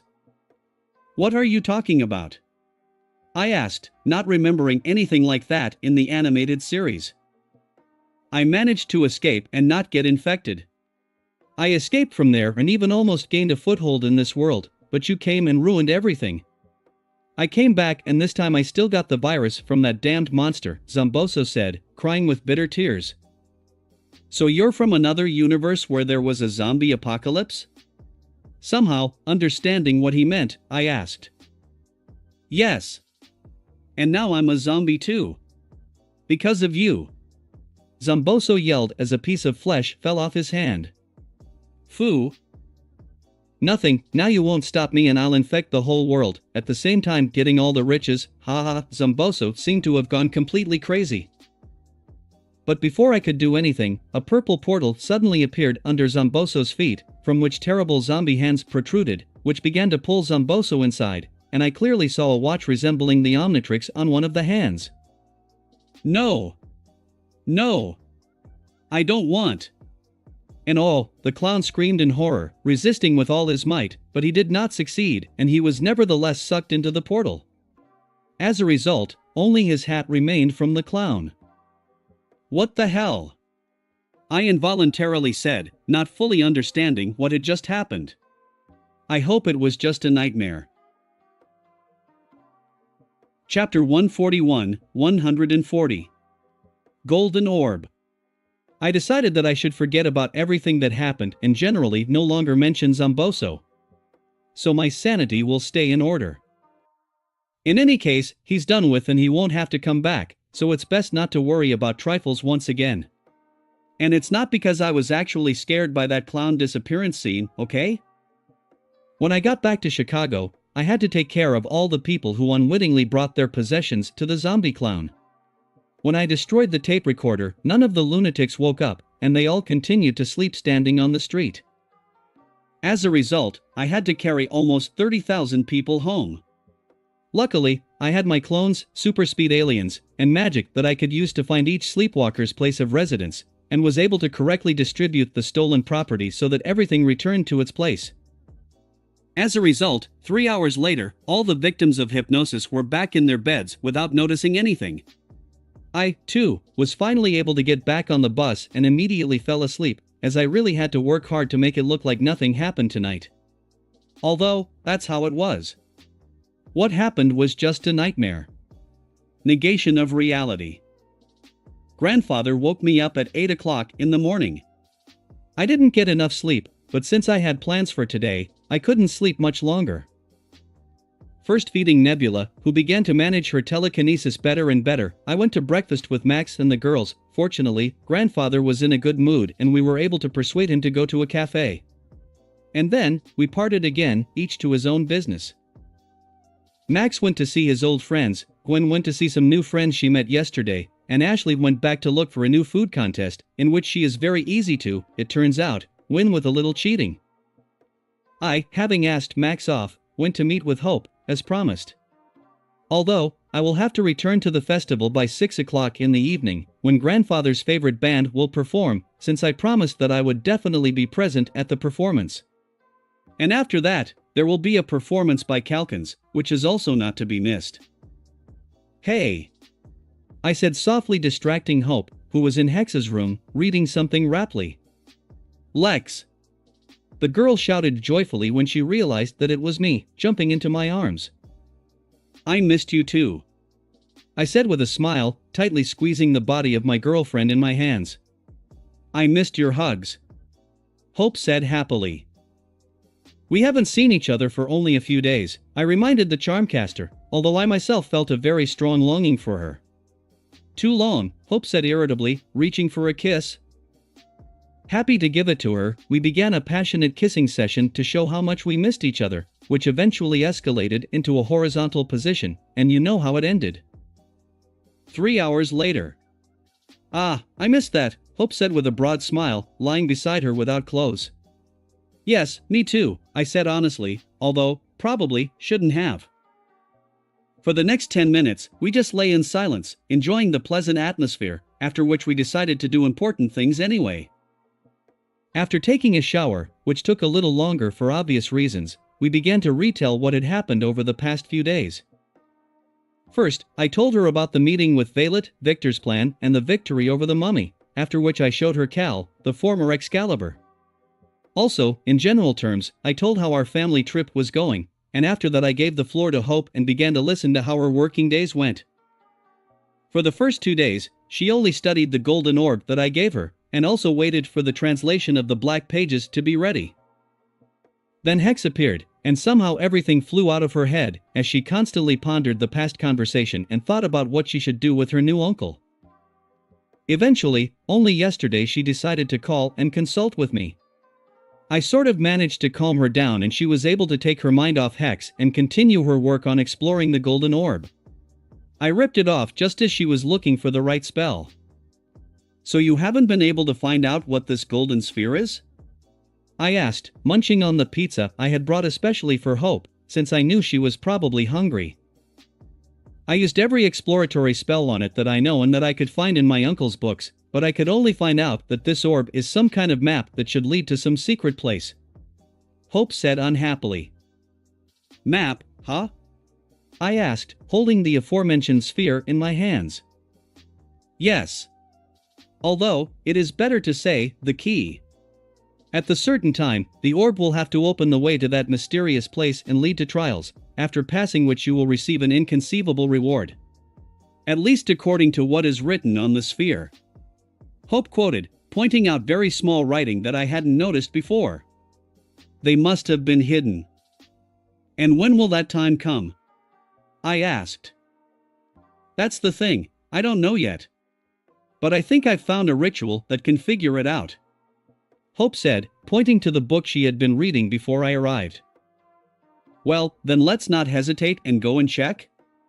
I even wondered what the mystery place was and what kind of reward it was. I said as I got to my feet, helping Hope up from the floor where we were sitting and eating pizza. "Me too.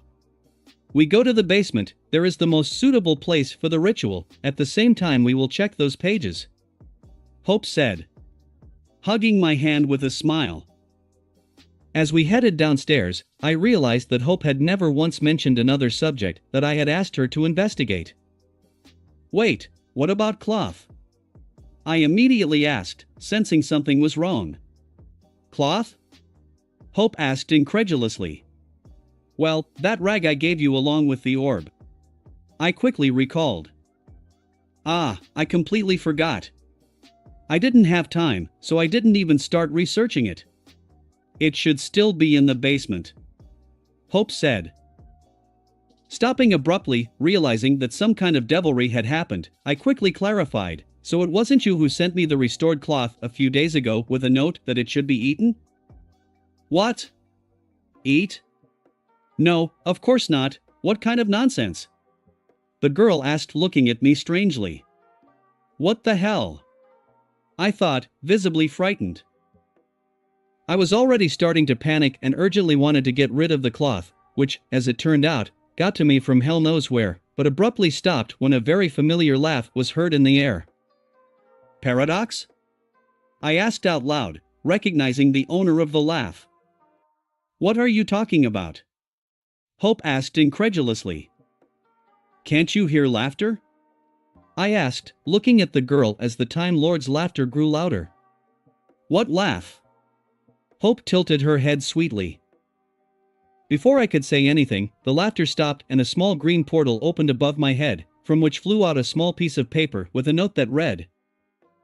"When I realized that the last piece from the Contumelia prototype fell into your hands, I just could not resist and decided to help you understand what treasure fell into your hands.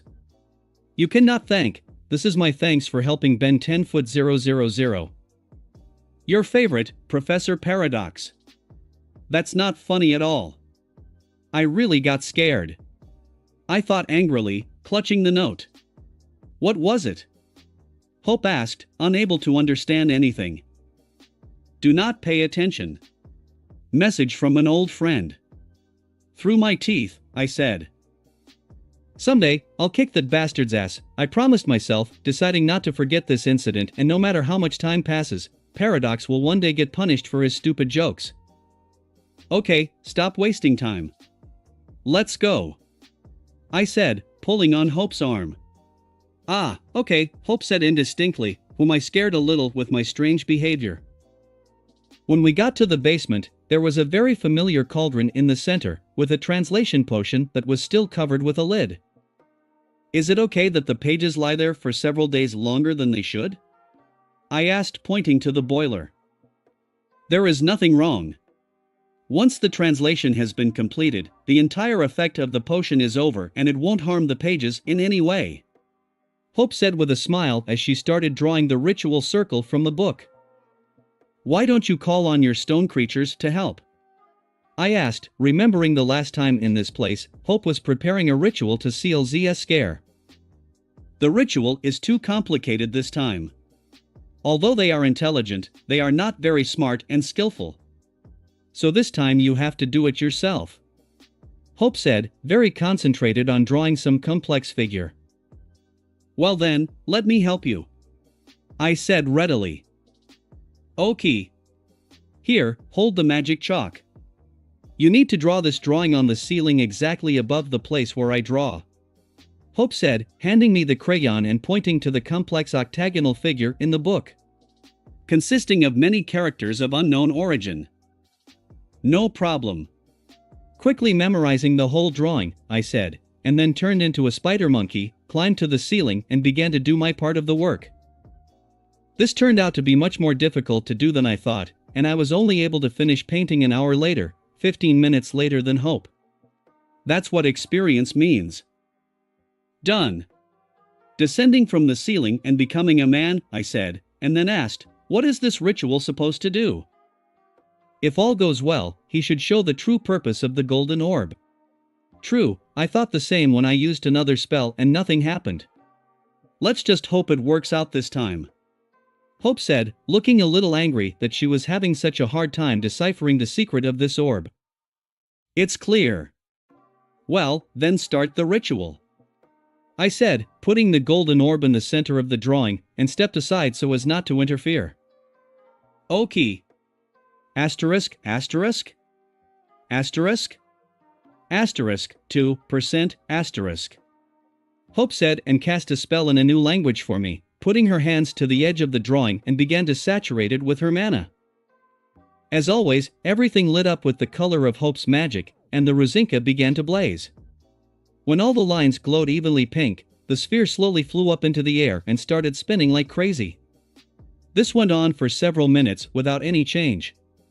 But then, everything suddenly began to fade, and Hope loudly shouted, I don't have enough mana. Help me. Quickly running to the girl, I put my hands on her back and began to transfer my mana to her so that the ritual would not fail. Since I have much more mana than Hope, I soon intercepted the ritual, and everything began to glow blue. The golden orb kept spinning for a few more minutes until it suddenly released a wave of air that sent us Hope right into the wall. Luckily, I managed to stop us with telekinesis before we hit. Beautiful, Hope said fascinated, looking at the place of the ritual. Also looking there, I saw something similar to a hologram that showed the outer space of our solar system. The hologram was replaced by different images, showing our planets in turn, which, in the end, slowly began to line up in a straight line. Finally, the hologram zoomed in on the sun at the center of the line, pointing to a specific spot on our star. Parade of planets, I said slowly, understanding the meaning of the vision shown to us as the hologram disappeared and the entire ritual ceased. So it's time when the path opens and the orb leads to the mysterious place. Is that the day the planetary alignment happens? Hope asked, picking up the fallen orb. Apparently, yes. But this is not just a parade of planets. This is a full parade when all the planets line up in a straight line. This only happens once every 170 years. I said, erasing the entire ritual pattern, since we no longer need it. And when is the full parade next? Hope asked, not at all versed in such things. If they don't lie here, next year. In May. I said after checking the internet. Oh, it's very soon. We were lucky. Hope said. Yeah, lucky. Well, what do you think? Are you using the key? Will you go to that mysterious place? The Charmcaster asked curiously. Probably. I'm really curious what's behind this. I said, shrugging my shoulders and taking the sphere from the hands of the girl. Send it to inventory, where it will lie until needed. Aren't you afraid of the trials that were spoken about in that sphere? Maybe not worth the risk? Hope asked worriedly. Don't worry, if it turns out to be too dangerous, I can always escape. I said, stroking the girl on the head. It's good that you don't always have to persevere. Hope said with a smile as she hugged me and kissed me on the cheek. Yes. This is my forte. I said with a cheeky smile. So, what is next? The charms asked, ignoring my previous words. Pages. I said seriously, looking at the cauldron. Time to finish them off and see if they can help me get what I want. Chapter 142, 141. Solid shadow. Can they just be pulled out? Just in case, I asked, removing the lid from the boiler. Yes. Do not worry. Now, it's just useless water. Hope said with a smile, standing next to her. Okay. I replied and cautiously stuck my hand into the cauldron, reaching for the black pages.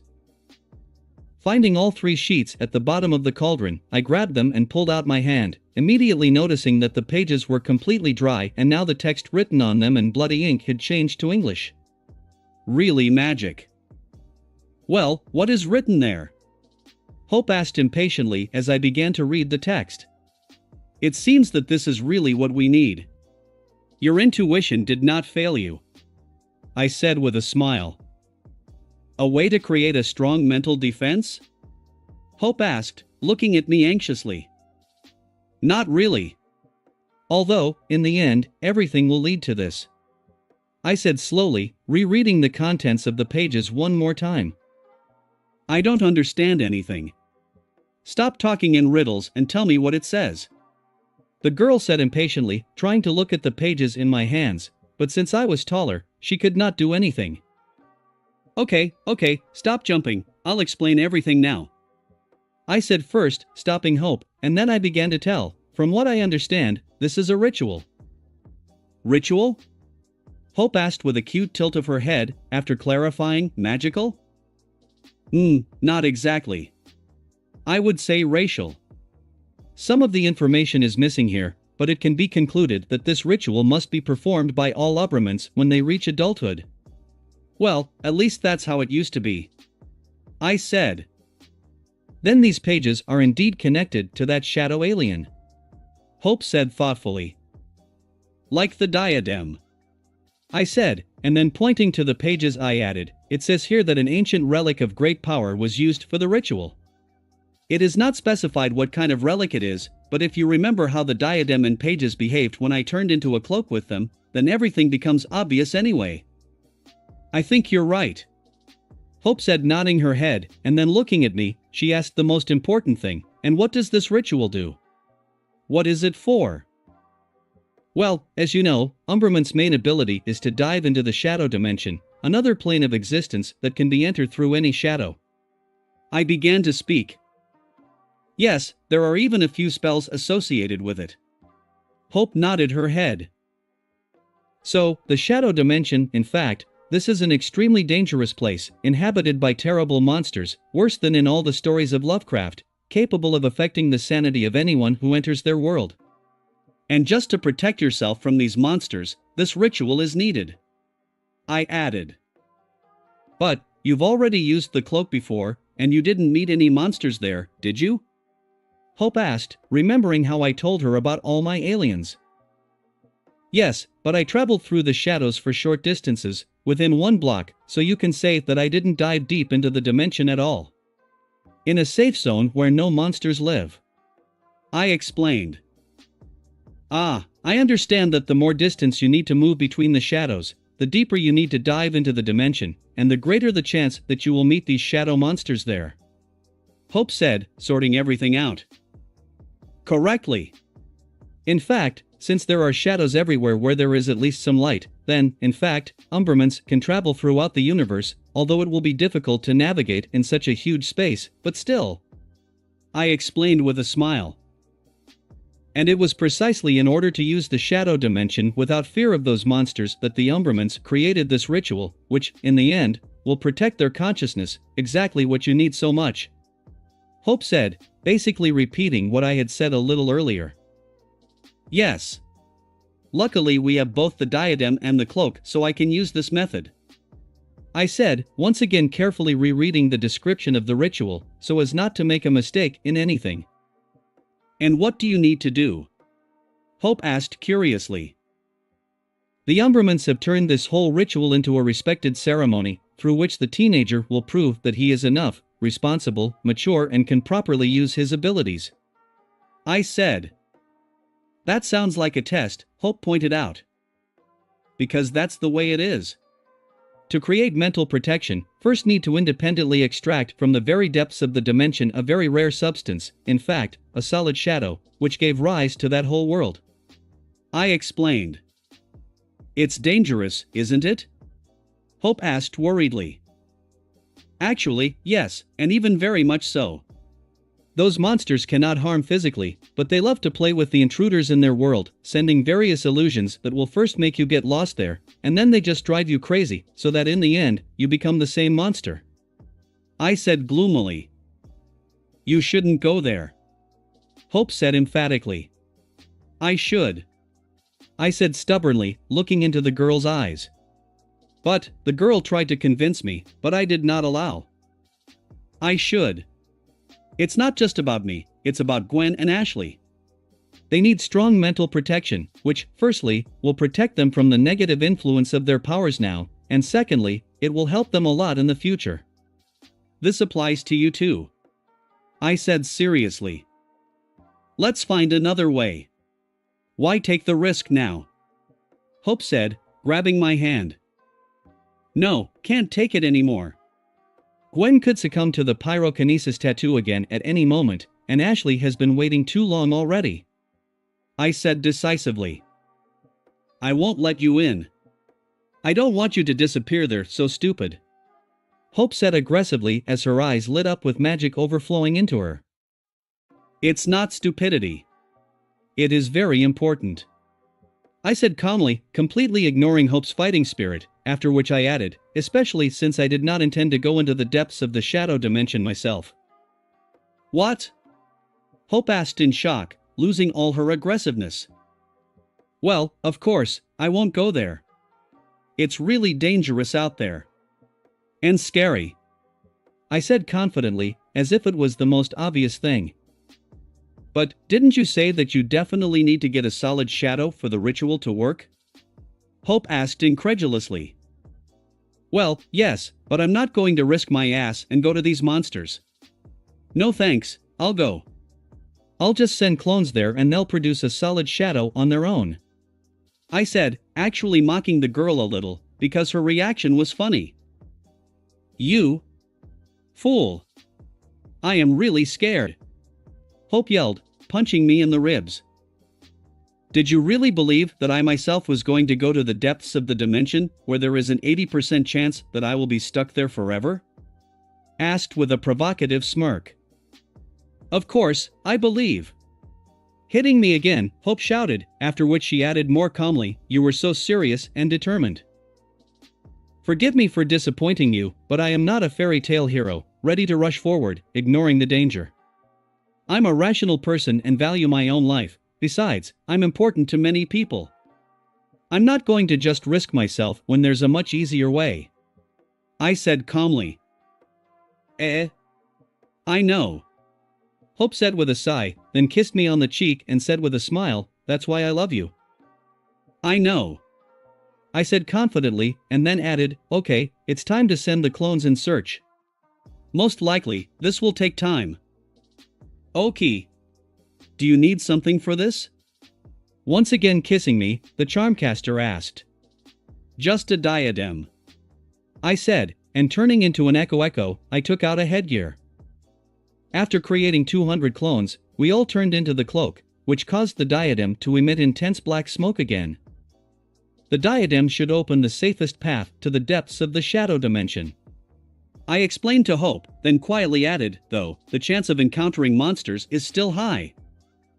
This time I was able to put the diadem on my head and she didn't resist as I read aloud the special text from the pages to start the ritual.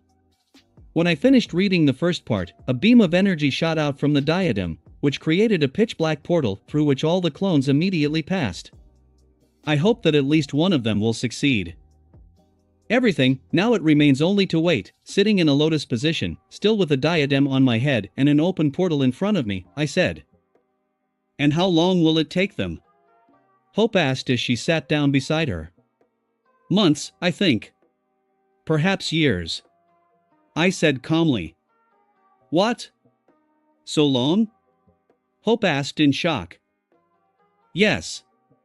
Still, it's not called a test for nothing. I said, nodding my head, and then added, although, we are lucky that in the depths of the dimension, time works according to other laws, and goes much more slowly. Thank God. Hope said with relief. For the next few minutes, we sat in silence just staring at the black portal, which proved oppressive to Hope, so she could not stand it and asked, maybe we can do something? I'm not allowed to undo Ombrament's appearance and remove the diadem, otherwise the portal will close and the clones won't be able to return. I said, but when I noticed that Hope was sad, I suggested, maybe then tell me more, something about magic? How then? Okay. Hope said with a bright smile, and then she began to tell another story while we continued to wait. Looks like it's the last survivor. I said when only the third clone passed through the portal and was able to complete the mission. Yeah, you didn't exaggerate the danger. Of the 200 clones, only 3 survived. It's only 1.5%. Hope said impressed, looking at the slightly battered clones. If they could transform into other aliens, more would survive, but that would break the whole ritual. I already found a loophole making it look like my clones are contenders for the test. In any case, this is enough. I said, accepting from all the clones all the solid shadow they had obtained. It's only about 200 grams, Hope said after looking at the substance, which looked very much like black stones. That should be enough for 5. Even stay a little longer. I said, closing the black portal. 5? Asked the Charmcaster, tilting her head. Well, yes, for me, for Grandpa, for Gwen, for Ashley, and for you. For all the people who are most important to me.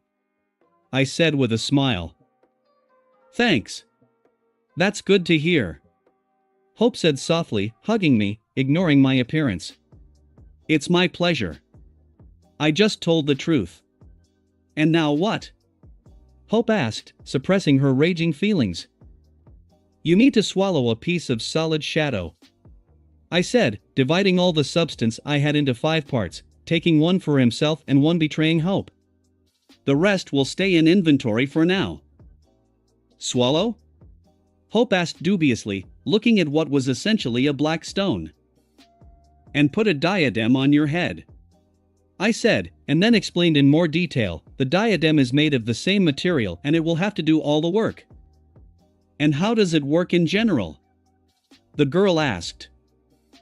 According to what is written on the pages, the diadem uses a solid shadow that has entered the body and create a metaphysical shield around the mind that will protect our creation from any kind of interference or negative influence. In theory, this shield is as changeable as the shadow, which makes it impregnable. I explained, immediately swallowing a piece of hard shadow. As soon as it was in my mouth, it immediately dissolved, and I felt an unknown coolness fill my brain, under the control of the diadem. It's funny. When that feeling went away, I put the diadem on Hope's head, continuing to imbue her with this alien's energy to make it work, even though Hope is human. And it's all? Hope asked, somewhat disappointed, when it was all over. The main changes will take place at night, when we will sleep. Tomorrow we will have protection from all telepaths and other fans of playing with the mind. I said, becoming a man and removing the diadem. Whatever you say, it's incredibly useful in our world. Hope said with a smile, hugging me again. And there is.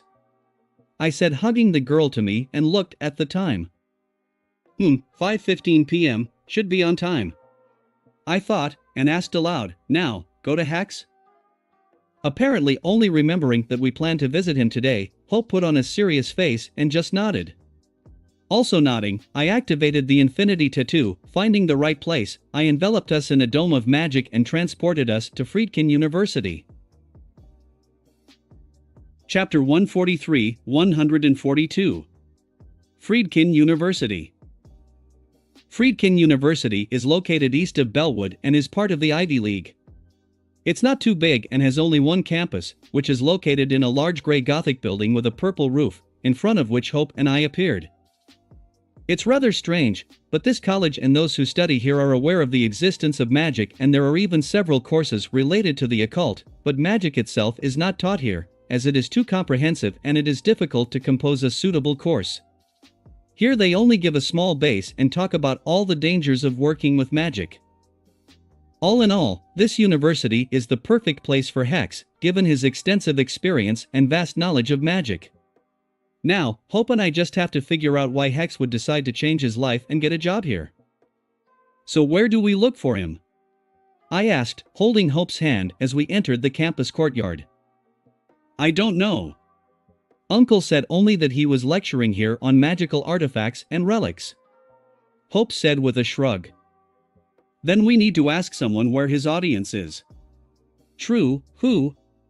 I said, looking around the area and not noticing a single person.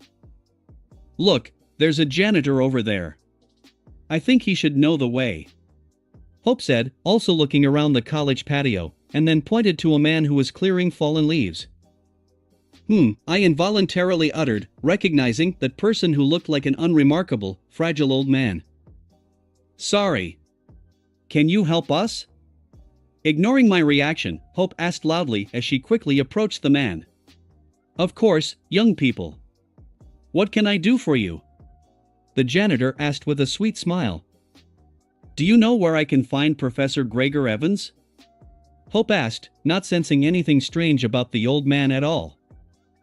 Evans? The old man asked thoughtfully, and then he hit his palm with his fist, as if remembering something, exclaimed, Oh, yes, this is a new professor.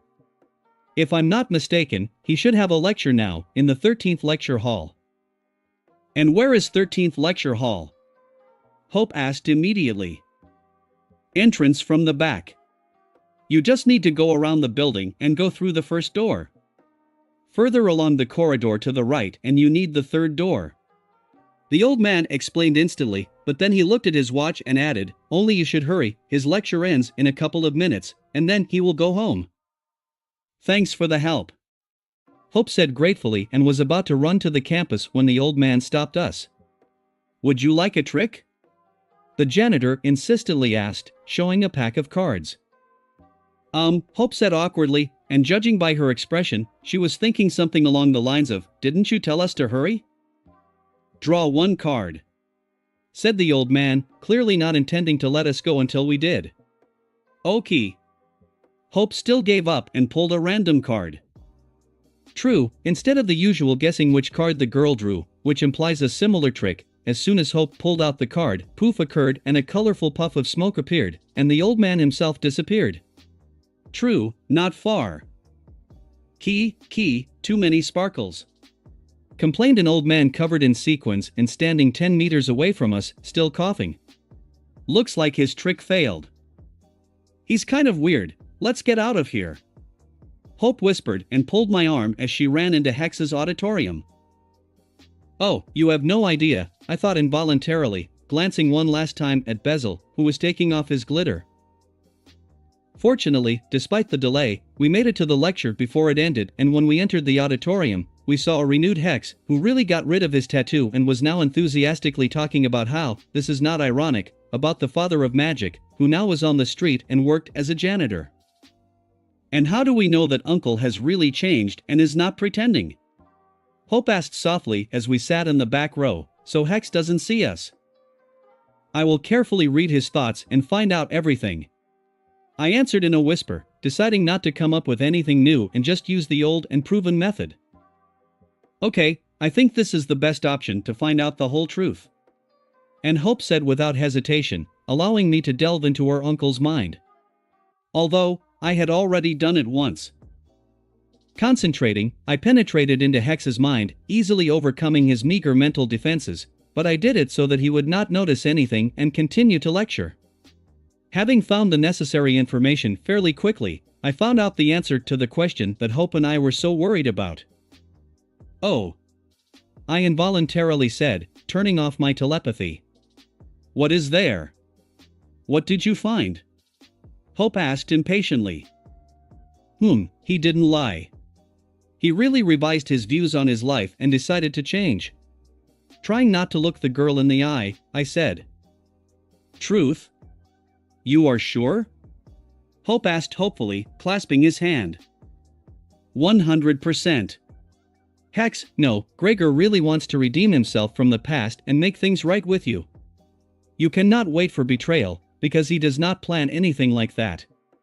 I said confidently, still not showing the girl my guilty eyes. Then, what should I do? Hope asked uncertainly, just as her uncle finished his lecture. Go and talk to him, I said with a shrug. You think? Hope asked, obviously hesitating. Yes. Although I don't like him, he is your only close person, except for me. It will be a pity to miss the chance to renew relations with him, especially since he is ready for this. And I said honestly. Thanks. Hope said, smiling brightly and kissing me on the cheek, then went to Gregor. It's embarrassing. I thought, watching how happy Gregor was to see Hope. In order not to interfere with their private conversation, I followed the exiting students and closed the door behind me to leave my uncle and niece alone. Who would have thought it was my fault? Well, more specifically my clone. I said out loud, involuntarily scratching the back of my head. How is understandable, all these changes in Hex's outlook on life were caused by my clone, after delving into his mind, on the day of the girl's battle against the evil sorcerer. Then, in order to remove the memories that we have Bezel's charms, the clone turned into Squid and worked on Hex's mind. True, due to the alien's too much power and weak control, which, as it turned out, was even less than mine, the clone accidentally destroyed all the memories of the sorcerer, and he had to collect them piece by piece and restore Hex's personality. As if, the clone managed to do everything right, but an unexpected incident occurred, which caused the change in Hex and the appearance of Gregor. The clone didn't do anything, it's just that when he regained his memories, they went through Hex and he saw his life again, only from the side, like a movie. No wonder they say that in order to see your mistakes, you need to look at them from the outside. Seeing all his nefarious deeds again and the way he behaved after his sister's death, Hex really changed. He himself decided that this could no longer continue and decided to start life anew. What an amazing turn of life. The evil sorcerer became a decent man, a college professor, and it only took the destruction of all memory and its painstaking restoration. It's not even my fault, everything happened by chance, and even benefited. By the way, it turned out that Hex really almost died in the null void. I overestimated his survivability. Apparently, the fracture of 2 legs was too much for him and he was almost devoured by the guard. Luckily, he was rescued by some prisoner and he was getting Hex out, so he helped him get out into our world. I hope this doesn't play a cruel joke on me. In any case, things really turned out for the best, and her uncle returned to Hope. Although, I'm not thrilled about it myself, but it makes Hope happy, so I'll just shut up my displeasure and help her. Although, if Hex stumbles again, I'll send him to the sun. From there, he will not return. Where's your girlfriend? The janitor distracted me from my thoughts, sitting next to me on the bench on which I was sitting. She's having some kind of family reunion, I answered shortly. It's clear. The old man just said, but after a couple of minutes of silence, he added, the same can be said about us, right? Are you aware? About being my grandmother's son? Yes, I know. I also know that you are the same Bezel, I said, looking at the old man, who was possibly the most powerful wizard in the universe. As I thought. I immediately understood everything when I felt your magic. So familiar and anodite-like. Bezel said, nodding his head, then adding, you were even able to bind the charm of luck and, by some miracle, the keystone. How did you even manage to do it? Hardly. And with pain. I grimaced, remembering that explosion. Still, be careful with the charms. If they are used for too long, they begin to have a negative effect on the mind of the owner. This is especially pronounced if you tie several amulets to yourself, said Bezel instructively. You are a bit late with this warning. It would have come in handy sooner. But fortunately, I was able to solve this problem, I said, and then after thinking for a while I asked, so you got rid of the Charmcaster and don't use them anymore? And for this reason too. I was fed up with all magic, and when I left, I got rid of all my relics to devote myself to my new passion. Tricks. Although, I've been doing them for 50 years, but I'm not very good at it, said Bezel very confidently. Yes, I see, I said dryly, pointing to the sequins that were still on his beard. So what? You won't even judge me for giving up magic and doing such a useless thing as others say? Bezel suddenly asked loudly, obviously surprised at my reaction to his words. No, I understand you perfectly. When you achieve stunning success in one thing, it becomes much more difficult to move on, since you are alone in this and you have nowhere to look for help. The most logical choice is to start all over again, but with another case that fascinates you and in which you are a complete zero. So life will be more interesting, I said with a smile, looking at Bezel, who was very surprised by my words. You really understand me. Thanks, that's good to hear. Now, you are my favorite relative. Of the living, of course, ha ha ha, said Bezel, patting me on the shoulder. Although, you could have intervened when Legerdemain took Adwaita. After all, you are the one who created this place, I said sternly, making only an assumption. Ha, I got caught, said Basil, making a comical face, and scratched the back of his head. Actually, it's really not funny, I said unhappily. Yes, I know it's a tragedy. I really wanted to intervene, but I promised myself that I would completely give up everything magical and everything related to it. I created a lot of things, had a hand in a lot, and I decided that if, as you put it, I'm ready to start over, then I should let go of everything. That will be more honest. Seriously, said Bezel. Well, you can understand too. Still, you can't help but get tired of what you've been doing for centuries, I said with a sigh. Yes, magic used to be my passion, and I created a lot of ingenious things, including charms in your medallion, but over time, it turned into a real torment, Bezel said, shaking his head. Medallion? So you enchanted this proto-tool? Are you the same Merlin? I asked in surprise. Yes, although then everyone called me Emrys, but for some reason I went down in history exactly as Merlin, said the man, whose real name was clearly neither Basil nor Emrys, with a smile. And what did you add to it? What spell did you use? I asked curiously, looking at the dragon's head. I won't tell, Bezel said sharply, and then added, that won't be interesting. It is better if you yourself learn about all its functions. Another, I thought displeasantly, remembering Asmuth, whom I have yet to meet, but he will most likely say the same words about the Omnitrix. Okay, if you don't want to tell, don't. Why did you even decide to talk to me? I asked, looking at the smiling Bezel. Just wanted to get to know each other and find out what the owner of the Omnitrix is like. With a sly smile, Basil replied. Are you aware of this as well? I may have given up on magic, but that doesn't mean she has given up on me, Bezel said cryptically, who really now looked like an ancient sage. And what does it mean? Someday you will know, future Lord of the Void, Bezel said, repeating the words thrown by Paradox in the past. Wah, I asked in shock, turning my head sharply towards him, but there was no one else around. Lex, Hope called me loudly as she left the campus. Damn old monsters and their eternal riddles, I thought displeasantly, accidentally tearing off the iron handle of the bench out of anger. Something happened? Hope asked worriedly as she approached, noticing my spoiled mood. No, everything is okay. How was it? I immediately changed the subject and asked. And not bad. We talked frankly and decided not to rush. We will meet here once a week. Hope said with a smile. Is that how? I'm happy for you. I said sincerely, hugging the girl. Thanks. Hope said. And then quietly added, I also told my uncle about you and... Is he angry? I asked, imagining the former Hex's reaction. And how? Now, he wants to kill you even more than before. And Hope said awkwardly. Well, let him try.